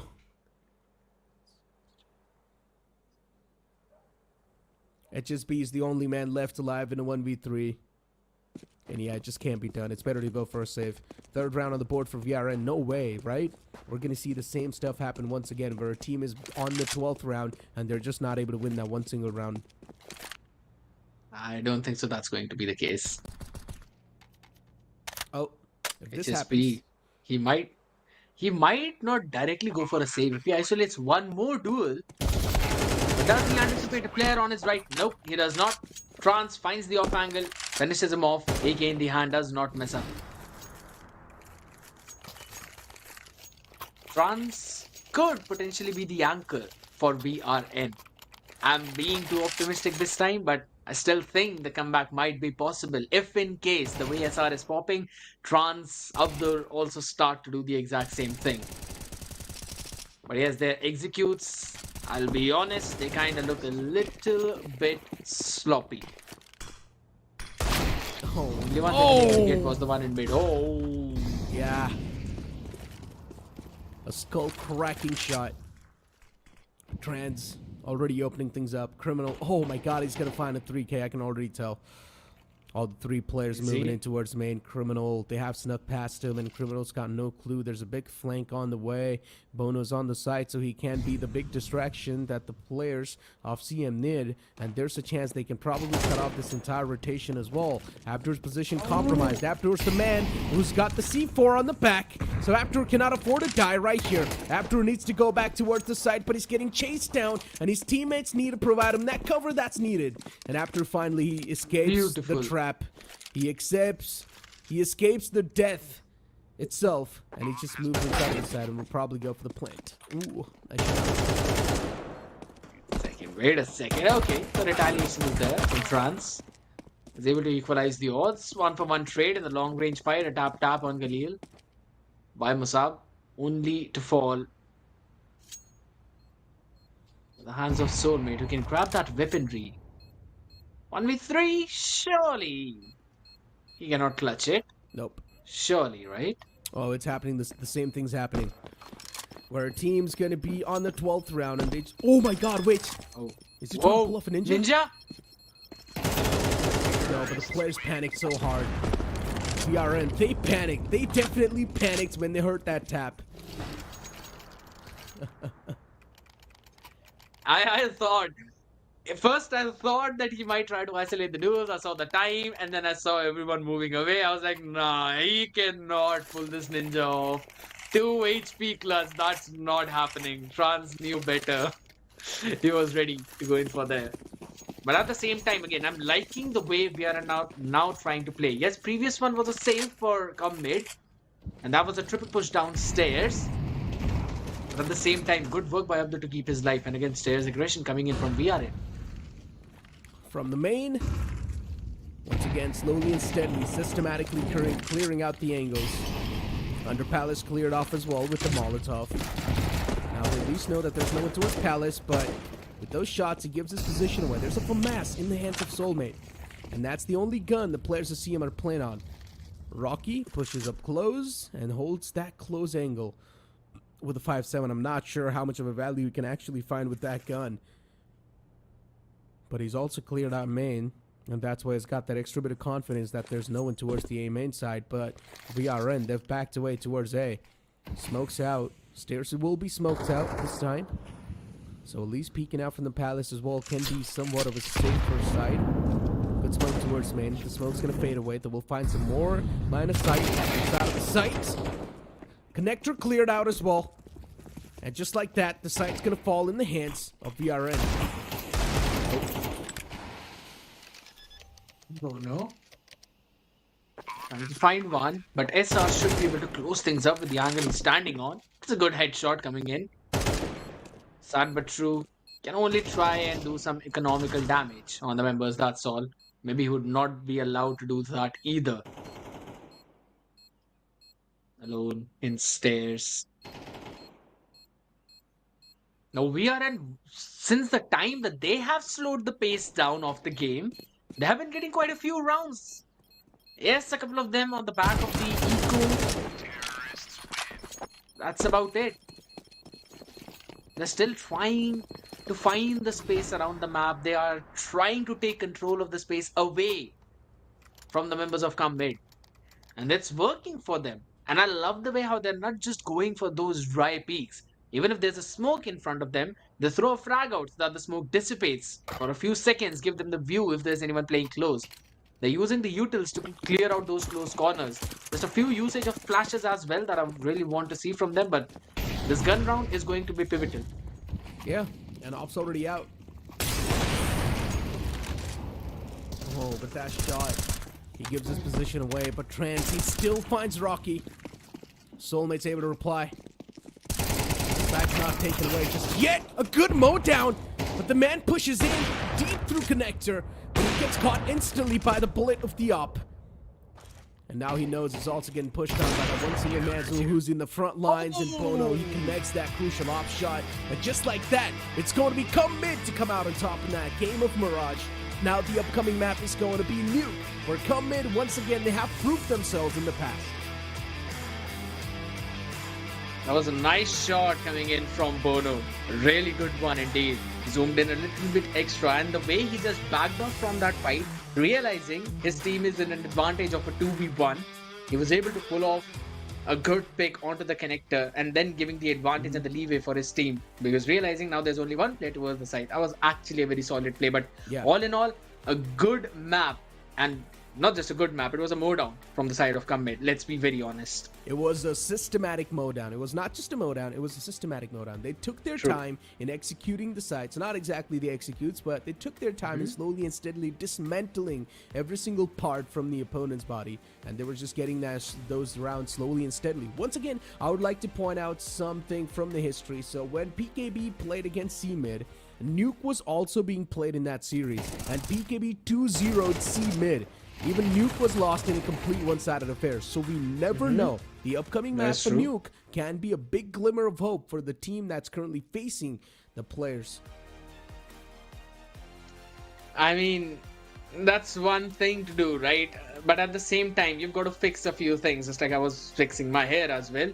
Come Mid have been fixing the way they have been playing all those previous maps, so I really want to see what they've cooked up for the Nuke as well, because on Mirage, I thought that maybe it would have been possible for them to get a fluke on Wawa, but this kind of performance, the way they've shown us, the way they can go in for those executes, that was not a fluke. That was a proper understanding of the map's mechanics, and this leaderboard shows us exactly that.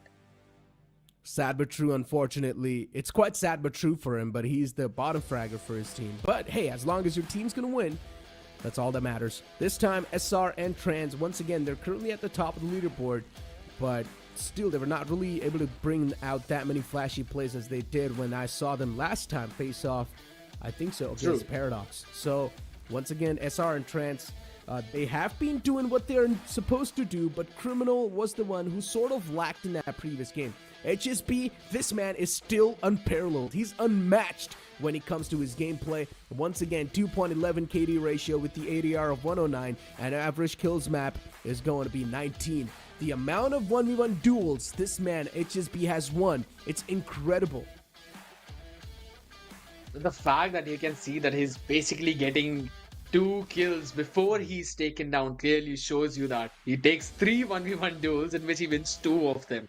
And one of them is always on the back of the utilities by his teammates. So it's always fun to watch him. He was showing the same performance even yesterday. And I'm honestly looking forward to what's going to happen on Nuke, as we will be back after this short break to see the action.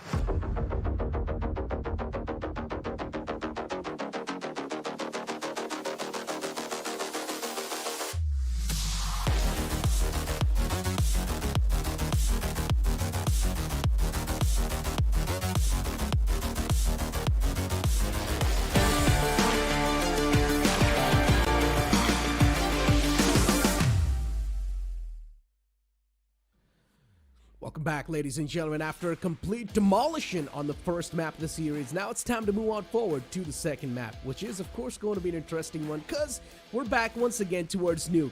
Come mid after completely demolishing the first one. One thing is for sure, VRN's mental, it's not going to be that great. They will still need to try and recover, move on forward in the upcoming map with a complete clean slate.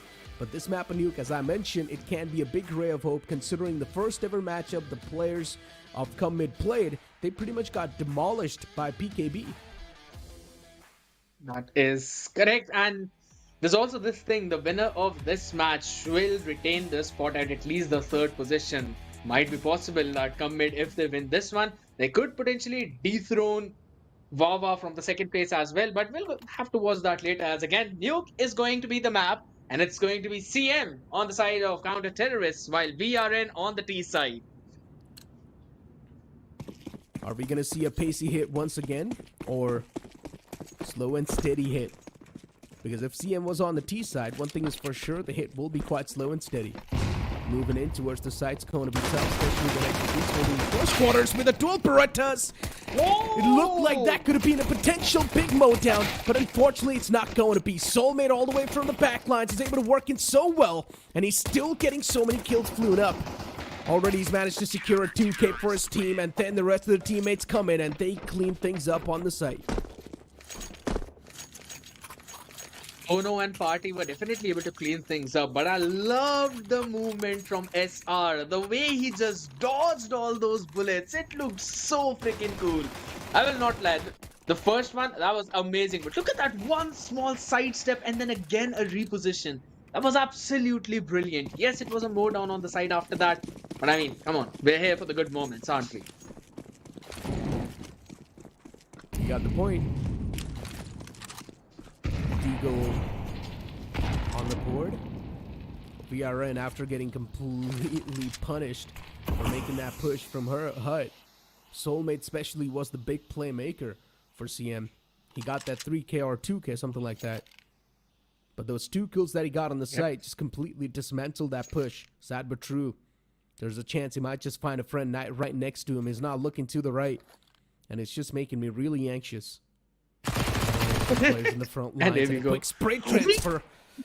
Also finds 2 deagles on his hands. All the remaining 3 players are actually in the outskirts. But a good shot from Aptor.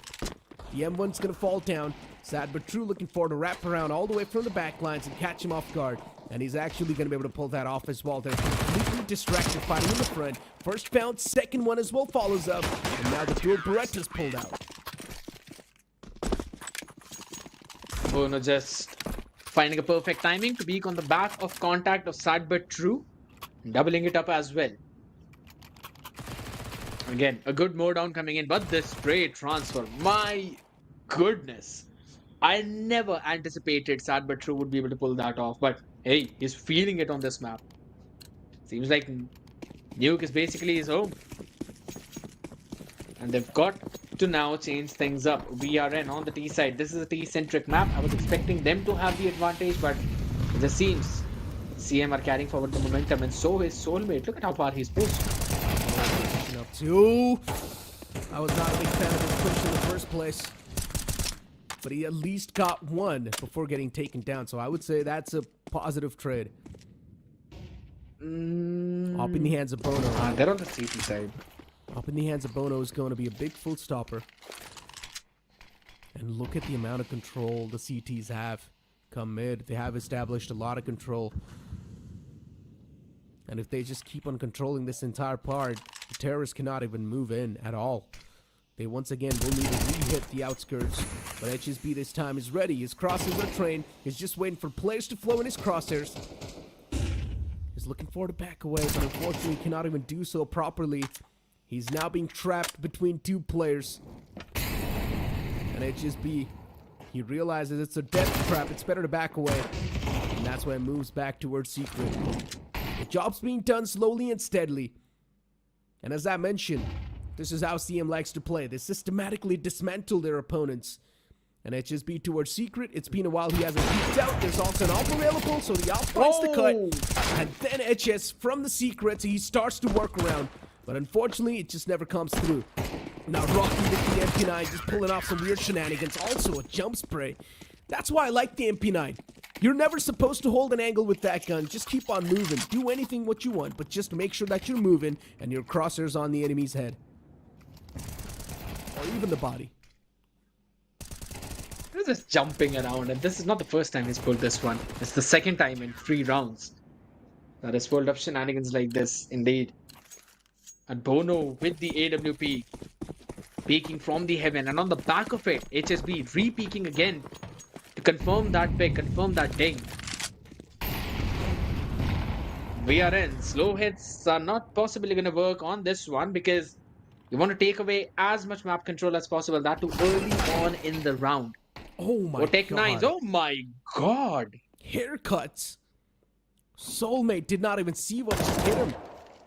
Oh, the man just drops down and went in front of Rocky. And now everyone knows that there's a B-site execution coming through. Rocky's going to find this player in the front, but he unfortunately doesn't peek out. He's found the timing as well. He's going to squeeze himself all the way in the back towards ladder room and then flank up from the ramps. This can be a big flank too. But no, VRN, they've got something else to do. They're going to send that man on top of heaven, and then the players will rotate all the way to the A side from the vents itself. Trans, he spots him out. That's it. The execution's done. Now the site's cleared, and everyone's just going to start to flood onto the site. Great. They'll be able to get a hold of the M4 in the hand. Heaven still being controlled by Bono. Not quite sure if he really wanted that flash to land like that. Sad but true as well. Gonna go with the frag. Dissipate smoke. Bono with the AWP. He needs to make a play. Nice shot. Ooh, out of nowhere, you blink it and you see 2 kills. And then the man as well. Yeah, just getting spammed through smoke. At the same time, from the top, it's the op. Oh, that kind of rhymed. From the top, it's the op. They've been rhyming quite a lot of things today. I just noticed it. Yes, I like that rhyme. I'm going to use it as we use the skull cut. But again, a good attempt from VRN this time around. I really like their approach. Showing early presence down B, dropping right in the vents in front of a player, and then also making sure that one of their players is posted up on the ladder on top in heaven to get that pick and get control of the A side. A good workaround. That slow hit was almost working out. They just could not hold that after plant.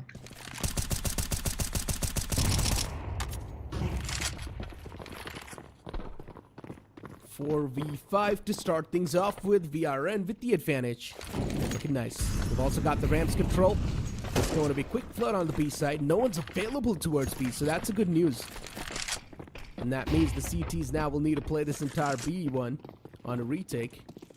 There's still an op available in the hands of Bono. He needs to go huge. He finds the headshot. Oh. Beautiful pixel shot connected. But this time, instead, he's going to be the one to get taken down by a headshot with the AK. A 2v4 can be convertible considering criminal and trans is way too softened up. But still, CM, they just don't want to go for that extra bit of risk factor. It's understandable. The economy is quite fragile.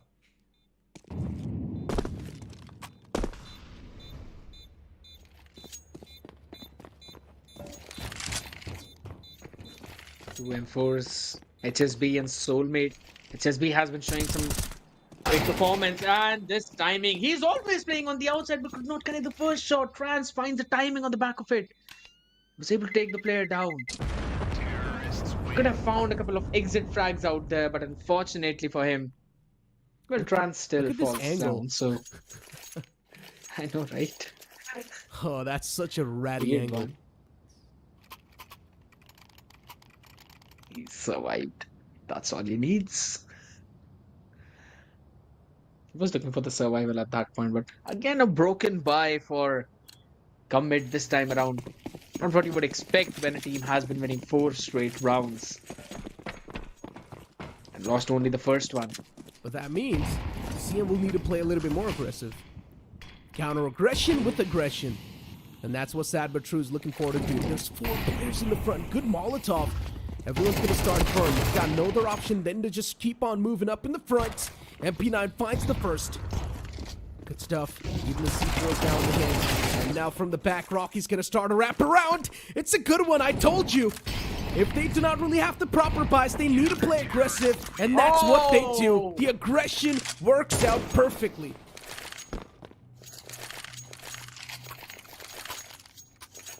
That was such a brilliant use of utilities, the one that we've been missing from the entire evening.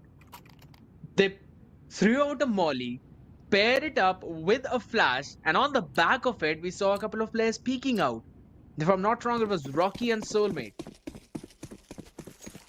And the flash was thrown by HSB, and then they went in, played aggressive. The MP9s were able to get some crucial picks. And after that, wrapping it up with a couple of frags, making sure the last player does not even see where the frag came from. Now a couple of mollies to stop that entire push. That frag does so much damage. Good shots. But at least they return back with 2. Masop softened up, but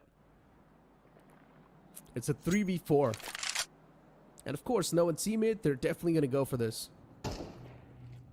As long as HSB alive, a lot of hopes are alive. Masop, if it's able to find one, the hopes will be regained. He also finds a collateral to the back. Now the players are way too low once again, and Rocky, just on the back of that, he's ready to collect them all. You can see it's a big stack of dead bodies in the control room. It now looks like a graveyard.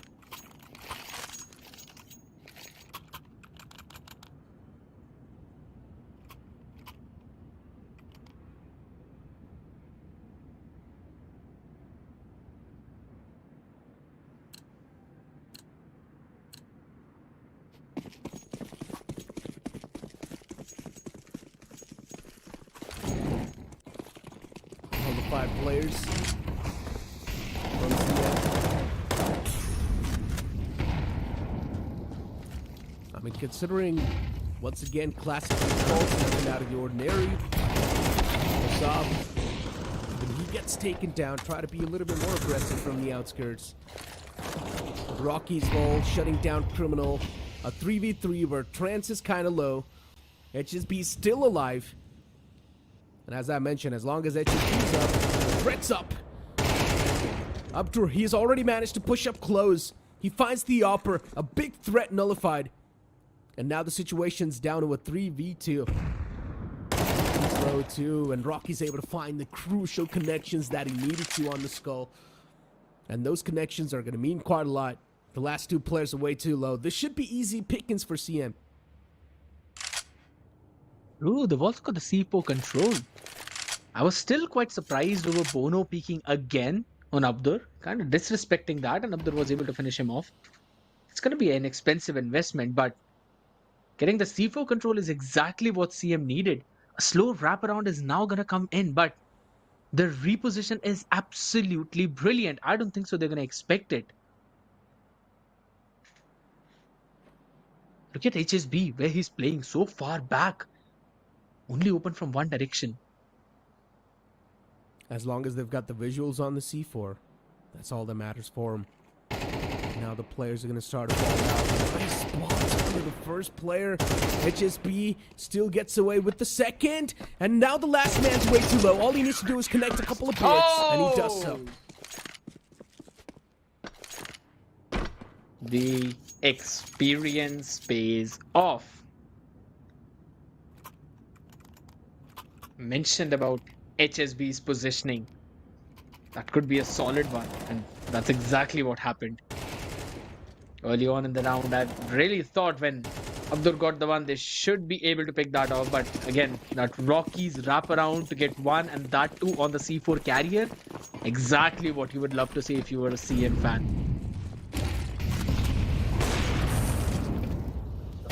Early aggression. Soulmate once again trying to do the same thing, but it's better to back away, Soulmates. Oh. A jump strafe around the corner could have maybe saved his life. Oh, peeking out to an opera like that after. You've got a lot of guts, but you're not supposed to do that. Just a raw peek to the upper. Gives his life away. And now the man advantage falls in the hands of CM. And already CM, they're winning all the duels they've been taking so far. You just can never afford to let any of the advantage go in the hands of CM. You need all of that stacked up on you. Up in the hands of Masop can still be a detrimental thing for CM. But Trans now slowly and steadily moving in to the site. Not anymore.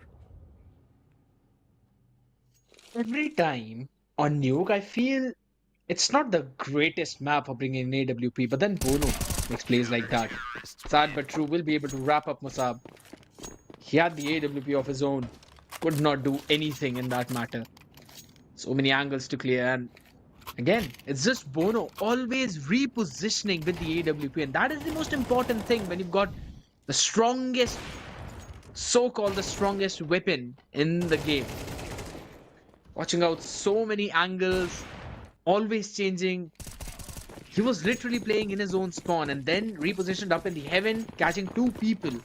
And what more could you ask for? We haven't yet seen we aren't making a way towards. Oh my god, we're gonna talk about that later. Yeah, no. They're literally on top of the sideline. Oh, what? A jumping headshot. Lands down, connects the shot to the skull. And no, out of nowhere, it just feels like they've eaten something. This is not the classic VRN that we know. They're just hitting some of the most insane shots. All of them have connected onto the head. And out of nowhere, quickly CM just got taken down. And now look at this. They're moving all the way to the opposite site. They're going down to the B site. Yeah. Just playing around with the emotions of Sad But True, but Sad But True has got the vents to rotate.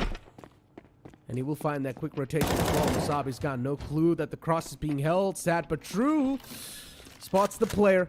Here's the plant go down. He just needs to find the first initial pick to gain him that confidence. And once he does, it's all good in the hood. Gives his position away. Now he knows there's a couple of players on the rafter. What? So many shots missed from both of them. And this gives an opportunity for Sad But True. But it gets stolen away by SR once again.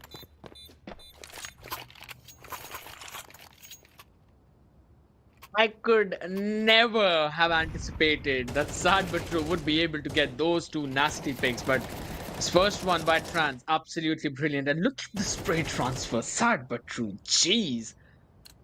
He tried his level best, almost clutched the round. It is Sad But True. On the other side, though, it's a good opportunity for VRN to try and get one more round for themselves. SMG into the mix, along with 4 rifles. Not decent buy. Oh my goodness, again aggression in towards outside. Oh no. Well, this time, it's Sad But True for the opponents. That they've lost out on Aptor, one of their main playmakers. And as I mentioned, the economy is quite fragile for VRN. Ooh, good shot. Sad But True. This time taken down. That advantage neutralized. 4v4. But still CM, they keep on replying back even better. And now it's a 2v3. Mac 10 in the hands of Musab can definitely be a problematic affair, but a lot of shots are being missed by Bono. He needs to find that initial connection, but that gets denied. Mac 10 prevails.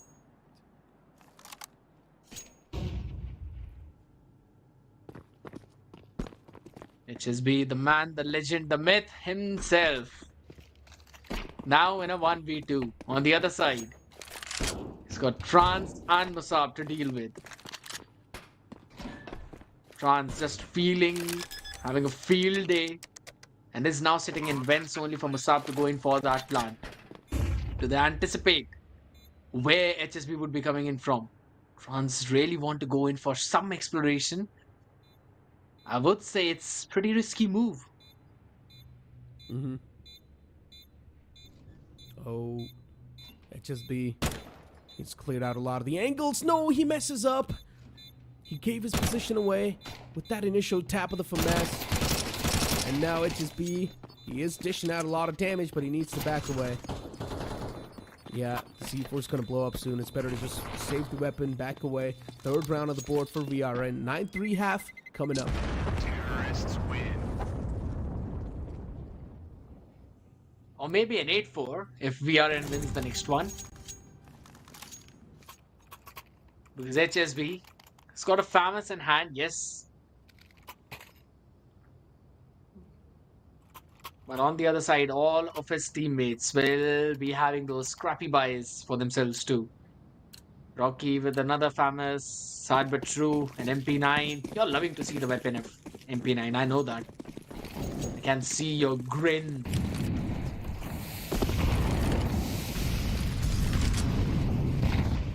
Good smokes. Stop that, Molly. The amount of utilities being poured on the outside. Oh, and then the MP9 to come out on top. Sad but true with this MP9. Oh, he's being a big pain in the foot. Someone needs to stop this man. Okay, well, that's the stop. France did. Sad but true! Stopped! No! But Bono! Oh, this man. He's on another level. Good shot. And then he follows it up as well. Picks up the drop temp. Picks up the drop AK. Follows up. And now is still searching for the third. Bono is the Pakistani John Wick. I swear. Look at him. He's just emptying out the entire map.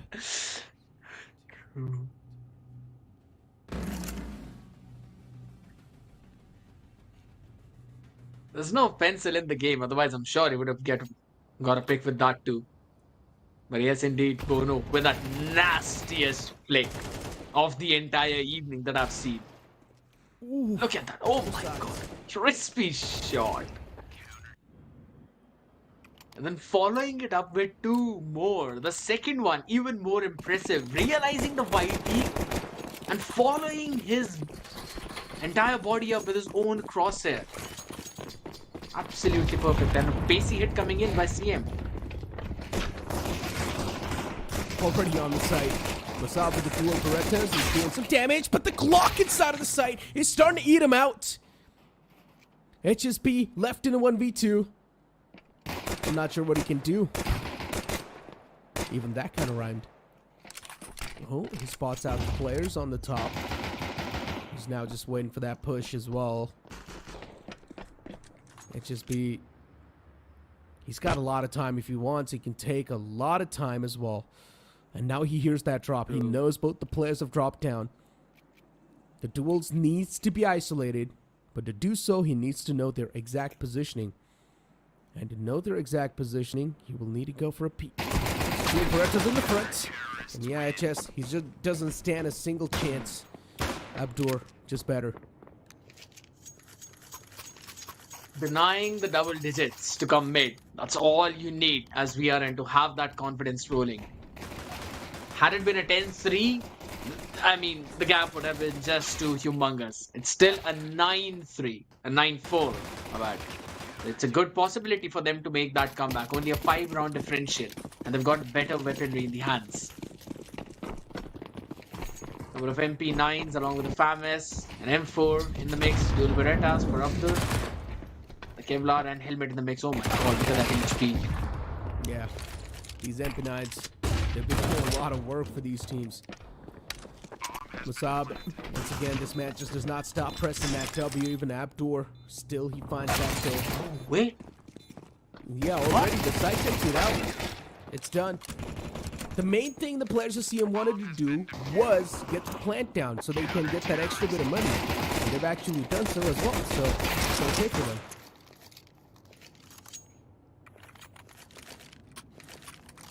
Personally think VRN could have let HSB stay alive. He would not have had enough crates to go for a buy in this one. That's one way of doing that economical damage. But HSB, he purposefully just jumped in front of two players. He tried to go in for a 1-for-1. That's unfortunate he could not get that first one. But yeah, his main aim was to get finished off. So that I could buy in this round. That's important. Molotov coming in. Oh, he saw a player in the crosshair, but secret control is in the hands of Soulmate. CM? Look at Bono. He senses that threat. He knows someone has to peek out from this smoke, and he's just waiting for someone to get impatient. Oh, but this off angle that's being he sees it! gets spotted. Why does he not shoot? Masab, he still wins that duel, but he's too low. And now even Soulmate catches another player. It's taken down to a 3v2. There's a man inside of vents. Abdru catches him fading away. Sad but true shut down. C4's dropped down as well. Soulmate in a 1v3 clutch. It seems too much to handle, but he isolates it down to a 1v2. He gets the second one as well. Oh, they're giving them his solo peaks. And this is exactly what Soulmate needs. He needs those solo peaks as well. And Trans in the back. He hears the plant. He's probably going to drop down or maybe go for the spam. But he doesn't. Soulmate gets the plant, backs away. Trans, he's still just standing there, staring at the smoke. He doesn't exactly know where the man's escaped. And Trans in a complete question mark, just trying to explore the site. The drop's heard. Now Soulmate knows Trans is on the side, and if Soulmate wins this clutch, it's going to be massive for his team. It was a fake tap, and Soulmate somewhere down the line senses that. He's the man running in. No! Opens the door at the wrong time, but does he have enough time? He does. Almost. That was an almost round.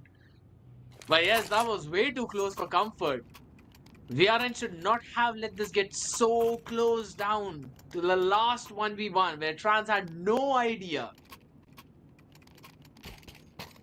where Soulmate would actually come in from. And that is a mistake on the part of the last two players. They went in for those solo peaks. Abdur with the AWP in hand. He was in vents.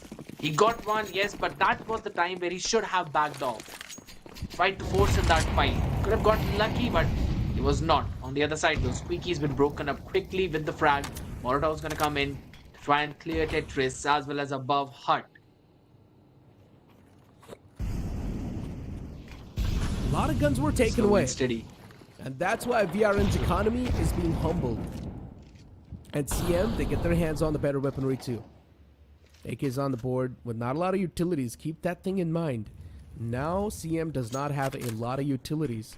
The upcoming site take, it has to be completely isolated duels. And they need to win those duels, of course. Soulmate in the outskirts. There's a couple of players just looking for to burst out of that doorway. They do so as well. Quick trades on the board. SSB finds the second one, and he just keeps on following it up. It's a chain effect. From the top, there's a man on top of heaven. He finds the first man quite low. But then the nades, once again, they just keep on raining down. And Trance, he cannot afford to go for an open peak like that. That's all the util though. There was nothing left.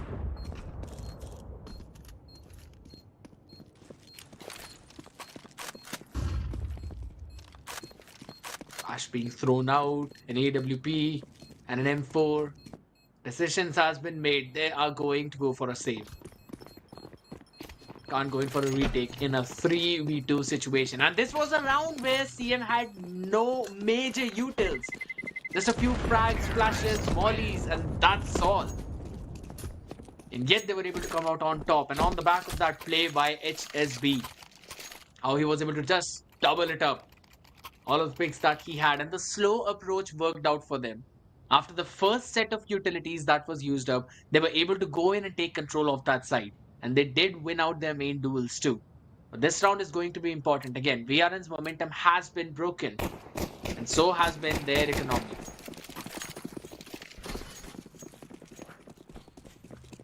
As you mentioned, economy not good.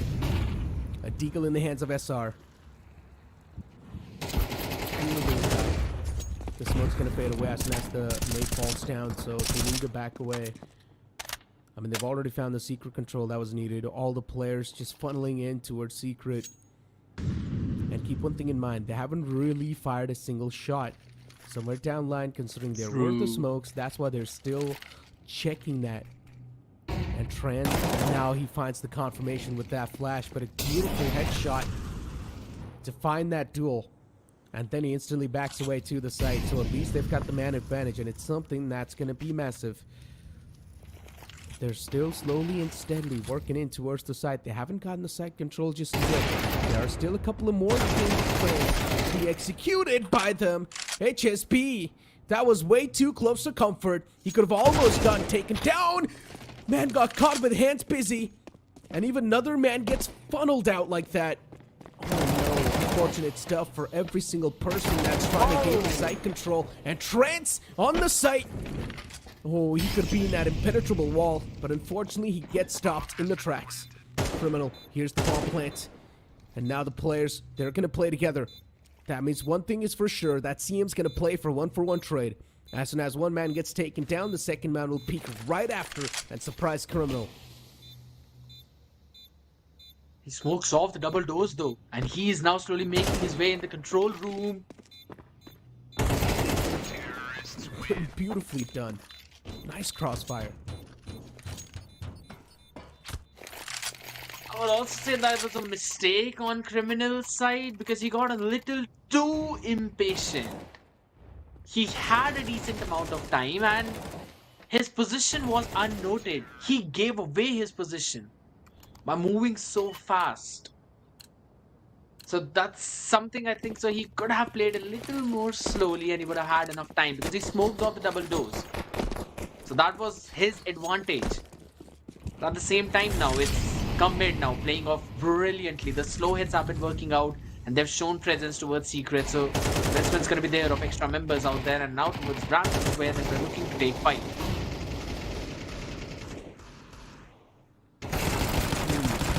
Stabbing. It's an all-out street brawl. What? And now it's down to 1v1. Okay. You blink and you miss. Yeah, everyone's just throwing punches, legs, like whatever they want. They're just throwing everything. Someone just threw their whole body off. Oh man. The only thing that was missing was a frag grenade. Saw the mollies, smoke and flash. I did not see the frag come in, but soulmate. Set aside for his own self. Good utilization of smoke. He should have heard the drop maybe. It's from the He did. man's coming in from Squeaky. Yeah. Okay. Well, not anymore.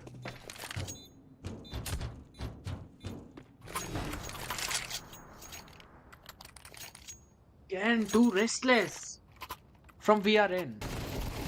Could have played it slow, could have played it smart because Soulmate had no idea and no clue of the reposition. It was just because he opened Squeaky. He gave that drop zone and then opened Squeaky. He gave away his entire position and Soulmate was ready for the peak. Still would say that was not the best possible decision and now it's going to be 6 rounds in a row for BRN. Otherwise, they would have to concede this defeat and commit could be the team in top 3, but Soulmate getting caught. Too busy switching the weapons, and it happens to the best of us. We all love to switch weapons. Because of that, this time, Soulmate, my friend, lost his life. Criminal's quite low, 12 HP in the hands. While all the players are still in the outskirts. And now the outside's starting to get locked down. VRN, they're doing a good job. Bono being shut down. One of the playmakers, Trance. Good mechanics. Just peeks around, strafes around, gets that kill. Even Aptor with just a P2K finds that one. And now HSB, the only option he's got left is to back away and go for the safe. And what? SRTK and Aptor? What just happened there? Was that an intentional? Was that intentional? I hope not. Not in this game, at least. I'm a little confused. And maybe because of that, HSB, his hopes of making this comeback happen has been revived. Yeah, he finds the first isolated duel, and what? No way! HSB, he actually clutches it out. That one single TK cost him the round. VRN, I'm not exactly sure what happened there, but even HSB's laughing because he knows that was such a big blunder.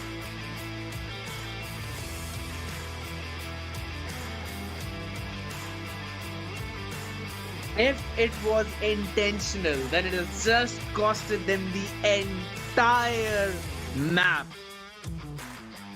because I was really hoping to see those embers come back, and the way they were able to lock down the entire outside, it clearly showed that they were adapting. It showed that they were winning those fights. Trans and Abdul, both of them were feeling it. But my mind is absolutely blown at this point. Yeah, well, I mean, I don't know what just happened. We saw a TK with the scout. It was supposed to be a 1-on-4 situation. Then a TK with the scout came in. Then the situation got taken down to a 1v3. HSB finds one man at the top. And then later on, he just sprays both of them down. I don't know. And the best thing is that even those two guys, when they went for that double peek, they missed all their shots on the HSB. They're lined up too.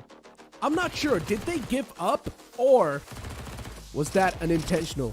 Like, the question still remains in my head. There's a chance they probably just gave up. There's definitely a chance they were like, Gary, you know what? There's no point in trying. But I don't think so they gave up. I think so it was a genuine mistake that just happened. Possibly. I think the last three players, they were genuinely trying to win the round. It was just that HSB's first shot was absolutely nasty. And then it was just a 1v2 situation. It's always a doable 1v2. And he went in for the peak, found the first player with the utility in the hand. Molotov was not at the correct place. It was just missing HSB, or if not, then he was basically full HP, so he was not taking a lot of damage from it. And both the players just lined up for him at the end of the day. I mean, we'll be able to see this that. Highlights as well. Yeah, we will see. I want to see that. I still just want to wrap my head around what exactly and how that TK happened. I want to look at the minimap during the highlight and find out where exactly and how did that TK happen, because I'm not sure. I think 90% I think so that was intentional, or I don't even know. I'm not even sure. But Should yeah, not be, man. That single TK, it cost him that round. One thing is for sure, because of that TK, whoever did that, that man's going to be... Oh, this is how it happened. He was going to take a shot under HSB, but the man just walked in his crosshair. Classic CS2 moment. A classic CS moment. This is what usually happens as well. We saw the same thing happen yesterday too, if you remember. Yes, we did. My God, that is, and the fact that he actually got Abdur too, the one who had most kills on his team, 18. Yeah. Only being top by Trans in terms of ADR. It was a straight up grief. It was a straight up grief. I mean, look at Trans at the top with 17, Abdur on the second, and then you've got HSB and Bono. Of course, the MVP is going to be HSB. This man has been consistently performing really well on every single map, be it Ancient, be it Nuke, be it Mirage, be it any other map. 1.86 KD ratio with 217 ADR with the average kills per map of 19.5. HSB is the man who's been the MVP of the previous series, and he deserves to be there. And I told you guys that CM is one of those teams that is definitely to be looked out for in the future lines as well. I just cannot really wait for this team to step inside of Super 6, and I cannot wait for India and Pakistan to face off. It's going to be super fun to watch this team go up head to head with the top teams in India, but indeed we're going to see the head to head between Trans and HSB in front of our screens. There's a difference in ADR. HSB winning 217 to 282. Average kills per map as well. Trans with 15. HSB 19.5. Even that KD ratio is where HSB is again leading the charts. He's been doing that consistently. Very well mentioned. And he's one of the most consistent players that I have seen in the entire series. And of course, I'll be looking forward to see what's going to happen of this run. But VRN need to come out of what they just did. It was a genuine mistake. Gotta leave it. And we are seeing that in the leaderboard as well. Come mid, solidifying their position as third place. I mean, Paradox at the bottom, Team Mystic at the 5th. VRN, Nif dropped down, that's for sure. But CM, as you mentioned, they've taken over that third spot. VRN unfortunately losing out against Commit. It costing them their position. And now CM, they barely squeezed themselves inside of the top 3. Wawa is right above, and Packboy is currently at the top. I did not see Packboys come out on the top like that. Did not expect as well. But they've managed to take down Wawa. And CM, I'm pretty sure they're currently the strongest team in my opinion. They've shut down Wawa. They've also taken down Pack Boys. So yeah, without a doubt, CM is currently one of the strongest forces that is brewing up. Fun fact, CM is possibly the only team apart from Team Mystic who've played 6 matches. Not 6 matches, 3 matches. Mm-hmm. Is that 3? Yes, that's 3 matches. Everyone else have played 4 of their matches, but it's just Commit and Team Mystic who only played 3 of their matches. So they still have 2 more to go. Yeah. At least 1 behind all the other teams, so they can get even more points on the back of it. And if they develop some good round differential in their favor, they might even be able to move ahead of Team Wawa. I mean, what just happened in the previous game, I'm not able to wrap my head around it, but as you mentioned, with that, there's a chance VRN as well have almost lost their chance to move inside of the Super 6, and that one single TK was a big heavy hitter. Yeah, VRN's journey inside of the tournament was quite on and off. The consistency, unfortunately, wasn't there, but sometimes you got to deal with the consequences that you do. Unfortunately enough for CM, that consequence for VRN was to lose that map. Well, ladies and gentlemen, for now, it's time for us to take a leave. It's been me, Necro, and Shai Shanu. You guys have a good night. Peace.